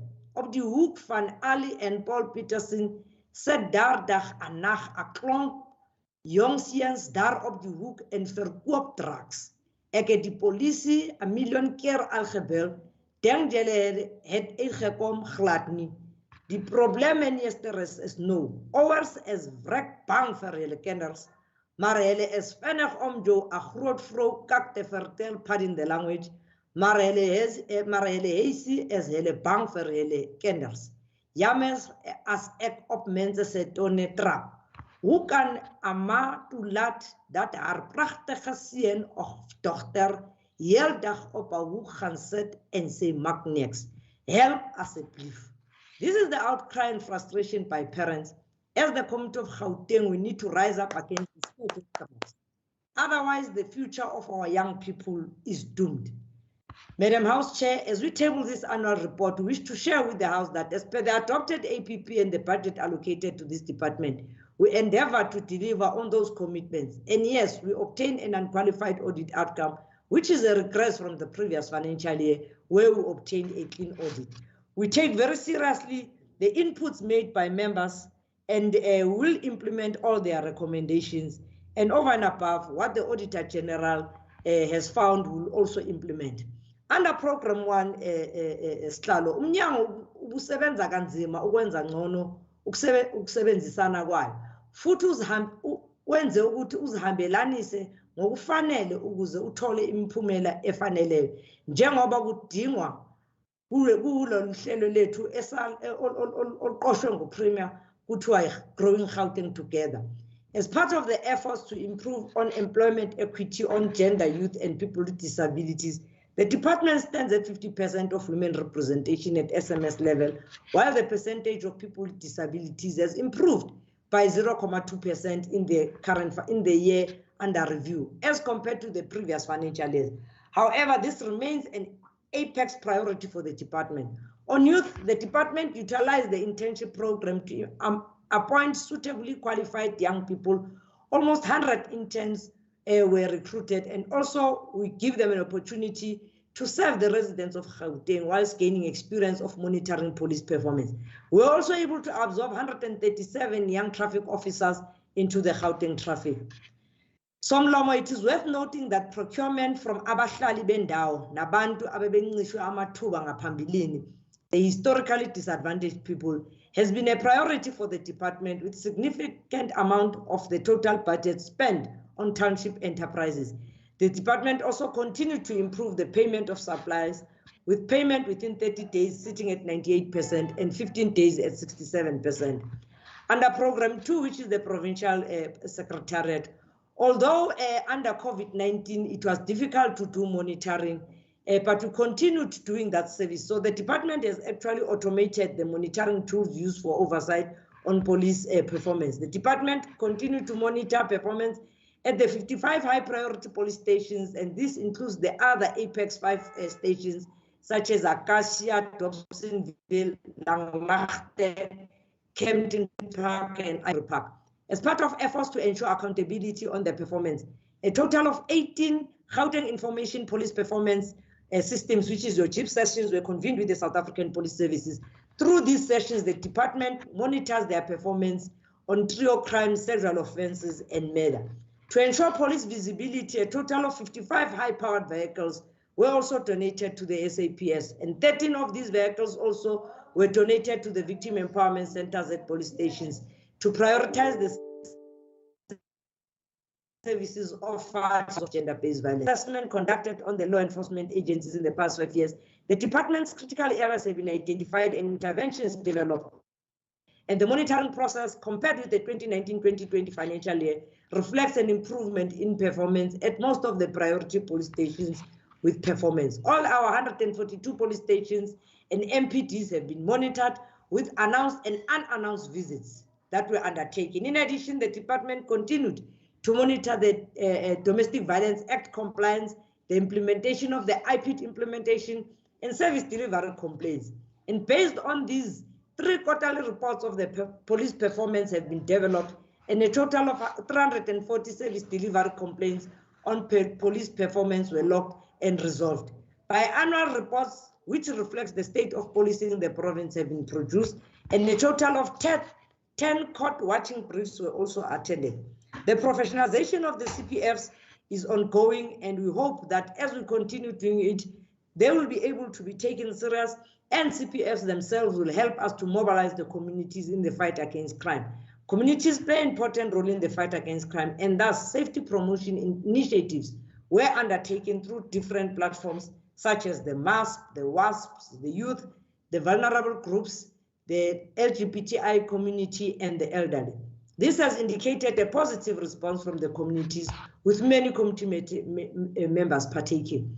The increase in land evasion also during the lockdown also resulted in the increased deployment of patrollers and increased efforts in order to ensure that there's public order and compliance with Disaster Management Act. And the deployment of these patrollers per ward, a total of 4,010 patrollers were actually deployed at ward level. All wards are covered. As part of the efforts to fight the scourge of GBV, the GBV source status quo assessment was done, and the report indicates that the hotspots and the resources that are available to be able to respond to cases is what will actually be rolling out. For the year under review, members have also indicated that we're able to roll out the 30 green doors and monitor the 142 victim empowerment centers. And furthermore, floor managers also were able to deploy so as to prevent secondary victimization when a person walks into a police station seeking help. To date, 103 volunteers have been recruited to work at these VECs, and more than 14,792 GBV victims received support and partnership with other stakeholders. As part of efforts in addressing violence at schools, school safety interventions were also undertaken, which include school searches, establishment of safety desks, and training of safety ambassadors. In addition, the schools were monitored on compliance in relation to the COVID-19 regulation. And to improve decision-making, research was also undertaken, an investigation on the motives, perspective, and rationale of murder perpetrators in Gauteng, an investigation on the motives, perspective, and rationale of sexual offences perpetrators in Gauteng. An evaluation of operations was also done, and the impact of alcohol in our communities. In establishing the status quo with regards to GBV categories, the cases were recorded. Rape hotspot accounts for 11 police stations, I've already indicated. Kidnapping, Gauteng accounts for 14 police stations from the top 30. Femicide, Gauteng accounts for 3 police stations from the top 30. Domestic violence and rape, Gauteng accounts for 3 police stations from the top 30. Attempted femicide, Gauteng accounts for 5 police stations from the top 30. And on DV, domestic violence, GPH, which is your cross-bodily harm, Gauteng accounts for 6 police stations from the top 30. On traffic management, ezokuphepha emgwaqweni sisazoqhubeka nokuba yinkinga esifundazweni sakithi sihlalo kwezihlalo njengoba kusaqhubeka ukunyuka kwesibalo sabantu abashonile. Imikhankaso yokuqhwashisa ngokwezokuphepha emgwaqweni izalokhu iqhubekile ezikoleni nasemphakathini jikelele.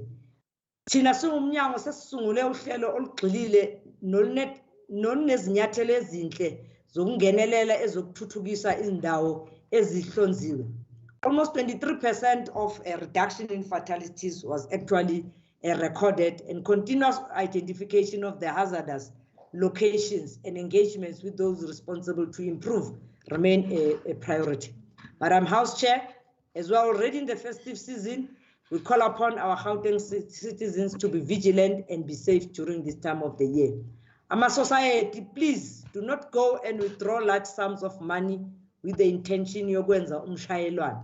Rather, transfer into people's bank accounts.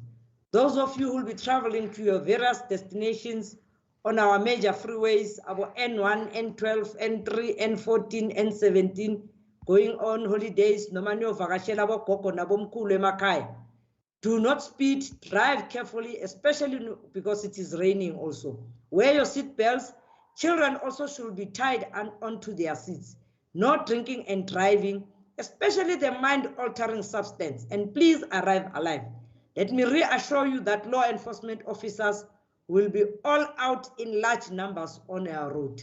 Njengoba ngivala isikhathi sama-holiday sesiqalile, sifisela izakhamuzi zaseGauteng nezizoza zizovakasha lapha eGauteng ukuthi nabo bazithole bephephile. Sibakhuthaza ukuthi bahlale beqaphile futhi bagubhe isikhathi sama-holiday ngendlela eqotho. Sicela abazali banakekele izingane zabo futhi baqaphe nokucophelela ukuthi zidlala kuphi nokuthi zinobani. Masikhumbuleni ukuthi iCovid isenathi. Ngakho-ke ake siphumeni siyogoma, masifake izimfonyo futhi siqiniseke ukuthi izandla zethu zihlanzekile ngaso sonke isikhathi. Happy festive season. Ngiyabonga mphathi wohlelo. Danke ngiyabonga. Thank you very much, Honorable. When I'm and I'm going to deal with you when I get show me how I get next to Luena and you always mention my surname. You must move away from me. Bloody hooligan. You are just a bloody hooligan. I get my Google to see Luena. Every time when you have to wear something, Mawala this, Mawala that. I'm not your relative when you're nonsense. They are going to find you on the roads. You are listen here. Otama go the strip club. The strip club about your mates. Otama go summit. Your nonsense. You think we don't know that you are running a shabby? We know. No nonsense. You're big head. You're hooligan. Hey, guys, respect. Let's respect each other, please.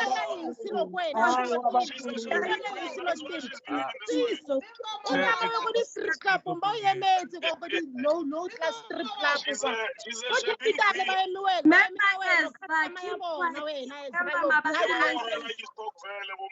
Every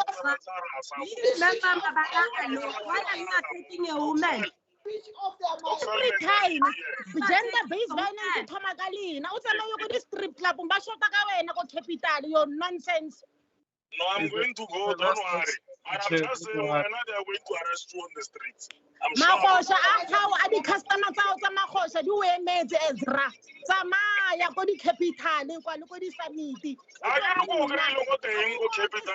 And that is why we just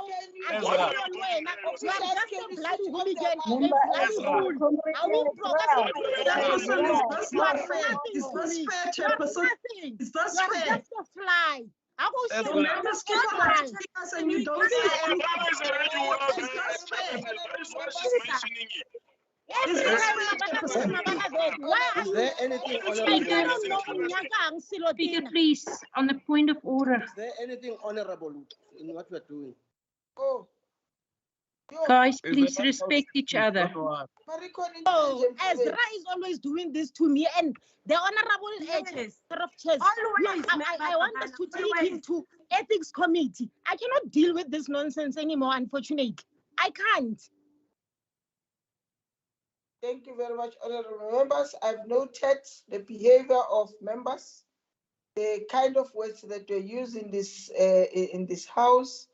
Some of the words are actually unparliamentary, and we'll definitely investigate it. Fortunately, we have recorded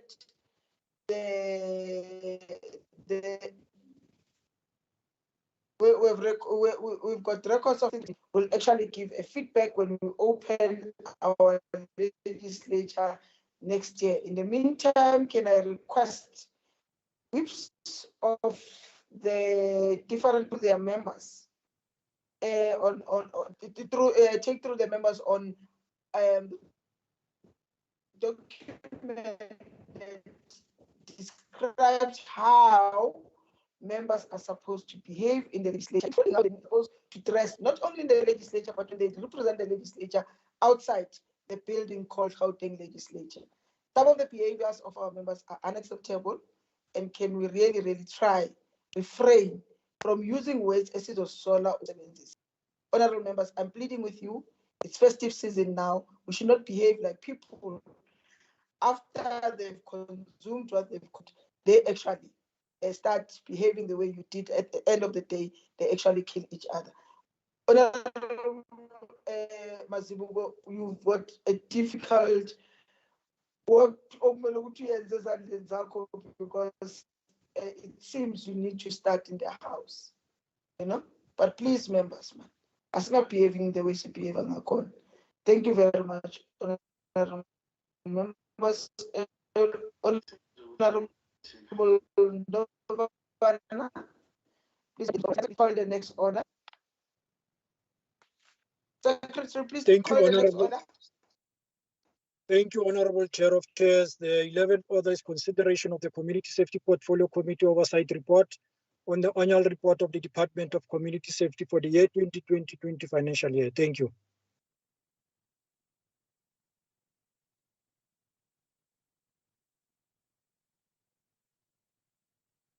Honorable Ndogana, the report of the committee. Thank you, Chair of Chair. Let the House consider the part of the report which I'm not going to read as read. The chairperson of the Community Safety Portfolio Committee, Honorable Alfina Ndlovana, tabled the committee oversight report on the 2020-21 annual report of the Department of Community Safety as follows. This report entails the findings. This report entails the finding of the Community Safety Portfolio Committee on its assessment of the annual performance report of the Department of Community Safety for the financial year ended the 31st of March 2021. The department achieved 38 targets of the 43 targets which were planned for the financial year under review. This marked 88% achievement of targets, recording a slight improvement from the 84% achievement recorded in the previous financial year.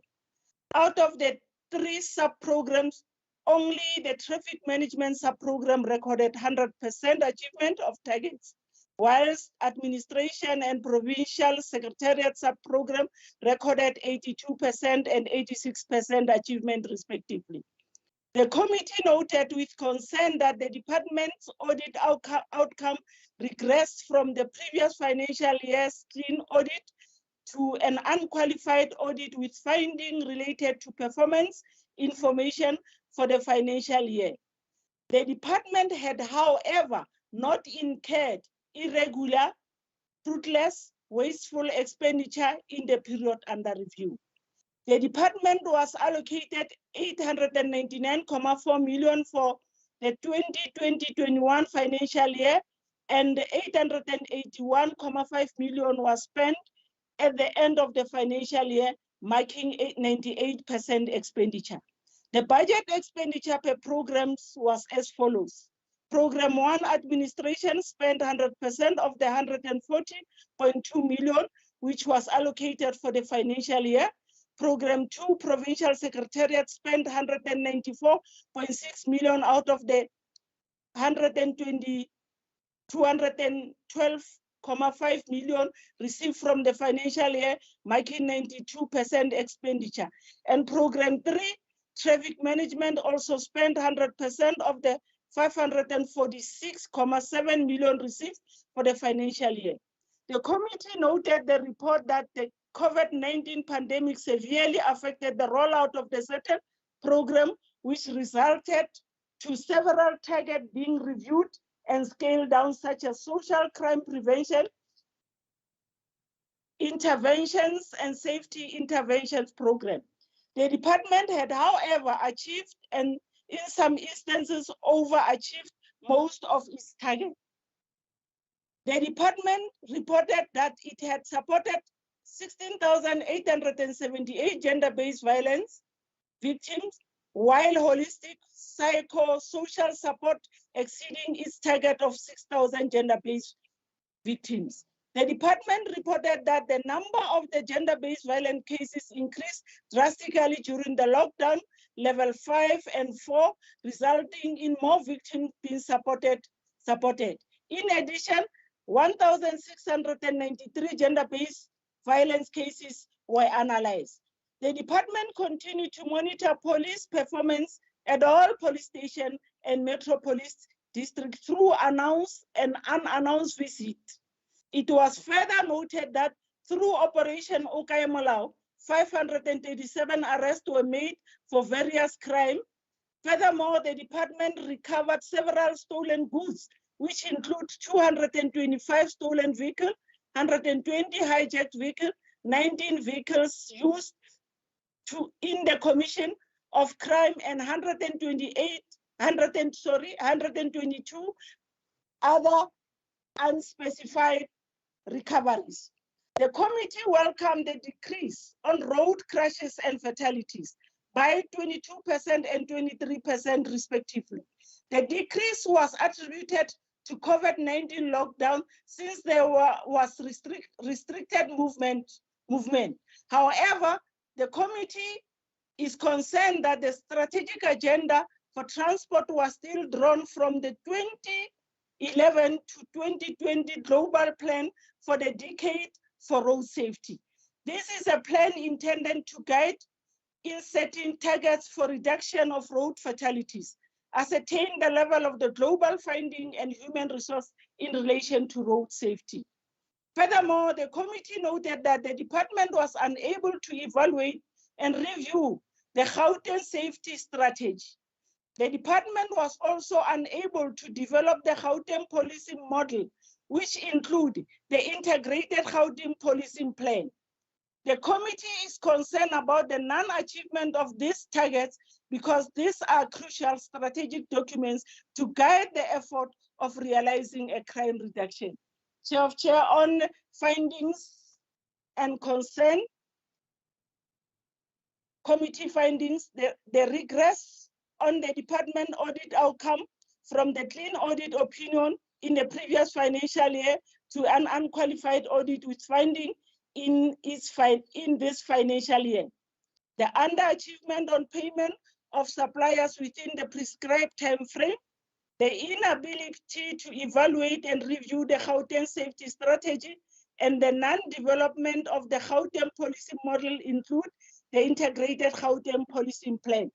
The 15% vacancy rate, including the non-appointment of the head of the Provincial Secretariat Program and the various lawsuit and labor dispute against the department amounting to 53.8 million.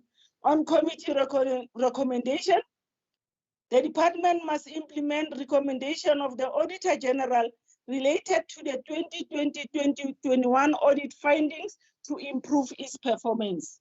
The department must report progress made on the intervention measures put in place to ensure timely payment of service providers. The department must expedite the evaluation, the review of the Gauteng safety strategy and Gauteng police model to strengthen its strategies to achieve crime reduction. The department must expedite its recruitment process for all funded positions, including the appointment of the head of the Provincial Secretariat Program. The department must report on measures in place to address the high level of lawsuit and the labor dispute level against it, and further develop a strategy to minimize potential lawsuit and labor dispute. The department must submit a progress report on all the above stated recommendation by the 22nd of February 2022. On acknowledgement, I'd like to thank the MEC, the HOD, and their team for the cooperation during the committee assessment of the committee assessment of the 2020-21 annual report for the department.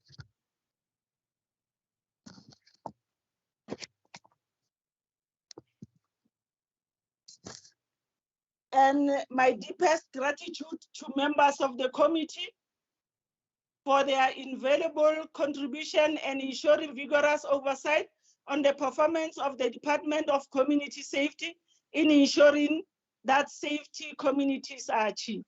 I further thank support staff of the legislature according to their different level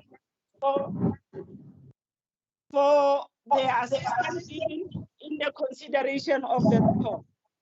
On adoption, in accordance with Rule 1172C, read together with Rule 164 of the GPL Standing Rule, I, the chairperson of the Portfolio Committee on Community Safety, hereby tables the oversight report on the 2020-2021 annual report of the Department of Community Safety to the House for adoption, taking into consideration the concern and proposed recommendation made in this report. I thank you, Madam Chair.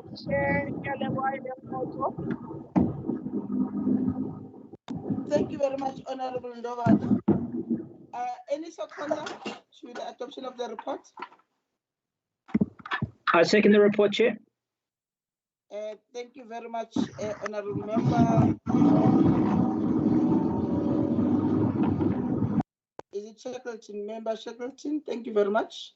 I now pose a question. All those in favor say yes. Yes. Yes. All those not in favor, please say no. The yes have it. The report is now adopted by the House. We now move to the next debate. Secretary, please call the next order.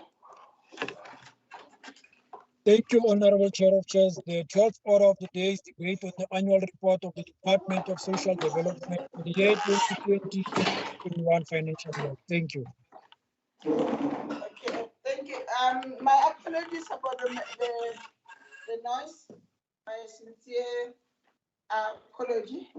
I will now call upon Honorable Lidwaba to open the debate. Honorable Lidwaba, please come in. Thank you, Chair of Chairs. Honorable Premier, Honorable MECs, the Chief Whip of the Majority Party, honorable members, and invited guests. Madam Chair of Chairs, today we debate the annual report of the Department of Social Development almost a year after the closing of the 2020-21 financial year. This debate also takes place about 3 weeks since South Africa identified Omicron, the latest variant of the COVID-19 virus. Contrary to the lies peddled on public platforms by those that are against the rise of Africa and her people, that the virus originated in South Africa. The World Health Organization indicated that last week that at least 23 countries from 5 of its 6 regions had reported cases of Omicron after South Africa identified the virus. We need to put it in record, Madam Chair of Chairs, that South Africa is not a hotbed of viruses, and it is not the manufacturer of viruses. There is no evidence whatsoever that Omicron originated in South Africa. However, Madam Chair, the country is very advanced in its research capacity and sequencing of the COVID-19 virus. Hence, was the first country to identify Omicron. Madam Chair of Chairs, one might ask, what does COVID-19 have to do with the Department of Social Development annual report? My answer is everything. The mission of the department is to improve the quality of life of society through the provision of accessible, integrated, comprehensive, sustainable, and developmental social services.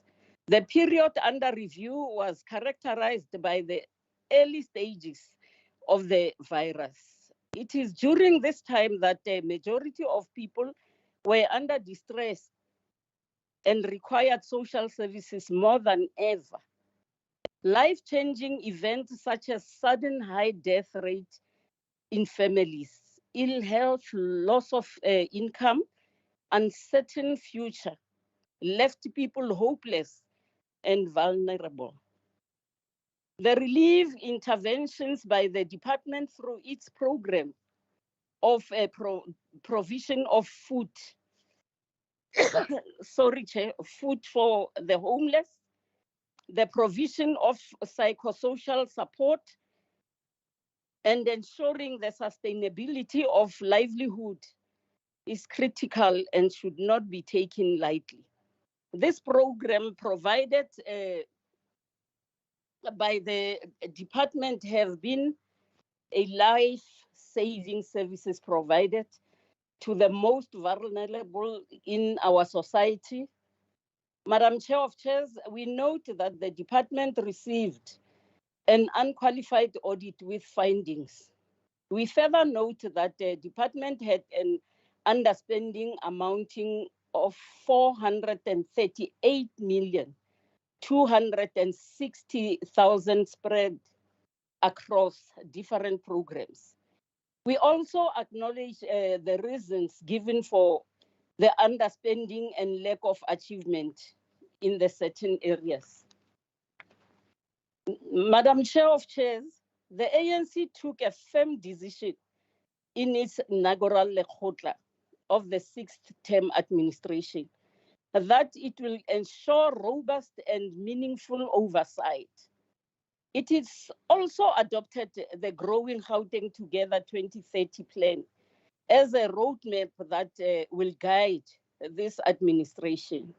As such, while our processes in the August House are regulated, including the debating on annual reports, we do not want our debating here to be ceremonial, but rather be meaningful to help the department fulfill their mandate. We believe that only through meaningful and robust oversight that we will be able to ensure that services due to our people are duly provided in the most efficient and effective manner by the department.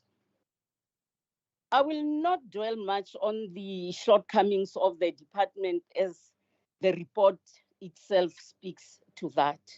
However, as the ANC, we are very concerned on the underspending, particularly on program 2 and 3.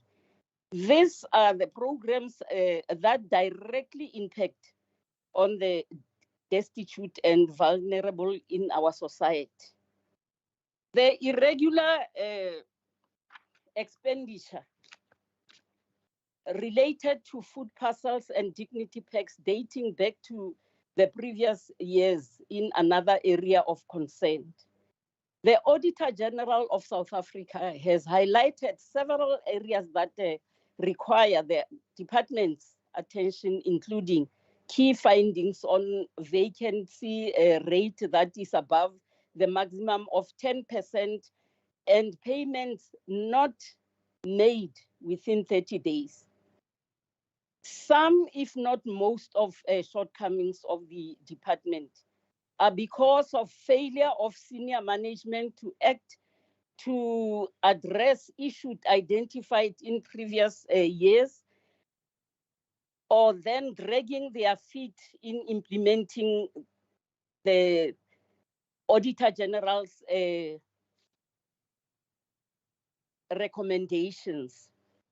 This happens more often than it should, which is why the department has become stagnant and unable to improve its audit outcomes, and it can no longer be tolerated. We therefore urge the department, and particularly senior managers, to act when required to do so, and to ensure that they put systems in place to address the areas of concern. We commend the Department of Social Development on their positive work, including reaching their target of funding of community-based care and support services for older persons and exceeding their target on abuse prevention programs for older persons. Older persons and people with disability continue to be marginalized in our society, and that the department has successfully funded residential facilities for persons with disabilities and also facilities for persons with disabilities is commendable. The GGT 2030 roadmap prioritizes, among other things, safety, social cohesion, and food security. Statistics South Africa estimate the overall HIV prevalence rate to be about 13.7% among South African population, while estimating that about 8.2 million South Africans live with the virus. The department's intervention through its sub-program of HIV and AIDS, where they met their target in providing of funding of the NPOs delivering the HIV and AIDS services, and exceeded the number of food parcels issuing by home and community-based care. Is very welcomed. These were very critical interventions at the time. The late former Black president, the first Black president of South Africa, Tata Nelson Mandela, once said, and I quote, "Overcoming poverty is not a gesture of charity. It is the protection of a fundamental human right, the right to dignity and decent life," close quote. Madam Chair of Chairs, poverty, inequality, and unemployment remain South Africa's triple threat that should be addressed. Despite the challenges of the period under review, the department managed to contribute towards the efforts of eradicating food security, notably the access to food through food banks. Madam Chair of Chairs, today marks the end of 16 days of activism for no violence against women and children campaign, which takes place annually from the 25th of November. Furthermore, the annual report of the Department of Social Development is debated at the time when we battling that the President of South Africa calls second pandemic. Gender-based violence, I would therefore be doing an injustice to the women of this country and society if in this debate I do not highlight challenges faced by women and children. A report by United Nations Women shows that 2 out of the 3 women reported that they or a woman they know experienced some form of violence and are more likely to face food security. I almost every time you talk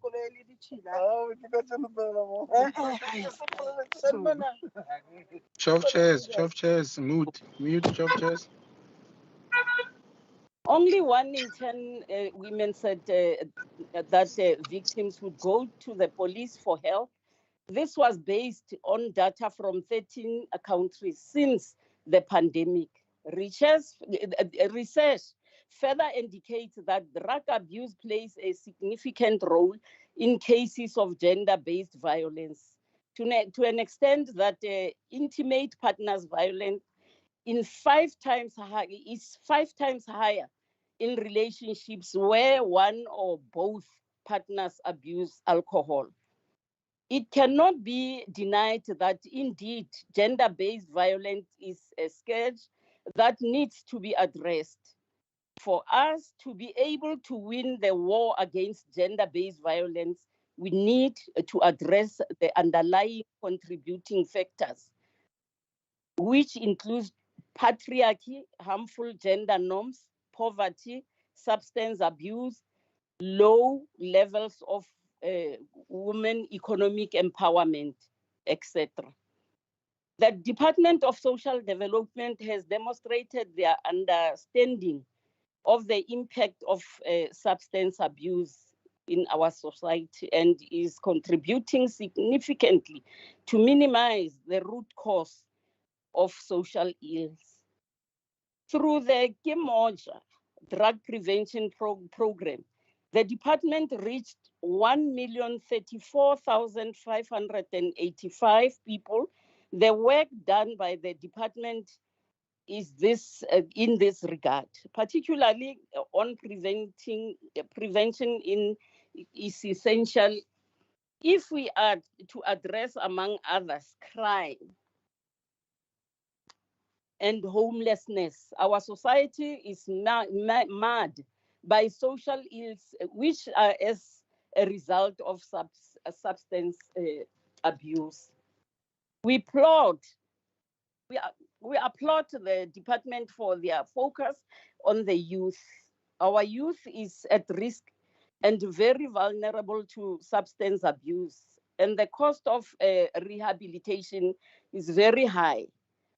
The government has limited resources and have competing service delivery needs. Hence, the cost of social ills is overwhelming on government resources. Noting the impact of our stagnant economic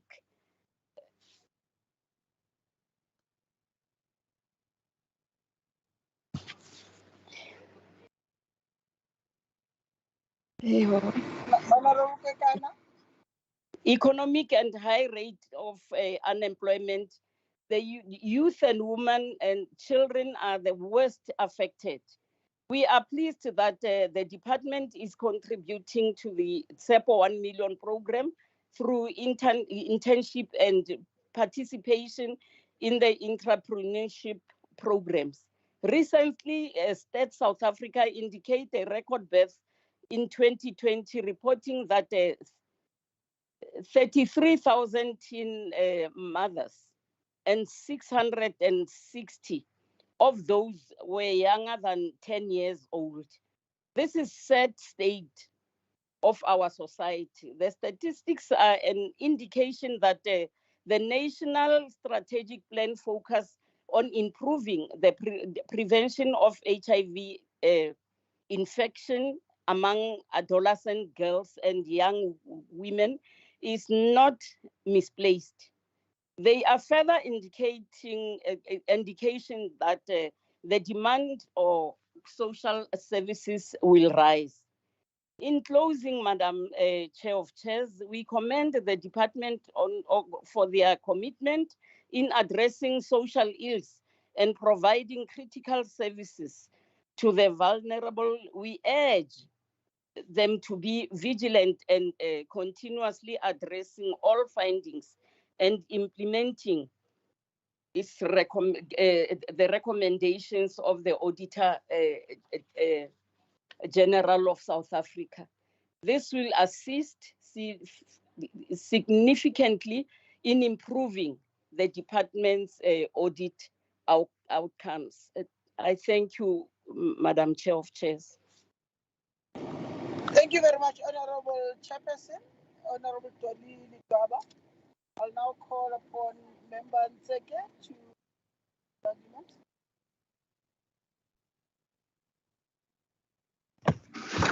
Thank you, Chair of Chairs. In the 5 years, the vulnerable people of Gauteng have been increasingly let down by this department. As more of our Gauteng people needed this department, the more the department failed them by increasing underspending from 19.7 million in 2016-2017 financial year to 438 million in 2020-2021. This 5-year underspending is now at a staggering collective amount of 1.38 billion. For the year under review, just Program 1 administration underspending by 38.3 million is more than the whole under expenditure of the department in 2016-2017. This year, the department still has a vacancy rate of 752 posts. Goods and services not procured are a great concern. It is a tragedy when vulnerable people are denied access to school uniforms, dignity packs, food parcels, especially when COVID has taken so many people's livelihoods. Failure to spend the presidential ECD Employment Stimulus Relief Fund and ECD budget are also serious concerns. Many building projects are also going on for far too long. Overall, the main challenges facing this department is the lack of passion and commitment to serve the most vulnerable people of Gauteng. The MC seems to have a passion, but some of her crucial senior staff members don't seem to share her passion. Speaker, it feels like the department provides disjointed information, almost like they do not believe we will read through the whole annual report. From page 71 to 175, institutional program performance information. Department gave half explanation on failures to achieve target. As an example, page 72 with regards to internship, deviation explanation is 82, but the explanation only gives for 8 intern, no explanation for the remaining 74.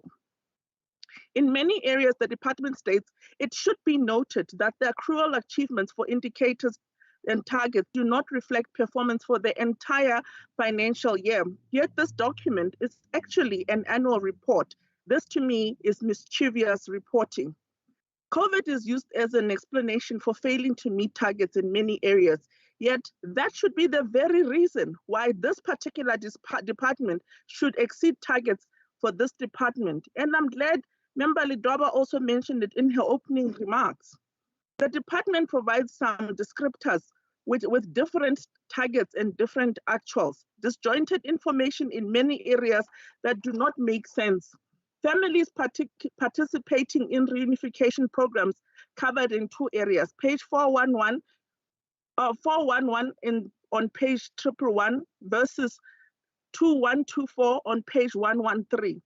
Many felt like duplication descriptors of APPs, but with different targets and actuals.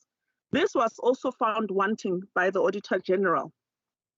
Page 316, 138,000 Rand was written off as staff debt, but there was no effort made by the department to recover this amount. Let me reiterate some of the findings of the Auditor General, which concerned me too.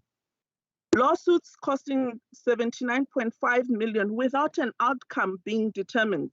Irregular expenditure has more than doubled from previous years, from 336 million to 682 million, and no steps taken to recover the amounts.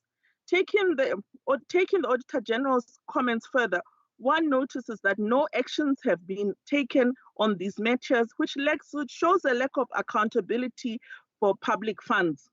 This year, the Auditor General, the report indicates that no action has even been taken against dimension data for 4.5 million. One wonders why.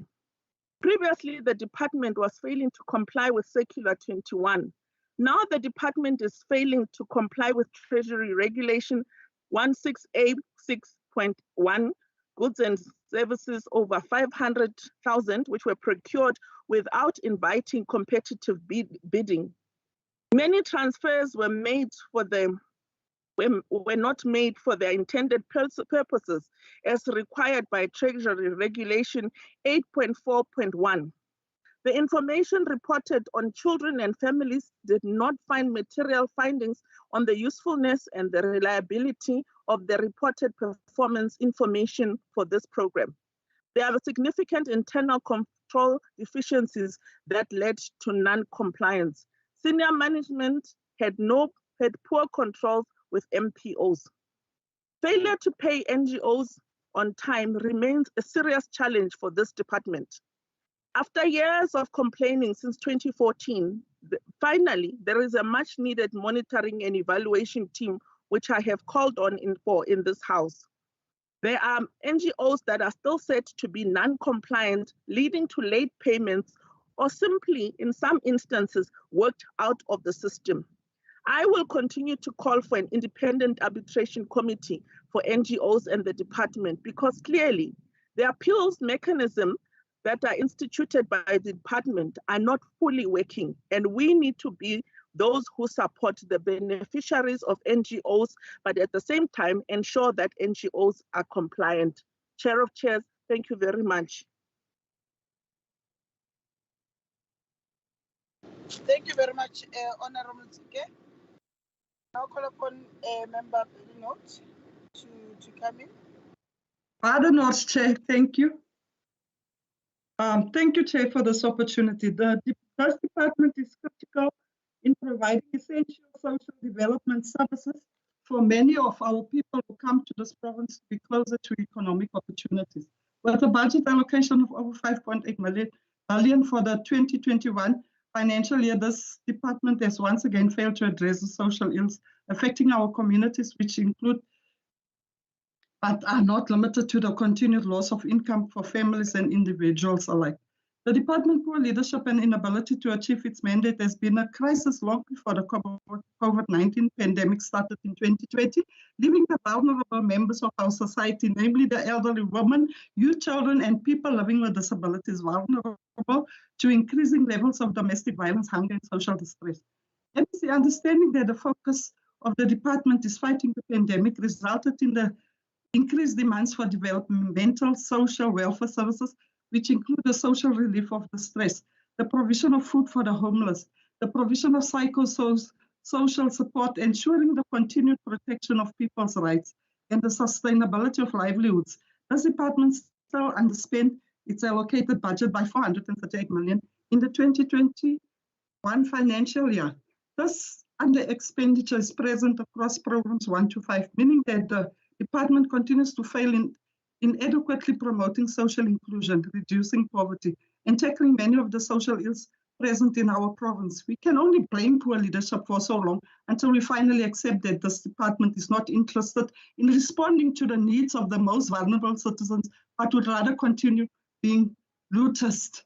The perpetual looting spree undertaken by this department and its officials is blatantly evident when considering that the alleged intensified provision of food relief among poor communities and households that have become food insecure as a direct result of COVID-19 only benefited certain factions of the ANC-led government, its officials and their families, when nutritional parcels that were meant to be distributed to home and community-based care organizations and 5 food banks never reached communities at Orange Farm, Lawley, and Diepsloot, to name but a few. This department has irregular expenditure amounting to 682 million, the majority of which was caused by non-compliance with Treasury regulations. The department further went on to procure goods and services of a transaction value about 500,000, without inviting competitive bids. It is even a defendant in various lawsuits amounting to 79 million, which is an increase from the 68 million in 2019. As the EFF, we have repeatedly called for departments to build multi-sectoral, post-domestic and sexual violence facilities, shelters and social services centers to work with survivors and victims. In addition to providing emergency housing, clothing and food to victims of fire, flood and unforeseen disasters, as we have seen these disasters becoming more prevalent due to climate change, migration to the province, and most recently, COVID-19.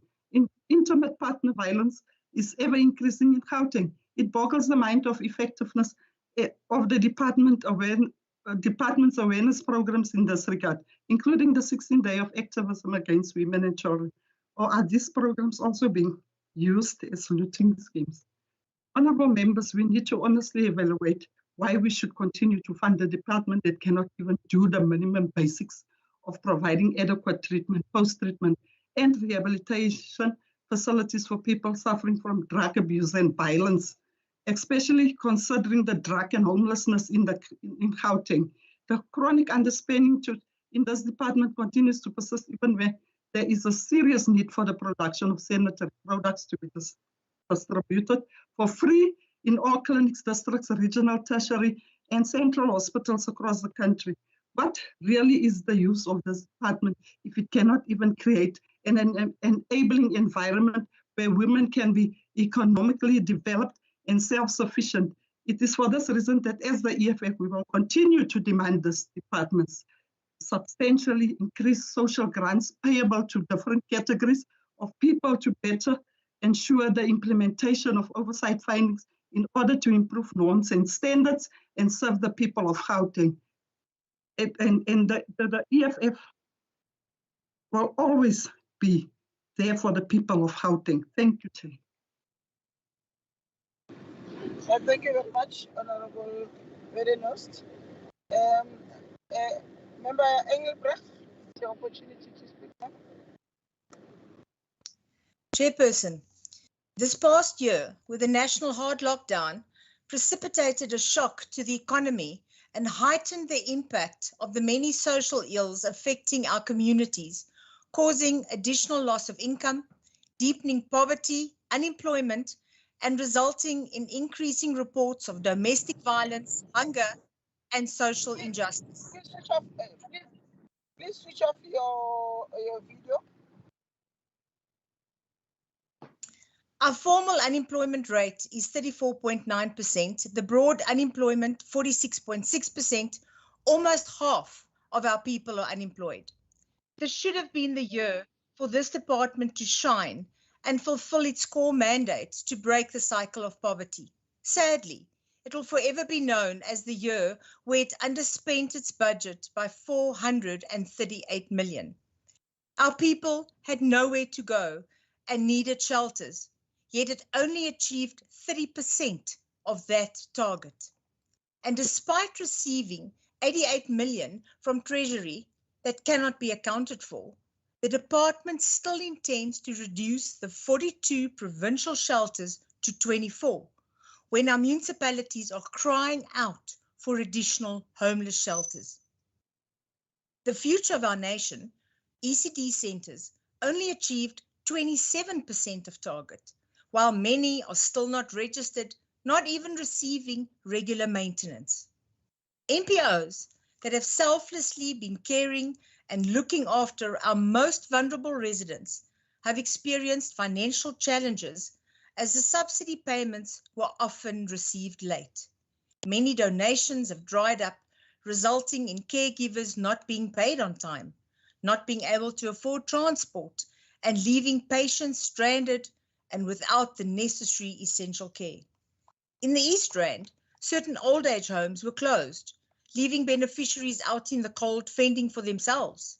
Even safe houses for children were experiencing financial constraints as children were suffering from hunger. Instead of being able to hold its head high, the department should be ashamed of its dismal underperformance in fulfilling its mandate. It has shown it has no desire to break the cycle of poverty or change the future of our most deserving residents. I thank you. Thank you very much, Honourable Member. Now call upon the MEC to respond to the debate. The MEC for MEC Masupia. Thank you very much. Ma'am. Thank you very much, Honorable Chair of Chairs. Madam Speaker and Deputy Speaker, Honorable Chief Whip of the Majority Party, Honorable Premier, Honorable Members of the Executive, Honorable Members of the House, Baagi ba Gauteng, Dumelang. At social development, our services and programs are informed by our obligation to the Constitution as well as the objectives of the National Development Plan 2030.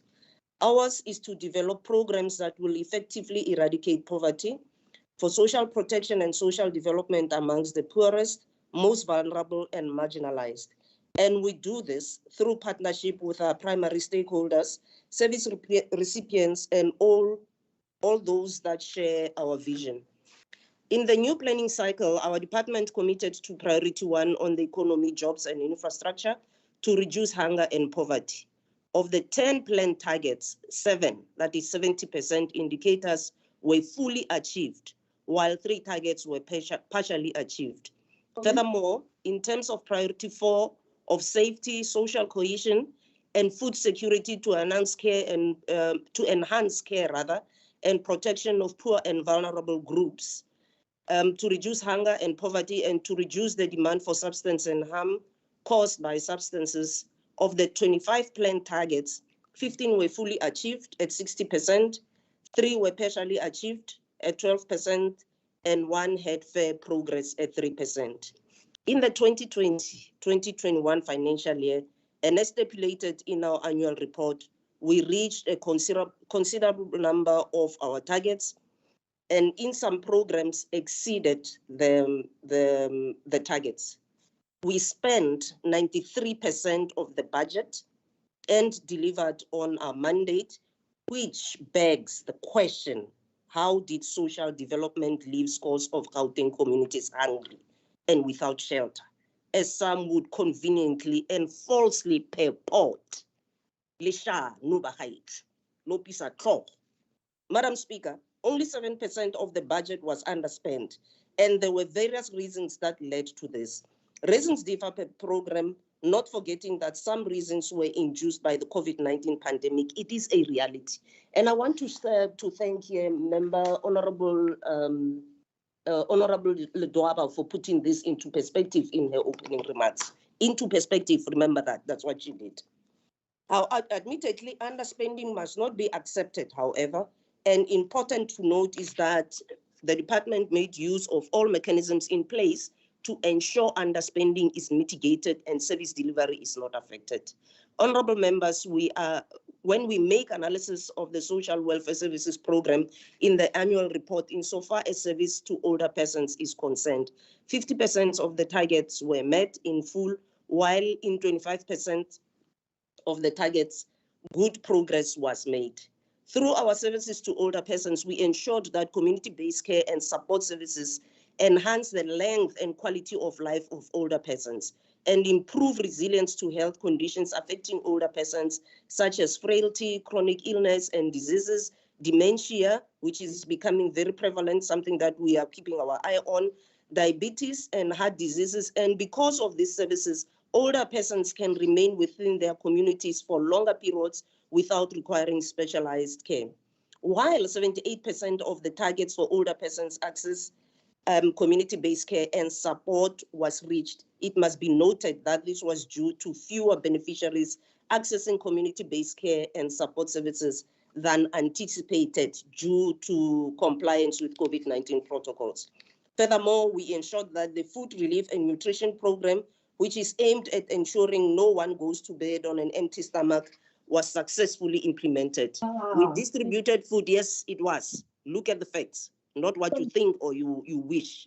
We distributed food to over 3 million people during lockdown, and this program accounted for 47% of the food distribution countrywide, making it the largest in the country. Additionally, in the period under review, insofar as HIV and AIDS program nutritional support was provided to 235,292, exceeding the target of 17,680. This we did through the distribution of food parcels. 71,304. Oh, let me see, what am I saying here? Yeah, 71,304 a target of 71,304 was met for people who also needed psychosocial support against a target of 99,477. 77,000. So the psychosocial support services was extended to orphans and vulnerable children. The HIV prevention programs, the social behavior change interventions, which are aimed at empowering communities with information to improve their resilience to deal with social problems they may face, reached 181,548 beneficiaries, exceeding a target of we reached 181,584, exceeding a target of 137,624, which completely, again, dispels any argument that social development had not done enough on the social behavior change programs. Madam Speaker or Madam Chair of Chairs, insofar as Children and Families program is concerned, in September, we conducted a service delivery campaign with the aim of strengthening support and services to the homeless. Honorable Engelbrecht, I want you to listen carefully so that you understand the reasons why some of the things are done the way they are done. Through this campaign, we ensured that we profile homeless people. We strengthened partnerships with departments and relevant stakeholders to promote intersectoral approach in dealing with homelessness. We developed plans to improve the management of the shelters, and the 88 million that you were making reference to, thanks to Treasury, we are able to spend it responsibly. Yes, you are correct. We have rationalized the existing, and I'm saying so-called shelters because some of them were just makeshift, and they were just being, subjecting people to more indignity. So we rationalized them from 42 to 24 so that we enhance effective management, habitability, and we improve services in current shelters to reduce operational costs as well. So our aim is to give people, homeless people or displaced people, as some people prefer to describe them, a good service rather than a convenient one. So yes, we have rationalized, and you will see if you take time, and I hope you'll do so, and go and see the shelters that we are providing. Additionally, a graduation ceremony was hosted by the department on the 21st of November for former homeless people and former substance abuse beneficiaries who were trained during the lockdown on artisan skills. This is in line with supporting our clients to transition from welfare to self-sustenance. Honorable members, in the period under review, we made considerable strides in meeting our targets. for children and family programs to ensure families perform the critical role of nurturing and caring for individual family members. 114,720 beneficiaries were accessed against a target of 96,822.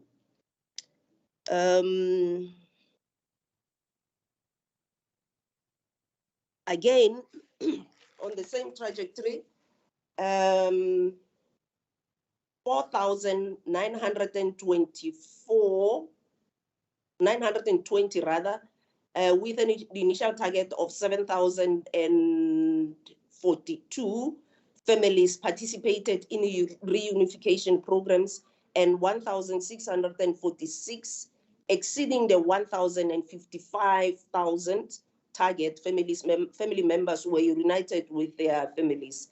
40,812 families participated in parenting programs against a target of 25,265.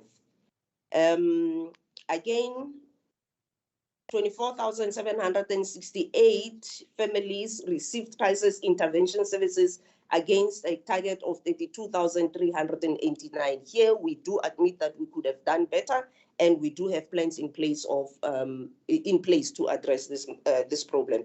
So in this department, we hold the firm view that the early years of a child's development are critical. Provision of ECD services has resulted in young children adequate cognitive stimulation to learn basic skills. These activities are essential for the development of children's brains and help prepare them for school. Important to note in this regard, honorable members, is that the allocated budget for Presidential ECD Employment Stimulus Relief Fund not spent by end of financial year was received late in the year. However, we applied for a rollover which was granted, and the process of paying the ECDs is underway as we speak.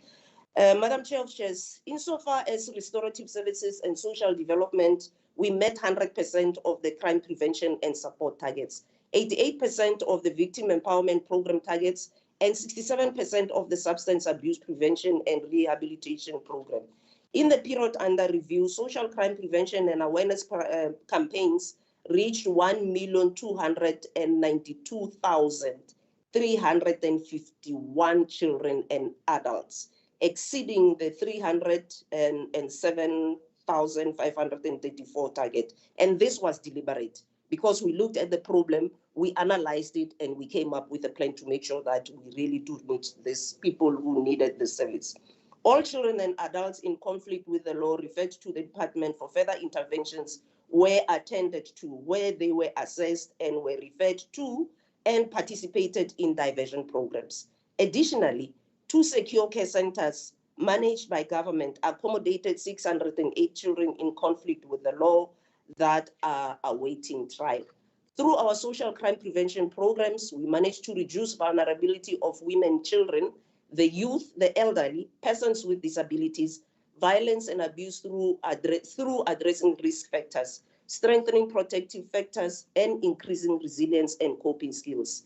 The diversion program previously mentioned for children in conflict with the law is restorative by nature and affords the child an opportunity to be held accountable whilst focusing on the emotional well-being of the child. Furthermore, children avoid the exposure to hardened criminals in correctional facilities and are kept in secure care facilities which act as a deterrent to children getting involved in more serious crimes. These facilities aim at correcting delinquent behavior through appropriate psychosocial support interventions. As we strive to eradicate poverty, our province is also confronted by the crisis of gender-based violence. This malice poses one of the biggest threats to the consolidation of our democracy, as it condemns women and children to a life of fear and prevents them from becoming active citizens in society. In responding to this as social development, we ensured women in shelters have had improved access to economic opportunities and empowerment programs such as income generation programs and welfare to work programs. The emphasis is on providing therapeutic interventions aimed at addressing the emotional well-being of the victim of gender-based violence. True to our objective to end the abuse of women through these programs, women have been supported, which led to improved self-confidence, self-worth, and the ability to walk away from abusive partners and abusive relationships. One of our main focus while we do our best to address these gender-based violence problems. We also continue to create awareness against gender-based violence. On the 25th of each month, awareness is created around Orange Day, where we visit shelters to ensure services provided meet the standard required and to strengthen relations with the department in supporting them. We funded 110 facilities and shelters, exceeding the 101 we have. We want to improve on this target, and we will adjust it high so that we reach more people. And we also provided these people with psychosocial support to 44,153,000, just below the 45,089 target. These victims of violence and crime, and through the program of no violence against women and children, including 16 days of activism, we reached 437,895 beneficiaries, exceeding the 293,886 target. Our stride in ending GBV also include the LGBTQIA+ community. We have experienced unprecedented levels of violence, experienced unprecedented levels of violence. As social development, we have progressively addressed challenges faced by this community and continue to work with NGOs in the sector. Furthermore, we ensured we intensify work done in its victim empowerment programs to prevent GBV and facilitate interdepartmental and intergovernmental work to strengthen efforts to mitigate violence against women and children. This includes students in higher learning institutions. Part of the department's strategy to eradicate GBV includes working with men and boys through education on GBV, because to fully arrest the GBV pandemic, every section, each and every section of society must be involved, including men and boys. Honorable members, the prevention and awareness of substance results in reduction in the use of substances, and beneficiaries who completed substance inpatient treatment services benefit from aftercare program to ensure they maintain sobriety or abstinence. And some are linked to economic opportunities such as skills development and entrepreneur programs. We also implemented the Kemoja, I Am Fine Without Drugs program that is geared towards drug and substance abuse prevention. In October, we hosted the Kemoja Awards to recognize 700 NPO officials involved in the fight against substance abuse and excellent work. Honorable Gitingi, o ka tloela ditaung tate wa tlo bereka le rona on this program o tla tlhaloganya gore re kgone go thusa batho ba bantsi yang tlogela ditau di a loma di tlo re bolaya. In the year 2020, we were faced with the COVID-19 pandemic that had devastating effects on our socio-economic conditions. COVID-19 had unprecedented effects on the health, economic, and social systems in the province. Its impact was observable in the pressure that was placed on the provincial government to ensure it continues to deliver services to the citizens of our province, notwithstanding the need to refocus on programs to respond to challenges presented by this pandemic. In this period, the department found innovative ways to carry out its responsibilities and provide services to the people of Gauteng. However, the distress on the poor communities, the vulnerability of children, food insecurity, homelessness, and the crisis of gender-based violence were heightened. Whether people want to admit it or not, COVID-19 had that effect on people. So the lessons learned in 2020 have driven the department to assume new systems and improve in areas where needed to better serve the people of Gauteng. It is against this backdrop that we note the department's performance for the 2020-2021 financial year. The persistence of the triple challenges of poverty, unemployment, and inequality remain the biggest threat in our communities.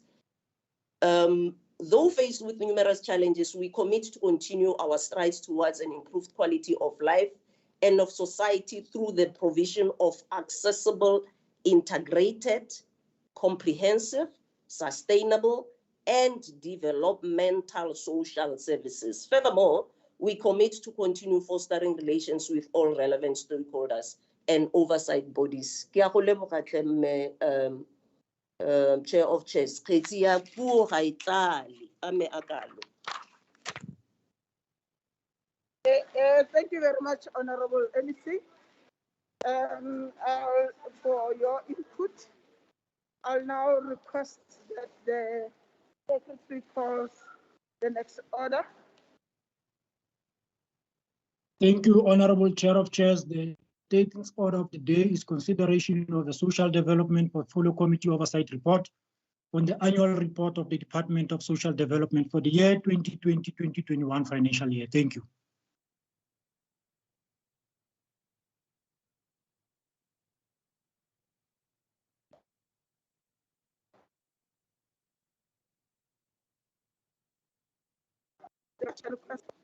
Now to submit the report of the department.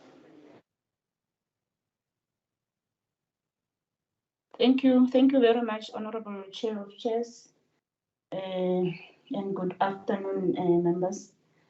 I would request that the House take the other parts of the report that I'm not going to read as read. I, Refila Kakana, Chairperson of the Portfolio Committee on Social Development, hereby tables the committee's report on the annual report of the Department of Social Development for the year 2020-2021 financial year as follows. On the executive summary, the committee acknowledged that the department's provision of nutritional food parcels took place through home and community-based care organizations at the 5 food banks in the province. According to the department, 2.047 million food parcels and daily meals were provided in the year under review. The committee acknowledged that the department, through its poverty alleviation program, remains the source of food for many families in the province, and the report indicates that food relief program was also extended to include military veterans during the year under review. In responding to priority 1, which is economy, jobs and infrastructure, and pillar 1 of the TMR and radical socio-economic transformation, the department reports to have contributed to the economic and developmental agenda of the province. In responding to the escalating rate of unemployment in the province, which was further exacerbated by COVID-19, the department contributed to TEPO 1 million through the provision of 349 youth internships, 7,154 expanded public work program opportunities, and 14,586 welfare to work opportunities that developed youth potential and linked them to other developmental initiatives. The committee acknowledged that the department intensified its preferential procurement spend, particularly in townships, and its main beneficiaries were historically disadvantaged individuals, which contains women, youth, and persons with disabilities, whose companies were awarded 44 contracts. The committee further acknowledged with appreciation that 98.27% of suppliers were paid within 30 days during the period under review. The committee further noted with concern that the provision of dignity packs and school uniform was affected by the delays in the procurement process as a result of the withdrawal of the awarded tender due to supply chain management processes that were not properly followed. And this has also contributed to the underspending of 438 million by the end of the year under review. During the period under review, the department's report indicated that further strides were made in implementing social infrastructure capital projects, of which 2 were completed. One is the Devon Early Childhood Development Center, and the other one is the Harang Uare Arabile Child and youth care center office accommodation. And then on the strategic priorities, of the 25 planned targets, 15 were fully achieved at 60%. 3 were partially achieved at 12%, 1 on fair progress at 3%, with targets on poor, 4 targets on poor progress and 2 targets not being achieved. And on capacitation of the department, during the period under review, the committee noted that the department had a total number of 5,470 posts. A total of 4,718 posts have been filled, while 752 posts are still vacant as at the end of the year under review. The committee further noted that there were 34 terminations of contracts and 71 new appointments, while there were 5 incumbents on acting positions during the period under review. And focus on any other focus area by the committee, just to highlight that captured in the report are numerous issues raised by stakeholders during the consideration of the department's annual report, which was held on the 12th of November 2021 at the Johannesburg City Hall. The committee invited stakeholders from all 5 regions in Gauteng, where COVID-19 protocols were duly observed. And I will not go through the issues raised as they are contained in the report for members' perusal. And on the details on the department's achievement of strategic priorities, the committee acknowledged that the department was able to contribute to 2 strategic objectives. And priority 1 on building a capable, ethical, and developmental state, and priority 2 on the economic transformation and job creation. On priority 1, the committee noted that of the 10 planned targets, 6, which represents 60% of indicators, were fully achieved, while 4 targets were partially achieved at 40%. And in terms of the oversight on the APP targets, of the 25 APP targets applicable for the period under review, the department managed to achieve 14, which equates to 50% of the APP achievement. 3 were partially achieved at 12% on fair progress, 2 on fair progress at 8%, with 3 targets at 12%, and 2 not achieved, and 1 target not achieved for the period under review. And on details on the department's financial performance, the department was allocated a budget of 5.8 billion. And the department spent 5.4 billion, which is a 93% expenditure. And maybe just to break it down for you, honorable members, in Q1, the projected expenditure was 1.4 billion, when the actual expenditure was 1.17 billion, yes. And in Q2, they spent 1.4 billion. The projected expenditure was 1.4, and the actual expenditure was 1.3 billion. Q3, the projected expenditure was 1.6 billion, and the actual expenditure was 1.2 billion. And in Q4, the projected amount was 2 billion, and the actual expenditure was sitting at 1.6 billion.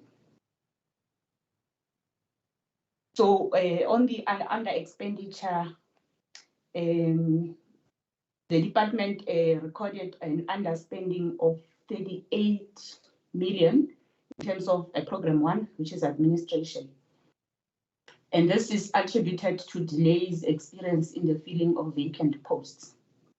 The department further indicated that funds allocated to consultant and business advisory, training and development, legal services, bursary provision, and fleet services were affected by lockdown regulations, resulting in the budget not having been fully spent at the end of the year under review. And then on program 2, which is social welfare services, the department recorded an underspending of 17.8 million, which is attributed to the delays in the filling of vacant posts and spend funds intended for ART, food parcels, and low spending on buildings and other fixed structures.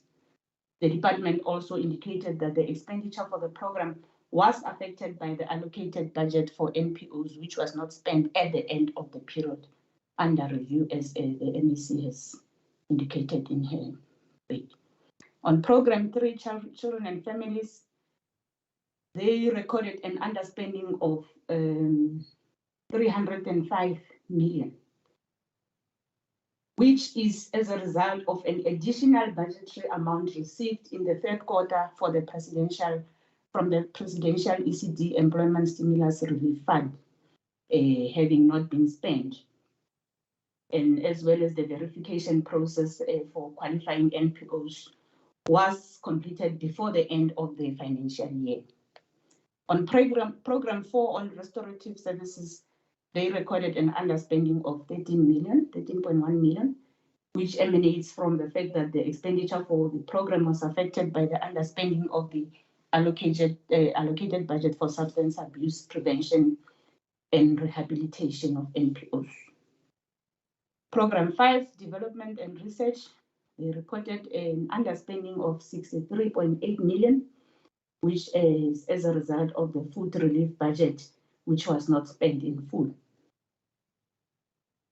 And on mitigating measures by the department will continue to facilitate access to the programs in compliance with the current COVID-19 protocols. And in terms of GOD concept budgeting, on women, they spend 45.7%, on youth, 16.7%, on people with disabilities, 42.6%. And on the department's achievement with respect to township economy, the provincial annual target is 40%, and the department achieved 36.5% as of 28 February 2021. And then with respect to payment of service providers within 15 to 30 days, 98.2% of suppliers were paid within 30 days during the period under review. And in terms of a summary on with respect to fruitless, wasteful and irregular and unauthorized expenditure, during the engagements on the annual report for 2020-21 financial year, the department informed the committee that it did not incur new irregular expenditure in the financial year under review. According to the department, the reported irregular expenditure of 682 million in the year under review relates to food parcels and dignity packs transactions in the 2016 to 2018 financial years. The department further indicated that these transactions were identified in the previous financial years, but only confirmed in the period under review. A contributing factor to the new irregular expenditure was as a result of non-compliance with Treasury Regulation 16A6.1, as some goods and services of a transaction value above 500,000 were procured without inviting competitive bids. This relates to the historic practice of funding such expenditure items through transfers and subsidies, which was then corrected in 2017-2018. Another contributing factor of the irregular expenditure disclosed is as per the investigations finalized and reported on during the 2019-20 and the 2021 financial years. In terms of the audit finding, the department obtained an unqualified audit opinion with emphasis of matter.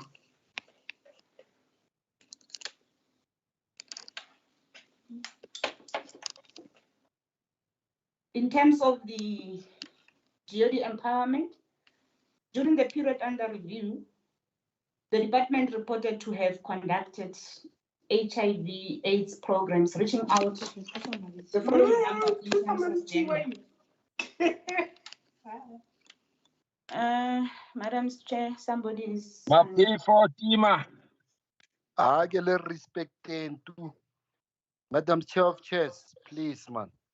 Okay, thank you, Kitingu. Take a tingle for mom today. During the period under review, the department reported to have conducted HIV/AIDS programs reaching out the following numbers in terms of gender. They reached out to 63,684 males, 152,476 females, and 115,103 for undisclosed elements. And the department also reported to have reached 44,829 youth, with 2,063 persons with disabilities reached out to. The department further reported to have conducted women development programs, reaching out to 9,988 women and 9,085 youth and 31 persons with disabilities. And on committee findings and concerns, with respect to expenditure management, the committee is concerned that the department has recorded the highest underspending in the past 5 financial years, which amounts to 438 million during the period under review. And the issues that had contributed to underspending have been raised by the committee on several occasions. With respect to monitoring and evaluation of NPOs, the committee is concerned with the recurrence of the non-compliance to Treasury regulations and service level agreements that seeks to ensure that funds allocated to NPOs are accounted for and are utilized for their intended purposes. On the non-achievement of targets on the number of interns participated in the internship programs, the committee is concerned that the department has only provided a satisfactory explanation to 8 targets instead of the 82. With respect to families participating in reunification programs, the committee is concerned that the department was provided disjointed information in the different parts of the report. And with respect to debt, the committee is concerned that the department has written off staff debt amounting to 138 million without making any effort to recover the funds. On recommendations, the committee recommends that the department should resolve issues that relate to dignity packs, the school uniforms, the filling of vacant posts, especially those linked to the monitoring and evaluation unit. The department should provide a detailed plan that seeks to resolve the above-mentioned matters with realistic timeframes. And 2, the department should put systems in place that will ensure that the funds that are dispersed to NPOs are properly accounted for and are utilized for their intended purposes as outlined in the SLAs. And the department should also provide reasons for non-achievement of the planned targets related to the number of people participating in the internship programs. The department should also provide correct information related to families participating in the reunification programs. And finally, the department should provide the committee with a detailed report on the staff debt that was written off and the action taken to recover those funds. All these should be provided in writing, and the deadline is the 28th of February 2022 for all the recommendations. On acknowledgement, the committee would once again like to thank the MEC for Social Development, Honorable Marakani Musupe, the HOD and the officials of the department for their cooperation during the deliberations on the annual report. And also like to express appreciation to members of the committee for their commitment to the oversight process, and further like to thank the officials that support the committee in achieving its mandate. On adoption, after extensive deliberations, the Social Development Committee adopted the annual performance report of the Department of Social Development for the 2020-21 financial year. And in accordance with Rule 117, subsection 2C, read together with Rule 164, the Social Development Portfolio Committee tables the report to the House for consideration and adoption, taking into account the concerns and the proposed recommendations made in this report. Thank you very much, Madam Chair of Chairs. Thank you very much, Honorable Kekana. Any seconder to the report? Chairs Member Ntsege, I rise to second the report. Thank you very much, Honorable Ntsege. Now pose the question. All those in favor, please say yes. Yes. Yes, Yes. Honorable Reverend. Thank you very much. All those not in favor, please say no. The yes have it. The report is now adopted by the House. Honorable Secretary, please read the next order. Thank you, Honorable Chair of Chairs. The 14th order of the day is debate on the annual report of the Department of Economic Development, including its entities for the year 2020-2021 financial year. Thank you.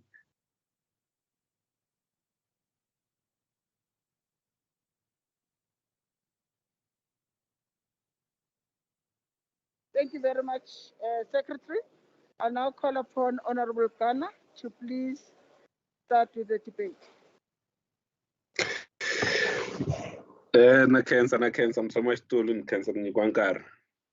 Honorable members, the people of Gauteng, fellow South Africans. Gauteng is not working. The people of Gauteng are not working. We have an economy that is creating fewer jobs than the people that are entering the job market. We have the lowest level of investment than any period in the last 30 years. We have more people in our province going to bed hungry in 2021 than any period since 1994. More young people are roaming the streets, smoking drugs, and engaging in criminal activities than any period in our recent history. Gauteng is not working. Today is the 10th of December. It's 15 days before Christmas. A day that is celebrated by many people of our province. It is traditionally a day to be festive, and for many families, a feast is prepared and everyone is jolly. Unfortunately, many families in Gauteng are facing a bleak festive season and even a bleaker Christmas. In 2021, more people in our province are without jobs, they are without income, and live in poverty than any other period in the last 27 years.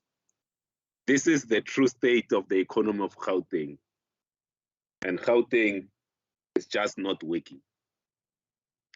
Each year around this time, we are asked to assess the work of the Department of Economic Development, a department that's tasked with turning around the economic fortunes for the people of Gauteng. It has a task of creating an environment for investors to invest their money in Gauteng, to assist small businesses and entrepreneurs, and most importantly, to get the people of Gauteng working. I use these critical measures, these three critical measures, to appraise the Department of Economic Development. When we take stock for this department, we need to ask the question of what the department has done for the people of Gauteng. Are the people of Gauteng working? The number of people who do not have jobs in our province is increasing every single hour. In a 3-month period between July and September, 200,000 people have lost their jobs and incomes. And this is in Gauteng alone. To put it in perspective, it means that 93 people have lost their job every single hour, every day for the last 3 months. And that's not all, considering that this is 93 families that are losing a breadwinner every hour. If we take into account that every job typically supports 4 people, we have around 400 people that are losing a source of income and someone who puts bread and food on the table. What's even more scarier and should concern us all is that almost 900,000 adults of a working age in Gauteng have lost hope in ever finding a job. These are not mere statistics, Chairperson. They are real people. Honorable members, we all know someone, a family member, a neighbor, could be someone we go to church with, or someone in our own political party who has either lost a job, has been without a job for the whole of 2021. Can we say that the department is working when the people of Gauteng are not working? For me, the answer is a big no. We can never say the department is working when the people that are supposed to be served by the very same department are not working. Unless by working, we mean the submission of quarterly reports or the paying of staff, or it could be the transferring of funds to underperforming entities. If these are the measures that we measure the Department of Economic Development, then the department can be said to be working. But if we measure the department in terms of the number of people that are actually in paying jobs, then the department is failing. I say so because the department does not exist for itself. It exists for the people of Gauteng. Therefore, it needs to be measured by how many people in Gauteng are working. We have an entity in the department. It's called the Gauteng Enterprise Propeller. And when you look at the definition of, or maybe a synonym of propel, or to propel something, it means to drive forward. This is the entity that's supposed to drive forward small businesses and entrepreneurs in the province. And I must say, in the last few years, it has done everything but propel small businesses. It has become a great source of frustration for many small business owners and entrepreneurs in our province. It has actually become a stumbling block and a hindrance, especially to the young people of our province who want to start businesses. The frustration that's caused by JEP has forced disparate young people to stage a sit-in at the Premier's office and also occupy the JEP offices to voice their frustration. Am I the one that have a challenge with connectivity, or it's you? Chairperson, I think it's you. Unless other members can confirm that they have a challenge. We can hear him, Chair. Chair, yes, we can hear him. Member Kana? Just can't see him. No, members can hear me. It's only you who can hear me, Chair.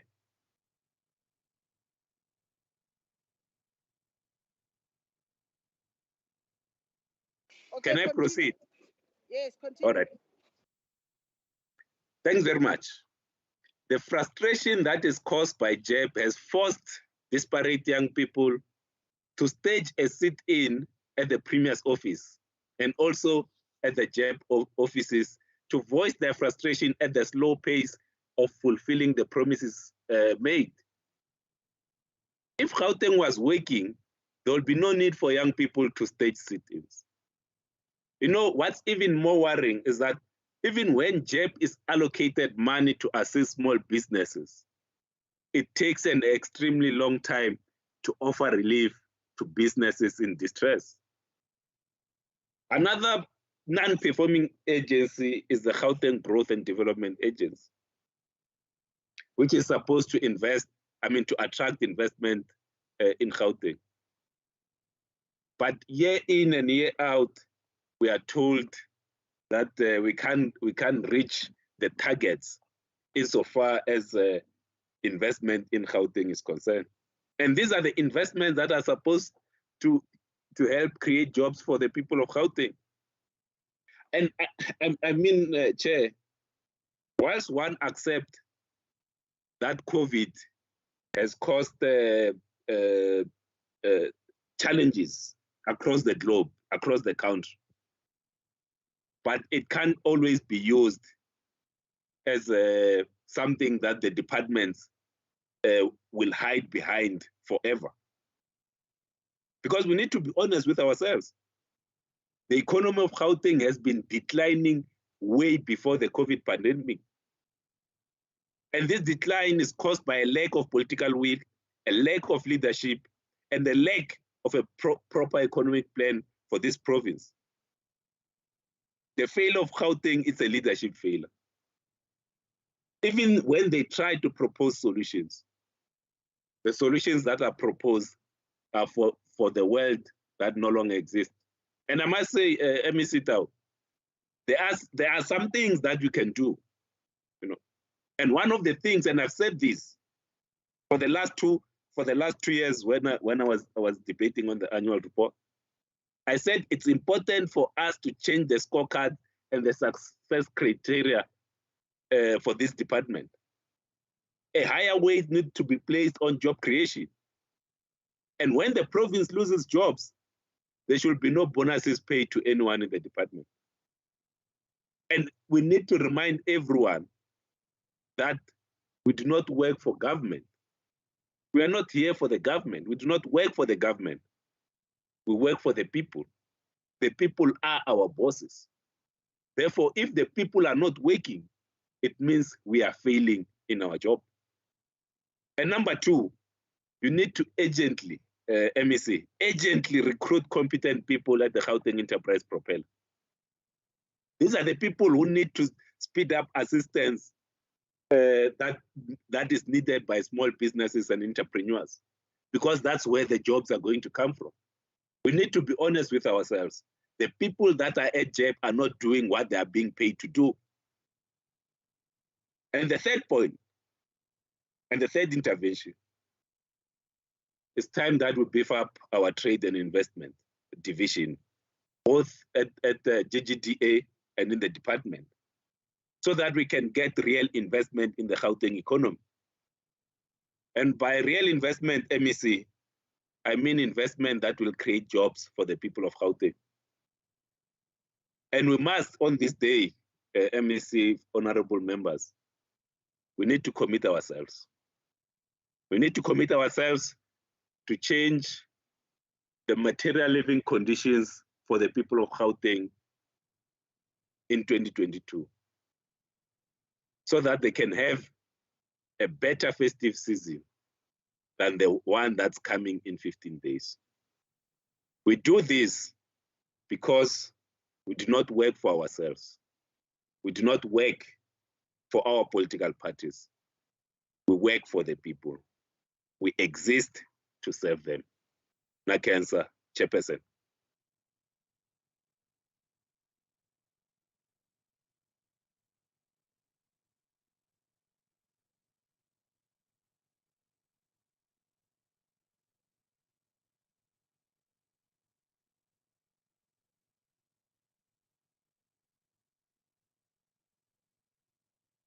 Can we ask Honorable Belen Host?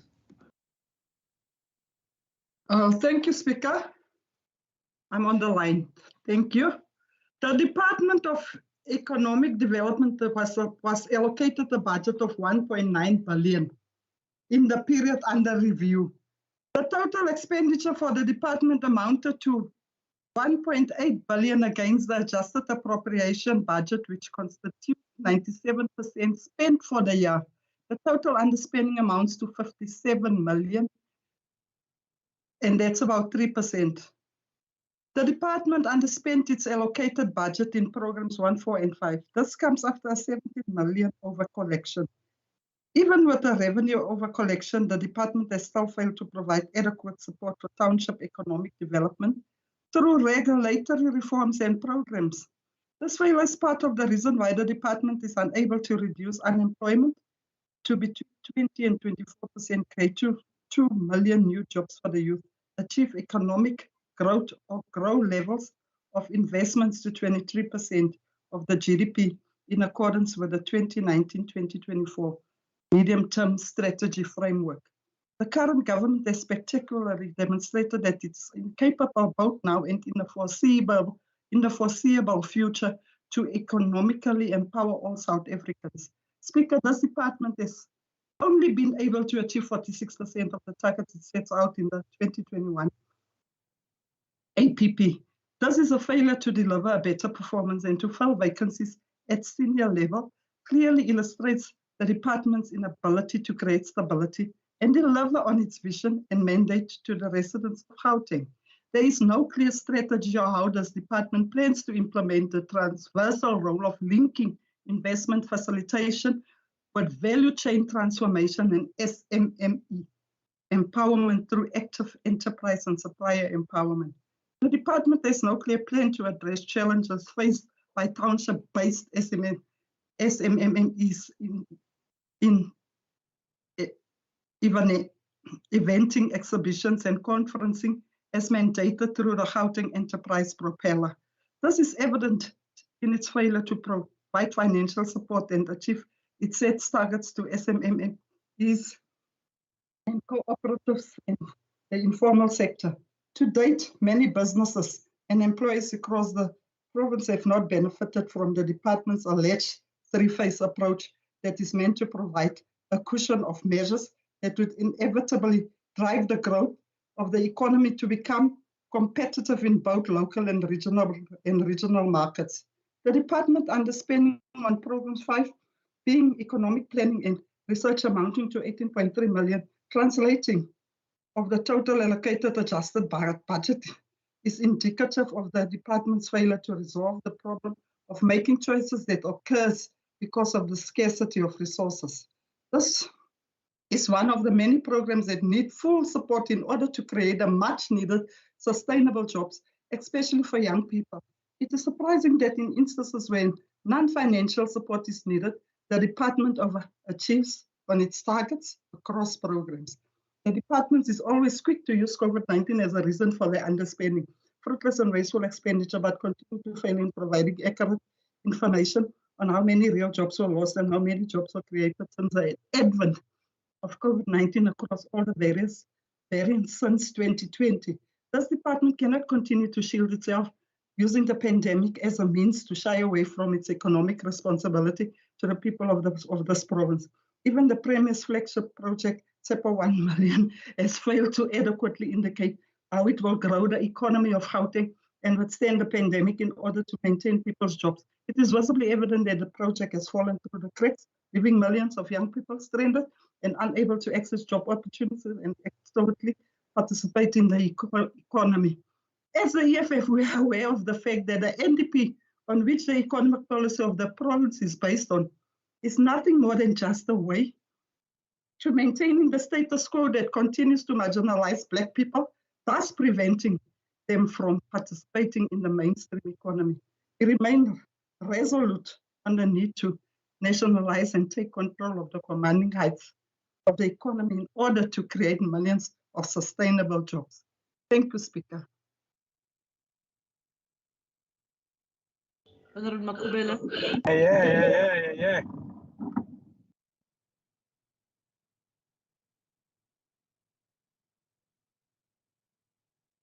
Honorable Makubela.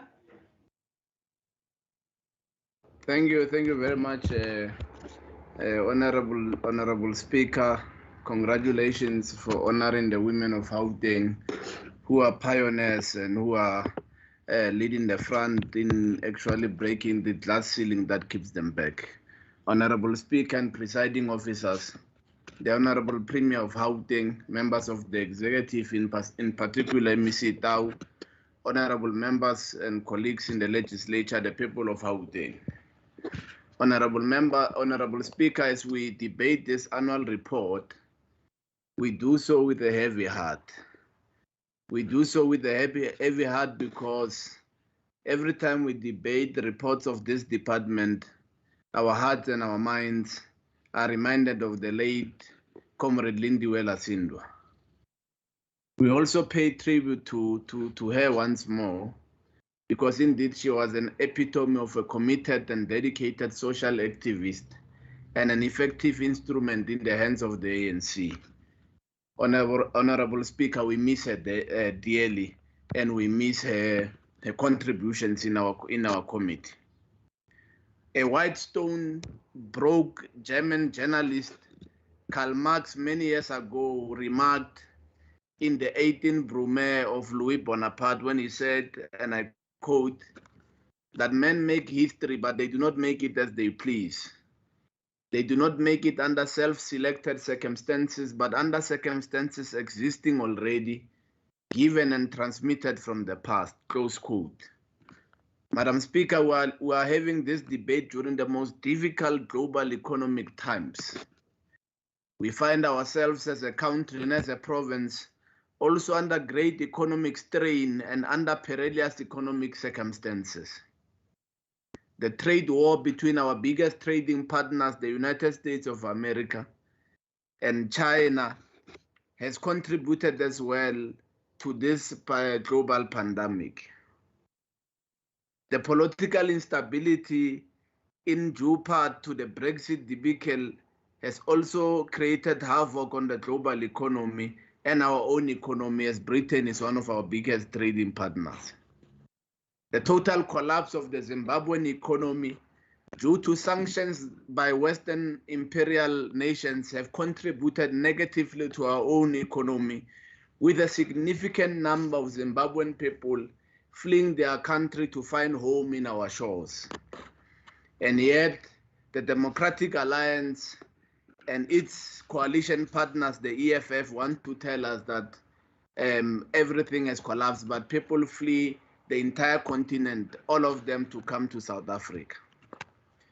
Professor Tshilidzi Marwala, in his book, The Fourth Industrial Revolution, warns us that the advent of the Fourth Industrial Revolution will drastically reduce a great number of jobs and will widen inequality, close quote.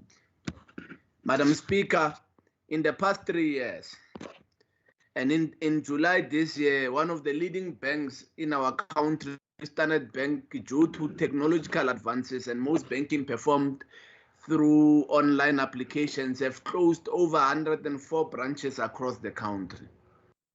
104 branches, honorable members. 104 branches, 51 of those branches from our own province. All this define what Marx or Karl Marx described as conditions not of our own making.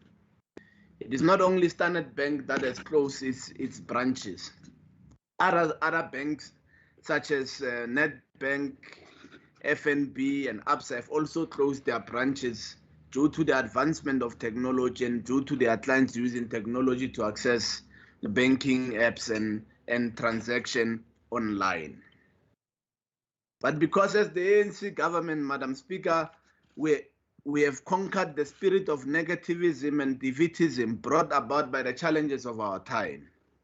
Our detractors and the enemies of progress who have nothing to offer but cynicism. It was the late Comrade Mzala Ngumalo who taught us that we are creatures of our own thinking, close quote. We can talk ourselves into defeat or we can talk ourselves into victory. And we as the African National Congress, given the challenges that we have faced and we are facing now, we have chosen the latter. We have chosen not to be defeated by the COVID pandemic. I heard the honorable members who spoke that the COVID-19 pandemic, it's an excuse that is used. I don't know in which world they live in.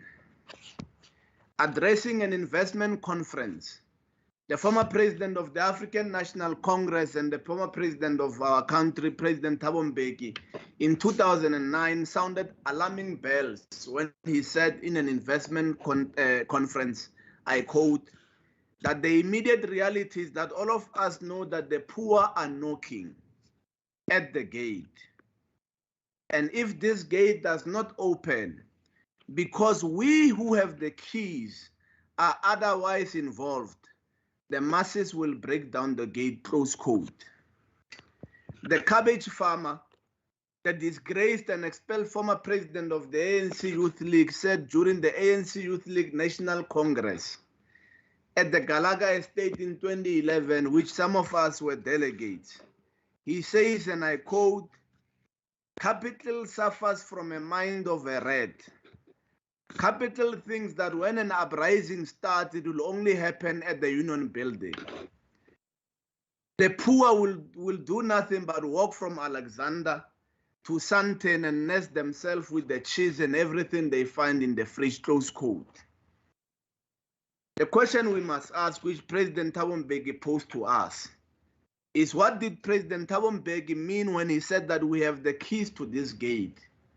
The gate in which the poor are knocking and are threatening to break it down. Whilst preparing my speech for this debate, Madam Speaker, I realized that I was using a Hewlett-Packard laptop or an HP laptop given to me and all other honorable members as a tool of trade. I then remembered what Ayabonga Kawe said in his book, The Economy on Your Doorstep, and I quote, when he defined the economy in his own term, he said, Ayabonga Kawe, the economy is about who lives where, who produces what, that is sold by whom, to whom, under which conditions and social relations, and why, close quote. This made me to take this HP laptop given to us as a tool of trade apart, piece by piece, and analyze where each component was made and to whom does it benefit. And Madam Speaker, I discovered that these laptops are manufactured in 6 factories outside the African continent. Firstly, the operating system and its office package was made in the United States of America by Microsoft, owned by Bill Gates. 2, its Intel processor was made in the factories in the Philippines. 3, its memory cards were made in Korea by Samsung. 4, its graphic card was shipped from either a Taiwanese own factory, MSI. 5, the cooling fan was made in China by CCI or Oras. 6, the motherboard was manufactured in Shanghai or Korea by Samsung. 7, the LCD screen from which I'm reading this speech of this laptop was made in Japan by Toshiba or Sharp. 8, the hard disk drive was made in the USA by Seagate or by a Japanese-owned Toshiba. 9, the bags that were given to us were made in Ireland by Tinba or by the American-owned Tagas, Samsonite, or Pacific Design companies. 10, the charger or the power cable was made by an Israeli-owned company, M-System. And 11, of course, Madam Speaker, all raw materials used in these components were taken in the mines of South Africa and elsewhere in our continent. Switch off your camera. Madam Speaker, as government, we need to take heed of what the late stalwart of our movement said in his book, The Evolution of the ANC's Economic Policy. Comrade Ben Chirog, when he said, for us to realize economic growth, we must reverse a situation where we are the highest exporters of raw materials and the highest importers of manufactured goods, close quote. returning to the warning of President Thabo Mbeki, who said that the poor are at the gate, they are knocking, and if we who ourselves are otherwise involved, the masses will break down the gate.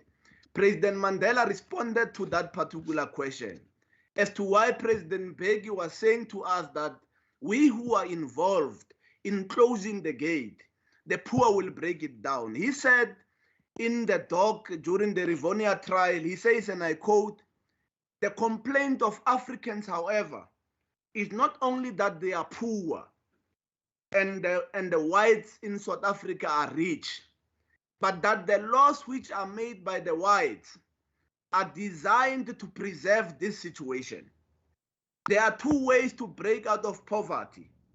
The first is by formal education, and the second is by the worker acquiring greater skill at his work and thus higher wages.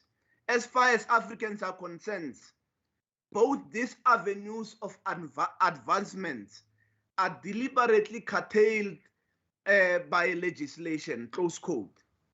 Honorable Speaker, we are holding this gate, closing out the poor, because we are failing to pass and to ensure that we implement radically the TMR policy, which is a policy of this particular house. We need to implement that to ensure that we are able to immerse the people of this province, in particular those who were disadvantaged by the loss of apartheid, as President Mandela says, so that we are able to open them to opportunities so that they can find themselves in the mainstream of the economy. And I think we're beginning to turn the corner. Yesterday, MEC Ralohogo announced that there will be 7 billion which will be added to the provincial fiscals. These additional resources, Madam Speaker, we believe will be used to fight COVID-19, which Honorable Badenhorst and Honorable Ghana believe it's a fallacy, and boost the economy and create jobs. These allocated resources must speed up the implementation of the Gauteng Economic Response Plan, which is driven by SMMEs and township enterprise empowerment, using infrastructure as a catalyst for development, creating sustainable partnerships with the private sector, and building on the special economic zones in high growth sectors. Madam Speaker, we stress on the matter of the special economic zone. We stress on it because we know the people of Gauteng are listening. We stress on it because we know the people of Mamelodi are listening, and the constituents of Honorable Badenhorst, who is from Stress, are listening, and they know the truth about the Tshwane Special Economic Zone. Madam Speaker, they say everything that they want to say, especially Honorable Ghana, but he doesn't want to mention the word SEZ. He wants to continue to tell a lie so that it becomes the truth. He wants to create an impression that this thesis is not working, is not yielding jobs, has not employed cousins of Honorable Badenhorst and members of the EFF, coalition partners of the DA in Stress. Let me tell you a story about this particular the Tshwane Special Economic Zone, which was formally registered in May 2020, and in the first phase, it attracted about 12 investors with approximate investment value of 4.3 billion against a year-to-date achievement of 2.7 billion that will create and has created over 2,000 direct manufacturing jobs and more than 8,000 construction jobs. As a catalyst for the SEZ, the fourth auto company of Southern Africa, situated next to the SEZ, has announced an additional investment. No, Madam Speaker, no. Madam Speaker, there's somebody who's speaking. I think, MEC Ralohogo. MEC Ralohogo. MEC Ralohogo, thank you. The 16 billion will hire an additional 12,000 team members, bringing its workforce to over 5,500 permanent staff. The investment by our government will create an estimated 10,000 new jobs across Fort's local supplier network. The annual installed capacity of their Silverton plant just here in Mamelodi, not far from the house of Honorable Badenhorst, will increase to 20,000 vehicles from 168 for domestic sales and export to more than 100 global markets. This Ford manufacturing plant based in Mamelodi will become one of the first Ford plants globally to achieve island mode status, becoming entirely energy self-sufficient and carbon neutral by 2024. GDP has shrunk to 1.5%. Madam Speaker, we need to tell Honorable Badenhorst that Gauteng is a place of investment. It is not demonstrated just by government. Thank you very much. Thank you very much. It is demonstrated by this international conglomeration. Thank you. But Thank I can't you. speak. I'm still 5 minutes. 5 minutes, Speaker. Come up. Let's call on Honorable Komorale Huku. Thank you, Miss. Thank you, Speaker.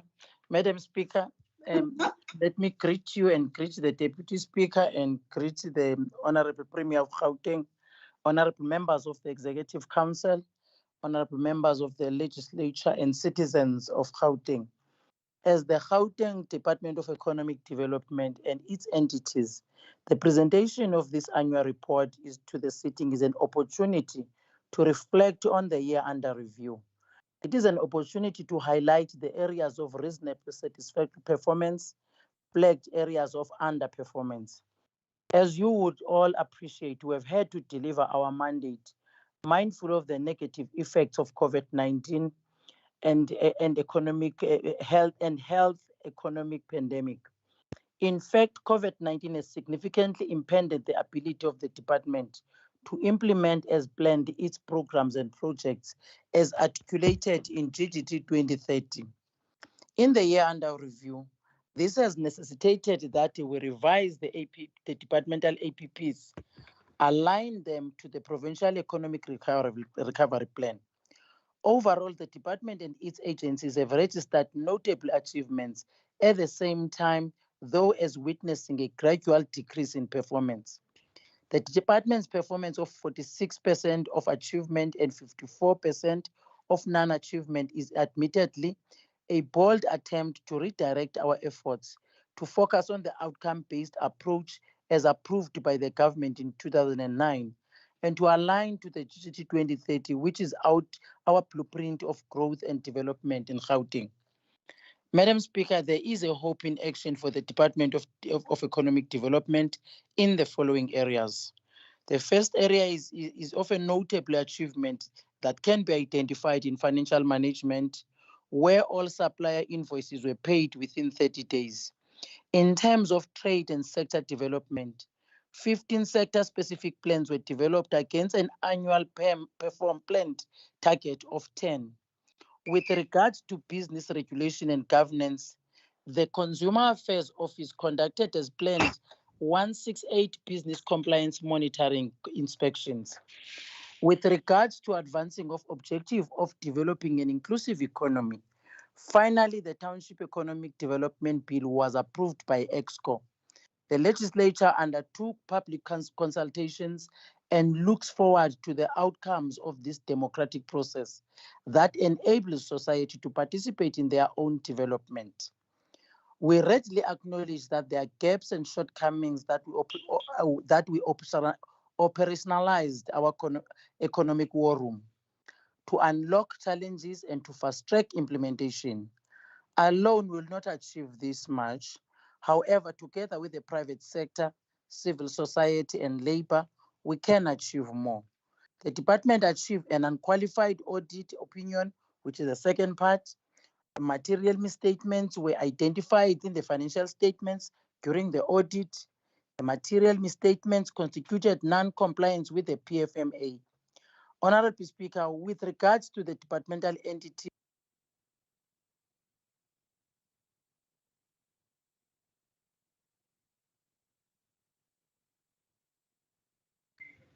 You are muted, MEC. I've pressed myself. For my apology, Madam Speaker. For Gauteng Enterprise Propeller, there is currently a total of 14.490.48 worth of approved applications against 28 million of general loan funding.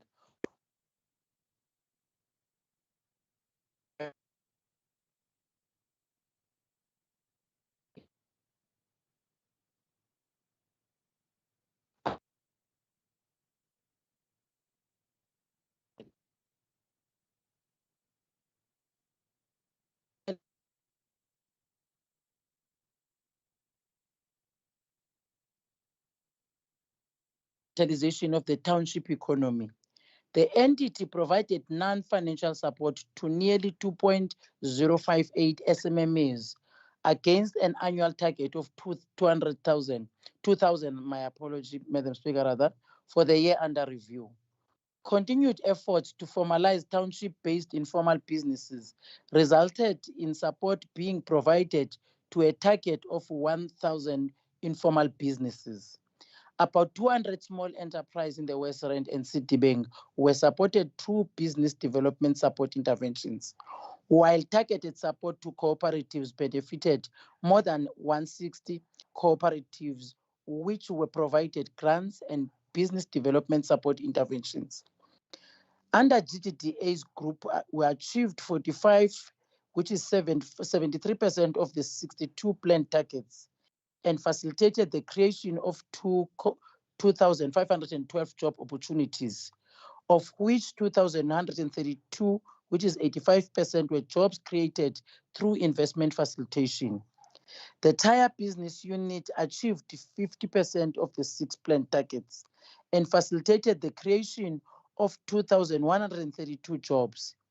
JMP Super Block construction progress on the additional scope reached 95%, which is the for construction completion.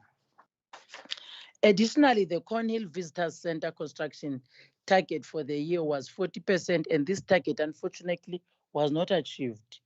Construction of the Cornhill Visitor Center was not commenced due to the pending approvals of the stop structure construction drawings, which is building plans by the COJ Building Control Division.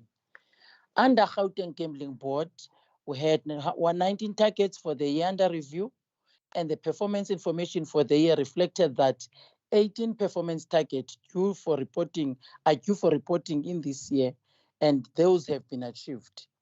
The GGB achieved a clean audit for the Auditor General for the 2020-2021 financial year. All audit findings raised by the AG in this financial year have been resolved. Overachievements have been realized in compliance audit, gaming equipment applications approved, and disputes processed within required timelines. Under Tshwane Automotive Special Economic Zone was formally registered in May. It was formally registered in May 2020, and in the first phase, it has attracted 12 investors with approximate investment value 4.33 billion against a year-to-date achievement of 2.7 billion. That will create 2,088 direct manufacturing jobs and more than 8,000 construction jobs. As a catalyst for this SEZ, the Ford Motor Company of Southern Africa has announced an investment of 16 billion and will hire an additional 1,200 team members, bringing its workforce to 5,500. The FMSC SA investment will create an estimated 10,000 new jobs across Ford's local supplier network. TASES has committed to socio-economic development imperatives and to ensure active participation of the local communities. And in terms of SMME participation, 45 of the construction project, which is value is earmarked to SMMEs with a year-to-date achievement of 9,000 million. Structured into 161 construction-related SMME packages, the year-to-date construction jobs achieved is 3,231 jobs, and 66% of these jobs is directly sourced from the surrounding communities, with the aim to increase to this to increase it to 70% participation. Ladies and gentlemen, colleagues, the Cradle of Humankind World Heritage Sites and the Gauteng project had 11 output indicator targets of 9, and of these targets were achieved, and due to budget cuts, 2 indicator targets were achieved and after the financial year. The following are highlights from the entities. The targets related to the water monitoring program as well as the natural resource management program were both achieved in the reporting period. The integrated management plan for the management of the Cradle of Humankind World Heritage Site for the next 5 years had been finalized. Internally, using existing internal capacity, and it has submitted to the Department of Forestry, Fisheries and Environment for approval. The maintenance of cycling lanes and gateways in the Cradle of Humankind World Heritage Site was implemented in the reporting period, enjoying 20 local community members, of which 10 were women. Collaring of lions and elephants to monitor movements for anti-poaching and their behavioral patterns took place. Training of SMMEs on e-marketing was conducted in collaboration with the GDE. Gauteng Tourism Authority has taken an integrated tourism agency for the Gauteng City Region model approach in the crafting of 2020-2024 strategic plan and used the 2020-2021 financial year to transition the organization to lead the protracted process. The GTA achieved its revised targets and in other instances exceeded them as detailed in our APP for 2020-2021 report. In conclusion, Honorable Speaker, the Department of Economic Development and its entities, they continue to prioritize pragmatic good governance and strive to achieve clean audits, and some have already done that, as you can see in my demonstration above. Of course, in the year under review, there are unidentifiable drawbacks, and some. Thank you, MEC. Thank you. Thank you. Thank you, Madam Speaker. Let's debate. Can you ask the Secretary to read the next order? Thank you, Honorable Speaker. The 15th order of the day is consideration of Economic Development, Environment, Agriculture and Rural Development Portfolio Committee Oversight Report on the annual report of the Department of Economic Development and its entities for the year 2020-2021 financial year. Thank you. Honorable Kanyane. Thank you very much, Honorable Speaker. Again, I will read parts of the report. Others will be taken as read. Now, this report that I'll be tabling will be highlighting key challenges and successes attained by the Department of Economic Development. Now, we've also noted that this department and its entities are set to develop and implement programs that will ensure decent employment, revitalize township economies, stimulate growth and investment. So the committee has noted that in the 2020-21 financial year, a total of 1.8 billion was spent out of an appropriated 1.9 billion. And this translates to 2.9% variance. So the variance amounted to 57.2 million. So the committee noted that the underspent allocation is within the accepted threshold of less than 5% as outlined by the PFMA. Despite the underspent amount within the threshold, the committee still expresses a similar view as in the previous year, wherein the rent value of the underspent amount should have been utilized for job creation initiatives, investment, support for SMMEs and cooperatives, and other service delivery imperatives related to the department's mandate. So the department achieved 46.15% of all its targets, meaning that 6 out of 13 targets were attained in the year under review. Now, coming to the entities, I think the MEC has coined them very well. The Gauteng Tourist Authority achieved all 6 planned targets accounting to 100%. So the cattle of humankind were at heritage site, achieved 9 out of 11 targets. So on the Gauteng Growth and Development Agency, it has attained 45 of its 62 targets, which constitute 72.58%, whilst the Gauteng Enterprise Propeller attained 12 of its 16 targets, which constitute 75%.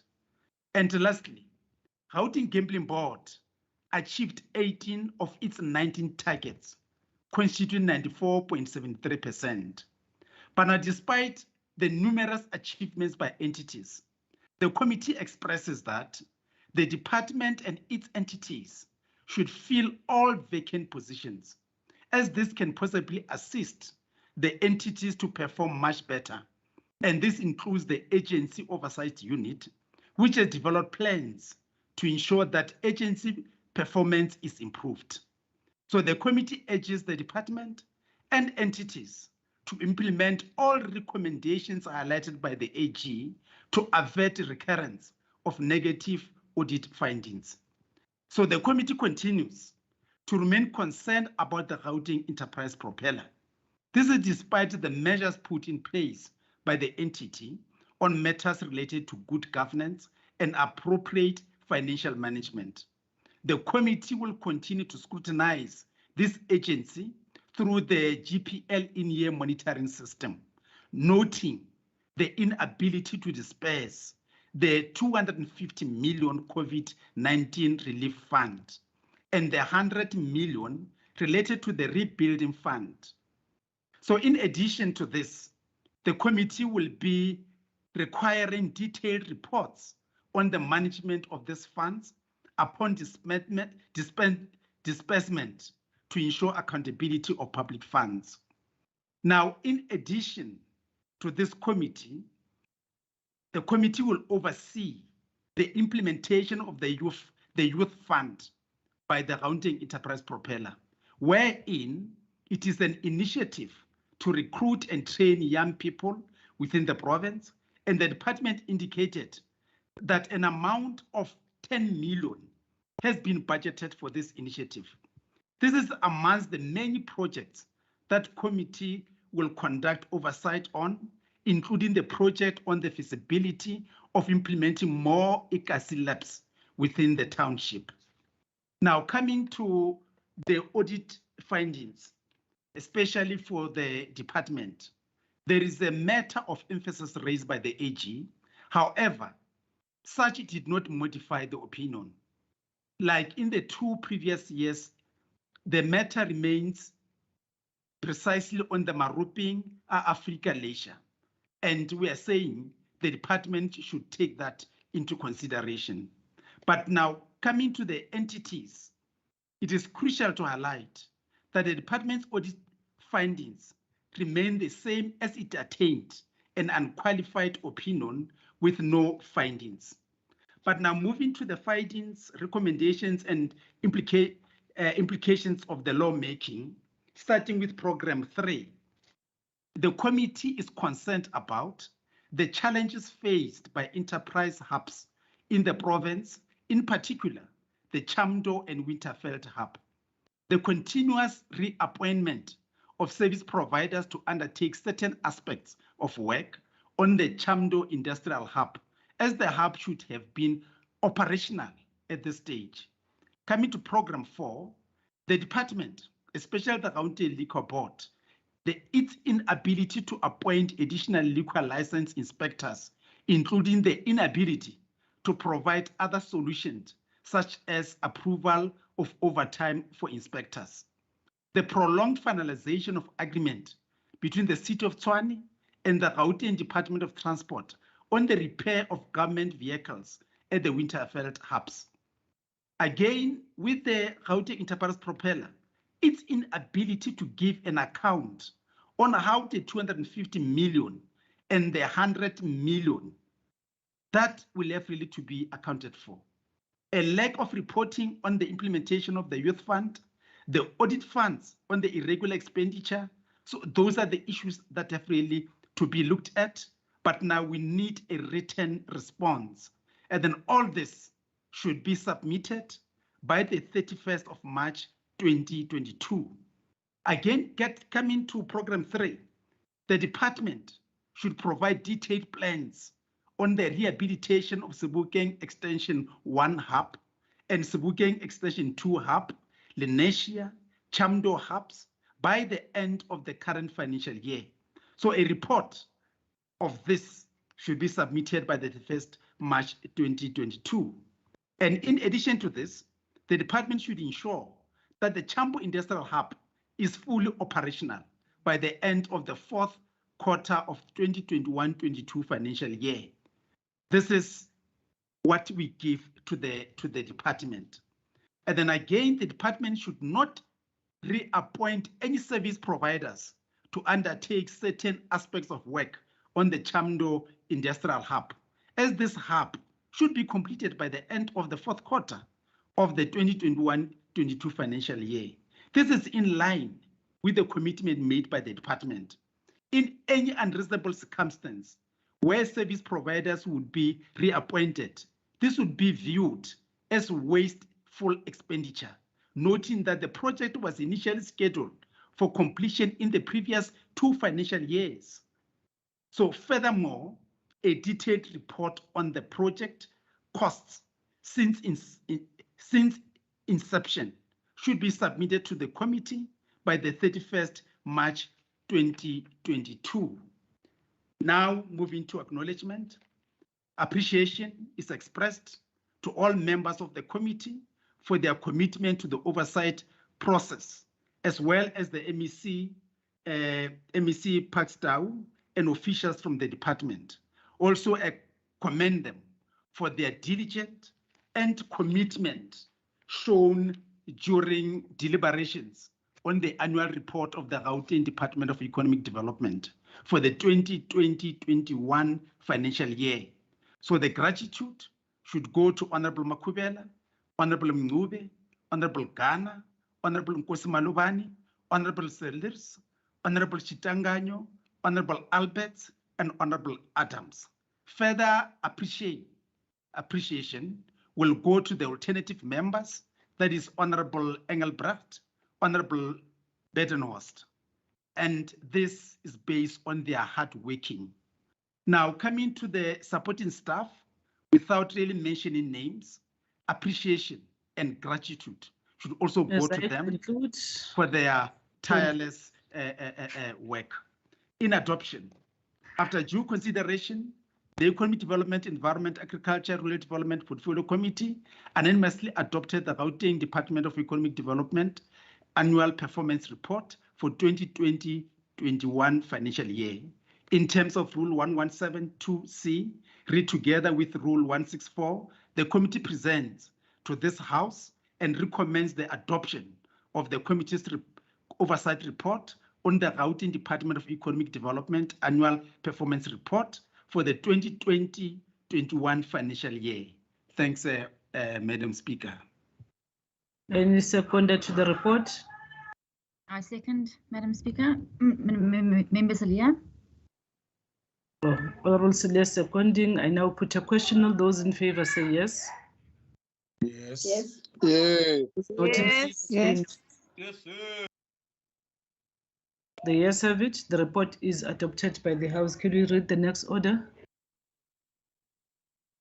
Thank you, Honorable Speaker. The 16th order of the day is debate on the annual report of the Department of Agriculture and Rural Development for the year 2020-2021 financial year. Thank you.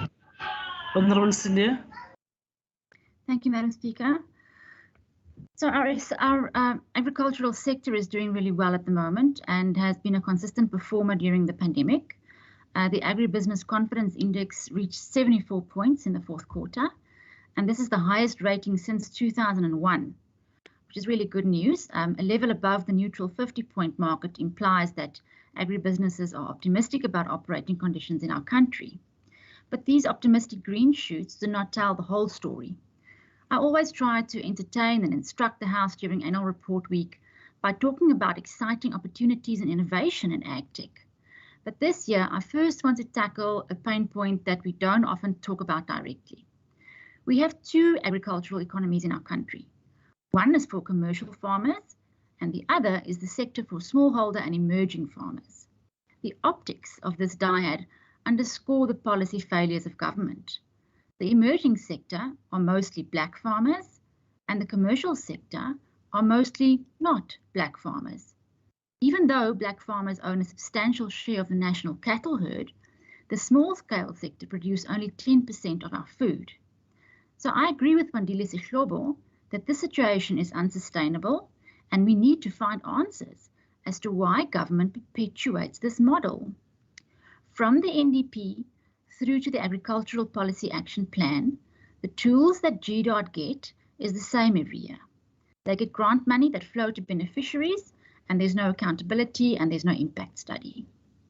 So in his recent book chapter in the Oxford Handbook on the South African Economy, Sihlobo unpacks some reasons for this phenomenology. Slow and efficient land reform, slow tech uptake, poor collaboration between the sector and the government. These are still the same reasons that I have also highlighted for some years now. We need to get farmers from all the different agricultural unions into one room. There are very important reasons, including the ones that is rooted in economic rationalism, but also others, why this agricultural apartheid must be disrupted with great speed. Firstly, the sector will grow and mature much faster if farmers are actively incentivized to collaborate. Collaboration is key to unlocking the potential of conservation practice and indigenous knowledge. Our farmers, and let me single out again the black farmers, have a vast untapped well of indigenous knowledge. Can we not stop seeing these farmers as beneficiaries, but rather as co-conspirators in our quest for biodiversity and resilience? In Australia, the ag sector acknowledges that crucial role that indigenous knowledge plays in building a resilient food pipeline. Their concept is called reconciliation action plans, and they're detailed long-term strategies to merge and amplify the indigenous knowledge of all the players in the space. If we apply this logic to our own local dyad, it could look something like this. Big corporations, mega farmers, and commercial players in the field are incentivized to come up with collaboration plans that actively target small-scale and emerging farmers. In this way, beneficiaries become co-collaborators, and their lived experience is not only recognized, but utilized to advance our local biodiversity. Madam Speaker, over the years, I've always complained that venture capital firms such as AgFunder have great success stories to tell all over the world, but they don't invest in South Africa. On that score, there is news. AgFunder is coming to Africa, supported by FMO and CDC. Now, FMO is supporting the platform through its Building Prospect Fund, so they bring money, and the Ventures Program and its corresponding technical assistance facility.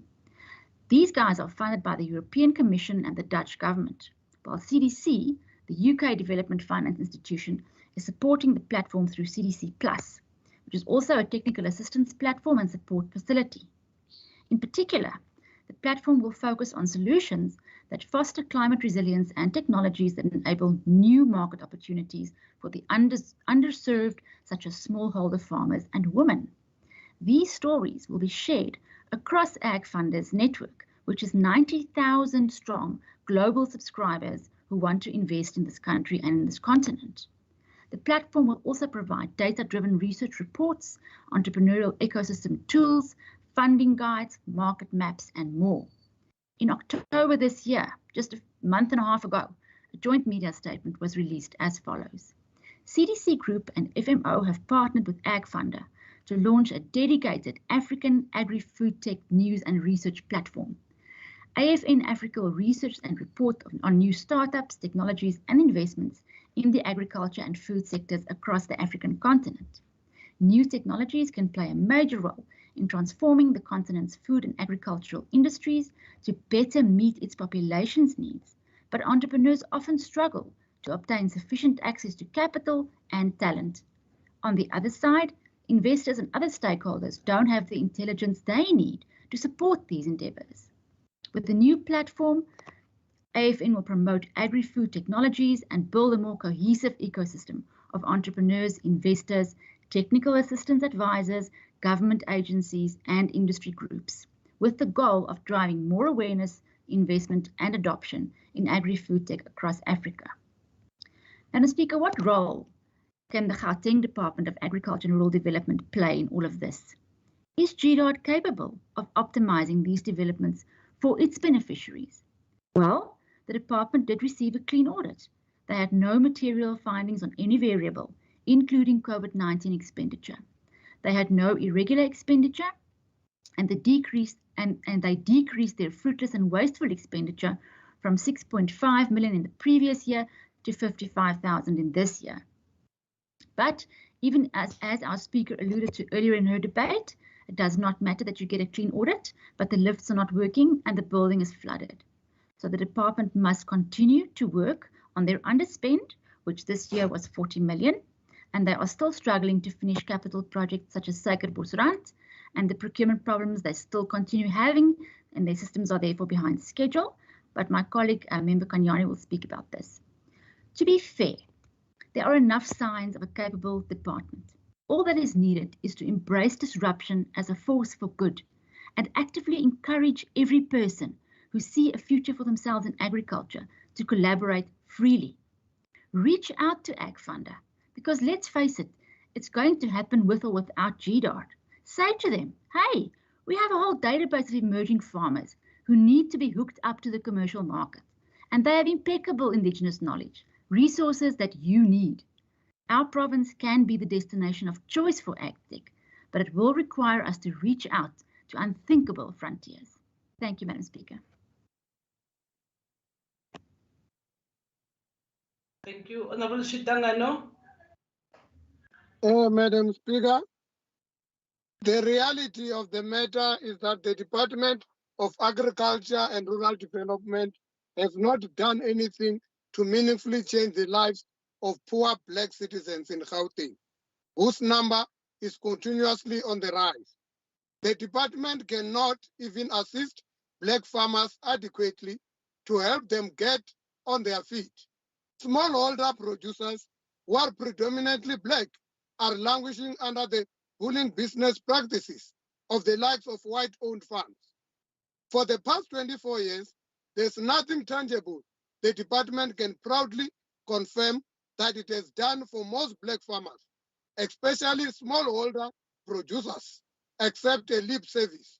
We should be having at least more than 250 fully established Black farmers with access to international markets.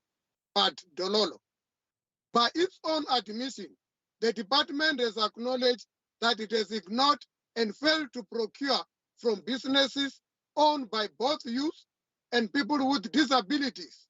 The targets set for both these groups were not achieved in the 2021 financial year. In these tough economic times, the department underspent the allocated budget by 39.7 million on agriculture and rural development program. This is against its vision of ensuring an economically transformed agricultural sector for a developed rural and urban communities in Gauteng. Madam Speaker, with a budget allocation of 994.7 million for 2021 financial year, the department is unable to address the dire need facing smallholder farmers who are faced with lack of boreholes, fencing, and adequate housing for animals. The department is also failing to prevent biodiversity challenges like disease outbreaks. Conditional grant for small farmers always goes back to Treasury. The department underspent grant, the caps, by 3.6 million in the 2021 financial year. In 2019-20 financial year, the department underspent by 22.3 million. This is the money that could have gone a long way in supporting smallholder farmers with agricultural support. The department is also defended in various lawsuits amounting to 151.7 million for the financial year under review. The Premier, together with Treasury, does not seem to care about these yearly litigations against the department. We suppose because they have never bothered to act against delinquent MEC, perhaps the claims at the department are too small for them to attend to. The department that is tasked with agriculture and rural development has squandered 86.1 million in irregular expenditure and incurred fruitless and wasteful expenditure amounting to 6.5 million. No steps were taken against the officials who mismanaged the money intended to support black farmers in Gauteng. The department is also in violation of the National Treasury Framework for Managing Program Performance Information, the Public Finance Management Act of 1999, including Treasury regulations for preparing financial statements outside the framework of the prescribed format because of a senior leadership who lack enough discipline to ensure that financial reports are prepared credibly prior to submission. Madam Speaker, this department continues to promote white dominance of the agricultural sector when they have all the power to amend and enact laws through their majority power as the ANC government. They fail to amend laws to ensure that the protection and advancement of land expropriation without compensation for equal redistribution. The amendment to Section 25 of the Constitution in its current form continues to protect white dominance and landlessness of majority of black people. Until land is restored to most of our people and they are in turn empowered to produce food and goods for themselves, agricultural development will continue to be an unethical and exploitative exercise that keeps white power in place at the expense of black people who want land to sustain their lives. I salute. Thank you. Honorable Ncube. Thank you, Honorable Speaker, Honorable Premier of Gauteng, members of the executive, honorable members of the legislature, and people of Gauteng. Honorable Speaker, let me open my speech by borrowing the wisdom words from our Freedom Charter, and I quote, "The land shall be shared among those who work it," close quote. This implies that the agriculture and rural development become a key sector that needs an urgent attention to contribute for the development of our country, particularly Gauteng province. I'm humbled today to debate the annual performance report of the Provincial Department on Agriculture and Rural Development, noting that this department has a clear mandate of providing comprehensive agricultural and food security support services across the boundaries of Gauteng province to the poor and vulnerable people, with the intention to achieve National Development Plan Vision 2030. Honorable Speaker, the Provincial Department of Agriculture and Rural Development also responded positively to the clarion call of the Premier of Gauteng to growing Gauteng together, our roadmap to 2030 with intention to address provincial growth, and the development strategy of Gauteng City region is intact and is at the advanced stage for the socio-economic transformation agenda to improve food security and agricultural opportunity to all the people of Gauteng. Honorable members, our goal has always been to provide decent agricultural food security and thrive to transform agricultural sectors for all the people of Gauteng, to have dignified and sustainable livelihood to most vulnerable by providing them with agricultural opportunities. Madam Speaker, the truth must be told that the unscrupulous political forum led by the DA in Metros cannot be able to achieve this transformation we are clearly indicating, because they are breathing through the wound of coalition of inconvenience, which cannot be sustainable any longer. Madam Speaker, the 2020-2021 financial year was marked with COVID-19 outbreaks and the emerging of the new variant called COVID Omicron, which will delay and disrupt a service delivery to our people. To this end, we commend and applaud the department by ensuring that through the implementation of the Comprehensive Agricultural Support Program and the Ilima program, small and emerging farmers are given a kickstart in their farming enterprises and can leverage more funding from other financial institutions. Madam Speaker, according to the annual performance report of the Agriculture and Rural Development, the department will continue with the implementation of the agro-logistic chain program aimed at assisting farmers in meeting the market access requirements, while concurrently pursuing the development of the agri-parks and agro-processing infrastructure projects.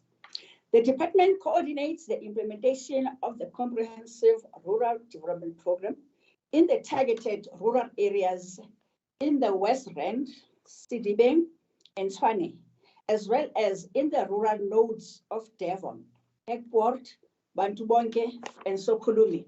Honorable Speaker, the Gauteng Environmental Sustainability Framework has been approved for the implementation, and it articulates the environmental legislation, cooperative governance mechanisms, regulatory tools that are used in the province, the extent of work undertaken, including the strategic outlook of the intervention programs that will achieve environmental sustainability in the province. There is no doubt in anyone's mind that the quality of environment in Gauteng is deteriorating, and that the impacts of climate change are already felt by many sectors of the economy. To this effect, we will continue to implement environmental cleanup and conservation programs across the city region, while also enhancing our enforcement and compliance efforts to ensure that those who contravene environmental laws are brought to book, which is the polluter pays principle. Honorable Speaker, the initiatives for the Agricultural Producer Support and Development Program is very profound and paramount to expand access for agri-food, value chain opportunities, promote agricultural development within the land, and agrarian reform initiatives in the province, and maximize food security through provision of sustainable agricultural development support, subsistence smallholder, and commercial farmers, provision of agricultural infrastructure, support coordination, rendering of extension and advisory services, training and capacity building of farmers to advance economic empowerment. Honorable Speaker, we've witnessed the arrogance of the opposition parties, especially the DA, since they ran the 3 metros based on no solid foundation. They know very well that the ANC still receives the Moria of votes across the province, and that at any day the big flip-flopper can turn against them. Therefore, they should be humble and treat people with respect, because the new South African political forum can at any given time turn against you, DA, due to a marriage of inconvenience. The ANC-led government reaffirms its commitment to work with all subsistence and emerging farmers to transform commercial and agricultural sector for sustainable livelihood on food security to provide the families. Honorable members, one of the Lekgotla resolutions of the ANC in Gauteng is to further make a clarion call to enhance access to agricultural education and training, to encourage communities and academies to take agriculture as a matter of life and death, to improve social and economic food security within our province for the benefit of the poor and the working class. Madam Speaker, the ANC-led government believes in integrity, accountability, ethical and morality of leading transformation agenda under a dedicated economic development department as a cornerstone to change lives of vulnerable people, which was demonstrated on many occasions for clean governance to pursue the 6th administration mandate given by the people of Gauteng effectively. As ANC, Madam Speaker, we do have confidence on our provincial government to lead Gauteng communities for the better life of poor and the working class. I therefore compliment the efforts made by the Economic Development, Agriculture and Rural Development to deepen economic growth and make significant impact to address triple challenge that they face in our province. As I conclude, Honorable Speaker, Thomas Sankara once said, and I quote, let there be an end to the arrogance of the big power, who miss no opportunity to put the right of the people in question. Africa's absence from the club of those who have the right to veto is unjust and should be ended, close quote. As we speak, Honorable Speaker, today, it is the 40th day after the elections, but the new South African Political Forum has failed to establish mayoral committees which must drive the service delivery that our people so desire. One person is running around like a headless chicken, dololo service delivery. People of Gauteng, see them as they are. Amika Cabral once said, hide nothing from the masses of our people. Tell no lies. Expose lies whenever they are told. Mask no difficulties, mistakes, and failures, close quote. I thank you. Diabulela, nibene Christmas emioli. Thank you, Gabon. Thank you, Honorable Member. Honorable Nkomorale Huku.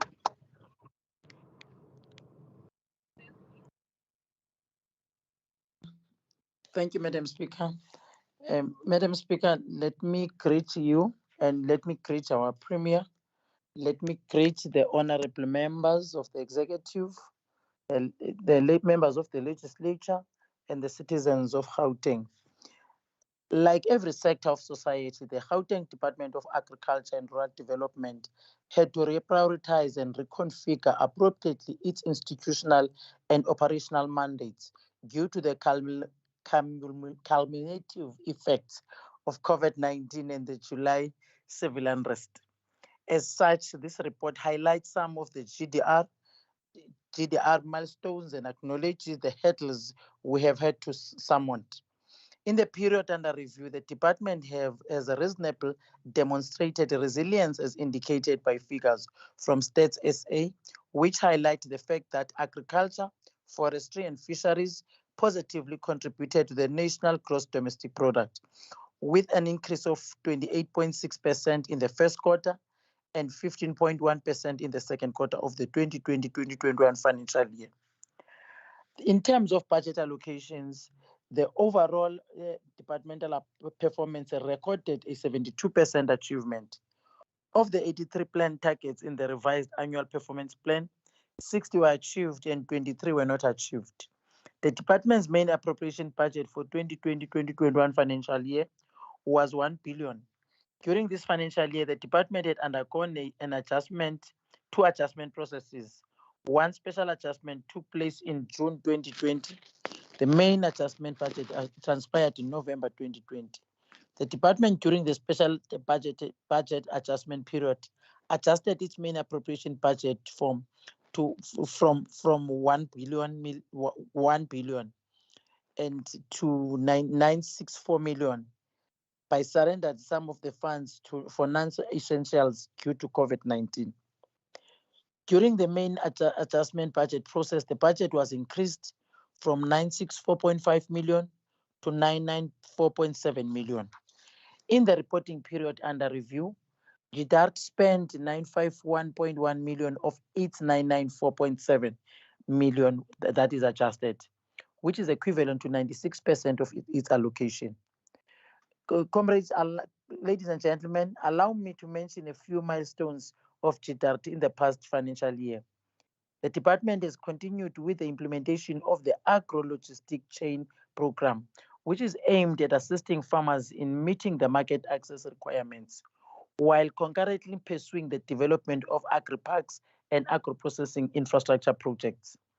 The department coordinated the implementation of the comprehensive rural development program in the targeted rural areas in the West Rand, Sidibeng and Tshwane, as well as in rural nodes of Devon, Hekport, Bantu Bonke, and Sokulumi.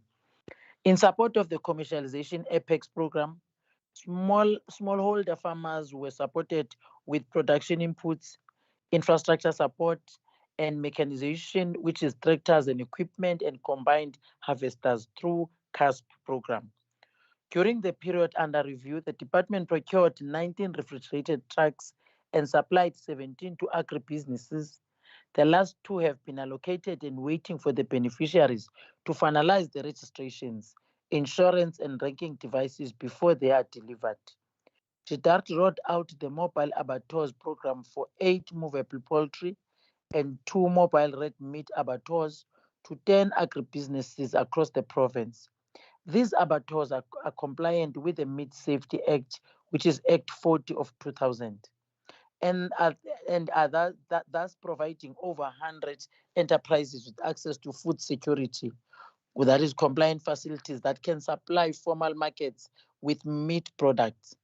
I am pleased to inform you that the department completed all outstanding items that were required for the authorization of the Isigayo milling plant. The Isigayo milling plant has now arrived at a point where the Yosichaba Agricultural Cooperative will be in a position to operate the milling plant on an ongoing basis. Madam Speaker, the department has made a significant contribution to the provincial and national growth domestic product by easing the cost of doing business in the province, by reducing the issuance of environmental impact assessment, the EIA's applications, from 107-day legislative time frame to only 30 days. As part of inclusive socio-economic transformation, the department implemented the provincial TEPO 1 million program aimed to empower young unemployed people by providing them with an opportunity to participate in agricultural graduate program, the EPWP, and FTE job opportunity programs. You will also please to know that the department continues to expedite payment of suppliers and managed to pay 93% of its invoices within 15 working days. This benefited SMMEs transacting with the department. Madam Speaker, what are some of the areas of underperformance by the department? These are the areas we want to acknowledge. These are the areas that we want to acknowledge readily. That's why the township economy revitalization strategy is being implemented. We have not realized the planned target of 40% on township spending.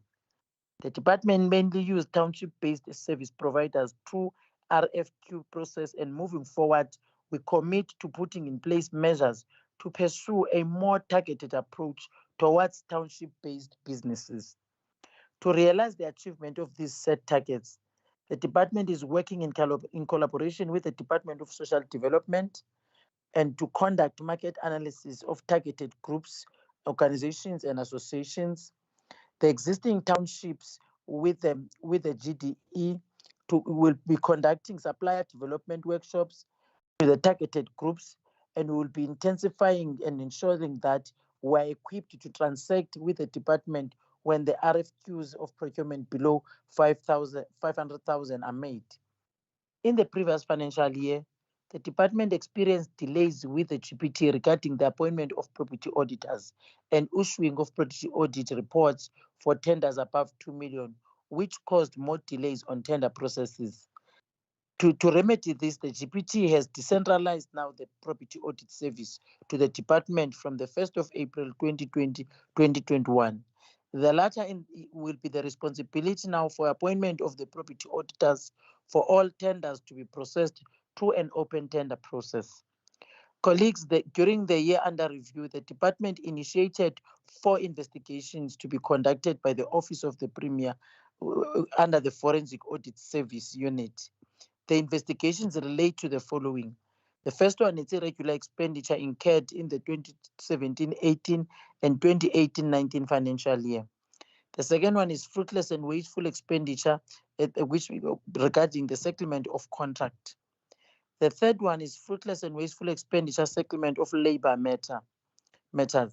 The third one is alleged nepotism of Sekerbos Nature Reserve.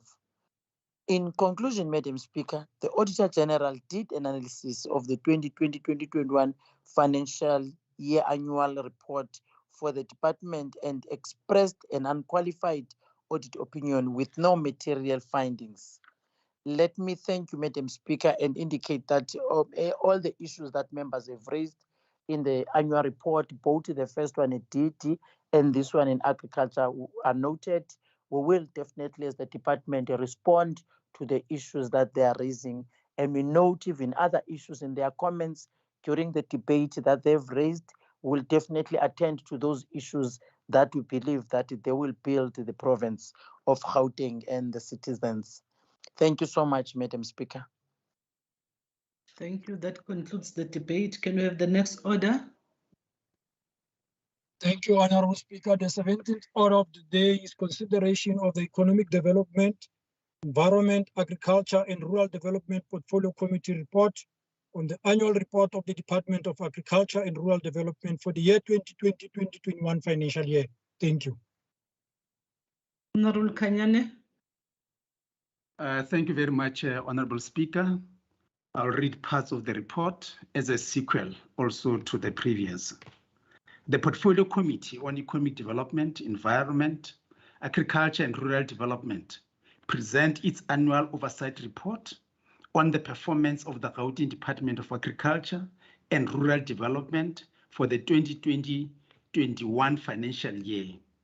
The committee noted that the year under review was characterized by stunted economic growth at 7% as a result of the COVID-19 lockdown levels that restricted economic activities. The agricultural sector was just one of the two industries that recorded positive economic growth and was the only industry that recorded the growth levels in the double digits, as it was able to expand an overall production by 13.1% in 2020. Following the unusual adjustment of the budget in response to the call by the President for government department to surrender some funds to help in fighting the COVID-19 pandemic, the department adjusted its main appropriation budget from 1 billion to 964 million. When the main budget adjusted process came about, the budget was increased to 994 million, making a 0.21% increase from the previous year's budget. So the department utilized 95.70% of its 2020-21 budget and spent 97.8% for its conditional grant in the financial year under review. The Agriculture and Rural Development Program underspent and utilized 90.47% of its budget, whereas the Administration and Environmental Affairs programs achieved 98.91% and 99.92% respectively of their budgets. So the under expenditure for Program 2 is attributed to COVID-19 regulations that restricted gatherings. So the committee continues to note with concern that the Infrastructure Development Management System, IDMS, and its associated supply chain management processes still pose challenges to the department and has led to delays in the delivery of infrastructure projects. Further to this, the ongoing pandemic that the country is faced with pose challenges with its associated lockdown levels that minimize interactions between people and in an effort to curb the spread of COVID-19. Now, looking at the oversight on public involvement, in line with the public participation mandate and the Constitution of the Republic of South Africa, the Portfolio Committee invited stakeholders to their meetings, mainly to present their submissions and to observe committee proceedings. This was very minimal, but through interaction with stakeholders, the following challenges were recorded: lack of support for farming activities in the province, drought and water challenges and shortage, poor quality of infrastructure development, especially poultry structures, no opportunities for emerging farmers that are created and gain access to formal markets, lack of accessibility of tractors to farmers, lack of proper housing for farmers, lack of mentorship and development for emerging farmers, learnerships within the department, lack of access to tools, tractors, inputs and machinery, lack of land ownership, as well as delays in the approval for making use of land for agricultural purposes of municipalities. Stakeholders also urge the department to empower extension officers through further training and capacity building workshops on all commodities. The committee acknowledges that the department responded to the submissions by acknowledging matters raised and committed to address the issues. Furthermore, the committee, in its continuous role of overseeing the department performance, will ensure that the department makes progress on the issue raised. Coming to the outcome of the AG, the department performed very well. They had an improved audit opinion. No material findings were identified on the audit of the financial statements, performance information, and compliance with laws and regulations. No material findings relating to COVID-19 expenditure identified. No regular expenditure incurred in the current year. Now, the committee commends the department for the gains it has made in striving to manage the department in line with the PFMA regulations. Coming to findings, recommendations, implications of lawmaking, the committee is concerned about starting with administration, the inability, concerns with the IDMS system and its associated SCM processes that still pose challenges and has led to the delays in the delivery of infrastructure projects. The inability to create requisite work opportunities in relation to the TSEPO 1 million program. Lack of support for smallholder farmers regarding extensions and advisory services, access to markets and skills development prior to COVID-19 pandemic. Now coming to the committee recommendations, and then all this, we want the department to submit reports, responses to the committee by the 31st of January 2022. They should provide a progress report on the backlog faced with the establishment of infrastructure projects brought about by the IDMS system and its associated SCM processes.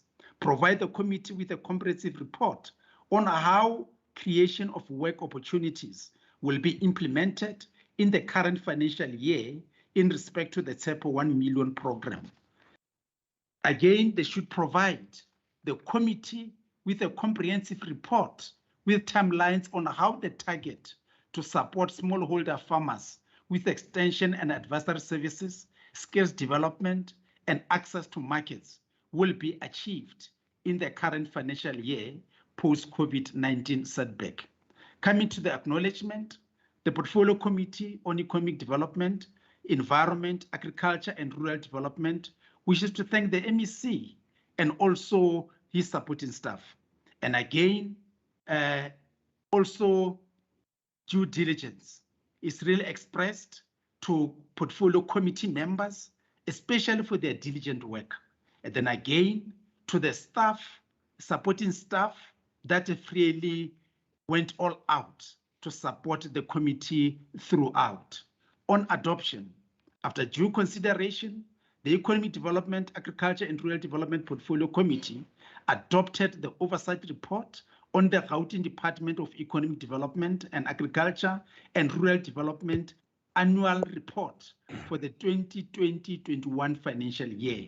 In terms of Rule 1172C, read together with Rule 164, the Economic Development, Environment, Agriculture and Rural Development Portfolio Committee present the oversight report on the Gauteng Department of Economic Development and Agriculture and Rural Development Annual Report for the 2020-21 financial year for adoption. Thank you, Madam Speaker. Thank you. Any seconder to the report? I second. Honorable Mube seconding. I now put a question. All those in favor say yes. Yes. Yes. All those Yes. not in favor say no. The yes have it. The report is adopted by the House. Can we have the next order? Thank you, Honorable Speaker. The 18th order of the day is Public Accounts Standing Committee's Oversight Report on the report of the Auditor General of South Africa on the financial statement of the following. Gauteng Provincial Legislature for the year ended 31st of March 2021. Office of the Premier for the year ended 31st of March 2021. Department of Community Safety for the year ended 31st March 2021. Department of Social Development for the year ended 31st of March 2021. Department of Economic Development for the year ended 31st of March 2021. Department of Agriculture and Rural Development for the year ended 31st of March 2021. Gauteng Tourism Authority for the year ended 31st of March 2021. Gauteng Enterprise Propeller for the year ended 31st of March 2021. Cradle of Humankind World Heritage Site for the year ended 31st of March 2021. Gauteng Gambling Board for the year ended 31st of March 2021. Gauteng Liquor Board for the year ended 31st of March 2021. Gauteng Growth and Development Agency for the year ended 31st of March 2021. Dinukeng Trading Entity for the year ended 31st of March 2021. Thank you, Honorable Speaker. Honorable Kanyile, I hope you're going to deal with all those reports. Honorable Kanyile. Speaker, I table the oversight report of SCOPA on the reports of the Auditor General of South Africa to the GPL on the annual financial statements and reports for the year ended 31 March 2021 for all the departments and entities as outlined by the Secretary. I request that these reports be taken as read and tabled. In the report we have tabled since Tuesday, we have made several recommendations which are intended to refocus all of us towards the realization of the noble goal set by the Sixth Administration, that of achieving clean audits by all departments and entities. Madam Speaker, the recommendations we have made also take into consideration the findings by the AG that there has been improvements in financial reporting and in compliance with legislation, that overall predetermined objectives have stagnated, and that there has been increase in regular expenditure and in fruitless and wasteful expenditure. In this regard, Chair, I would like to thank all the members that participated in these discussions in ensuring that you adopt these reports from the beginning of the process. I want also to acknowledge that the role that has been played by the Auditor General and also the role that has been played by the Office of the Public Service Commissioner in helping us to understand some of the insights around the reports. Of special mention is the Office of the Premier himself for bringing to the committee the forensic investigation unit to brief us on some of the investigations that were taking place that have an impact on this audit. And also the MEC for Finance, Honorable Ralioko, for the work that she continues to do with his staff with her staff to support the department. After due deliberation, the Standing Committee on Public Accounts unanimously adopted its report on the report of the Auditor General of South Africa to the Gauteng Provincial Legislature on the financial statement of the departments and entities as indicated by the Secretary. Maybe I should read them so that it's for record. These are for the Gauteng Provincial Legislature, the Office of the Premier, Gauteng Department of Community Safety, Gauteng Department of Social Development, Gauteng Department of Economic Development, Gauteng Department of Agriculture and Rural Development, Gauteng Tourism Authority, Gauteng Enterprise Propeller, Gauteng Gambling Board, Gauteng Liquor Board, Gauteng Growth and Development Agency, Cradle of Humankind World Heritage Site, and the Dinukeng Entity. In terms of Standing Rule 1172C, read together with Rule 164, the committee presents to this House the above-mentioned reports for consideration and adoption. I thank you. Thank you, Honorable Sokaile Kanyile. Any seconder to the report? Speaker, I second. Member Randall. Honorable Randall seconding. I now put a question. All those in favor say yes. Yes. Yes. All those not in favor say no. The yes have it. The SCOPA report, oversight report, has been adopted by the House. Honorable members, colleagues, that ends our business for today, and that is our end for the term, but also that's the end. Oh, I see Honorable Du Plessis. There's a hand from Honorable Du Plessis. Yes, Madam Chair of Chairs, there was an indication that I might be able still to do my member statement. Would that still be possible? I'm just asking. Thank you. Member statement, so late, Honorable. Please, it's Friday. Don't traumatize me, please. I'm not sure whether other members are not traumatized. Let's leave We are definitely traumatized. Yeah, it's the end of the year, it's the end of the term. Thank you very much for your kind participation, and thank you very much, honorable members, for being good colleagues in the year. But let's also thank our team, led by the secretary and everybody else that has made this year very exciting. Honorable members, I am requested that please, before you can even log off, ensure that your register is signed and sent to mzuma@gpl.gov.za. Our next sitting will be on the 21st of February 2022, as agreed by the Programming Committee. We want to take this opportunity to wish you all the best of luck this season. May you enjoy a peaceful, safe, and fruitful festive season with your families. For those that will be driving, please ensure that you drive safely and you arrive alive, but also ensure that all other motorists are not, or their lives are not put in danger by your reckless driving. Take care of yourself, take care of your immediate families and the surroundings. COVID-19, especially the Omicron, which is now a dominant variant as presented by the minister in the latest wave. It's really with us now. Please do take care. Those that will not be traveling, please make it a point that you don't lower the guard. Continue encouraging our communities, wherever you are, your constituency, to ensure that they take care of themselves and take care of the families. Drive safely. And also, as you're going to be enjoying your Christmas and the New Year, please remember those who are in need as you spend time with your families. Merry Christmas, Happy New Year, arrive alive. Thank you very much. The meeting is adjourned. Hola, Bye. hola. Bye. Speaker. Bye. Bye. Bye. Happy Merry Christmas. Christmas. everyone. Bye, Bye-bye. Member Good Mabala.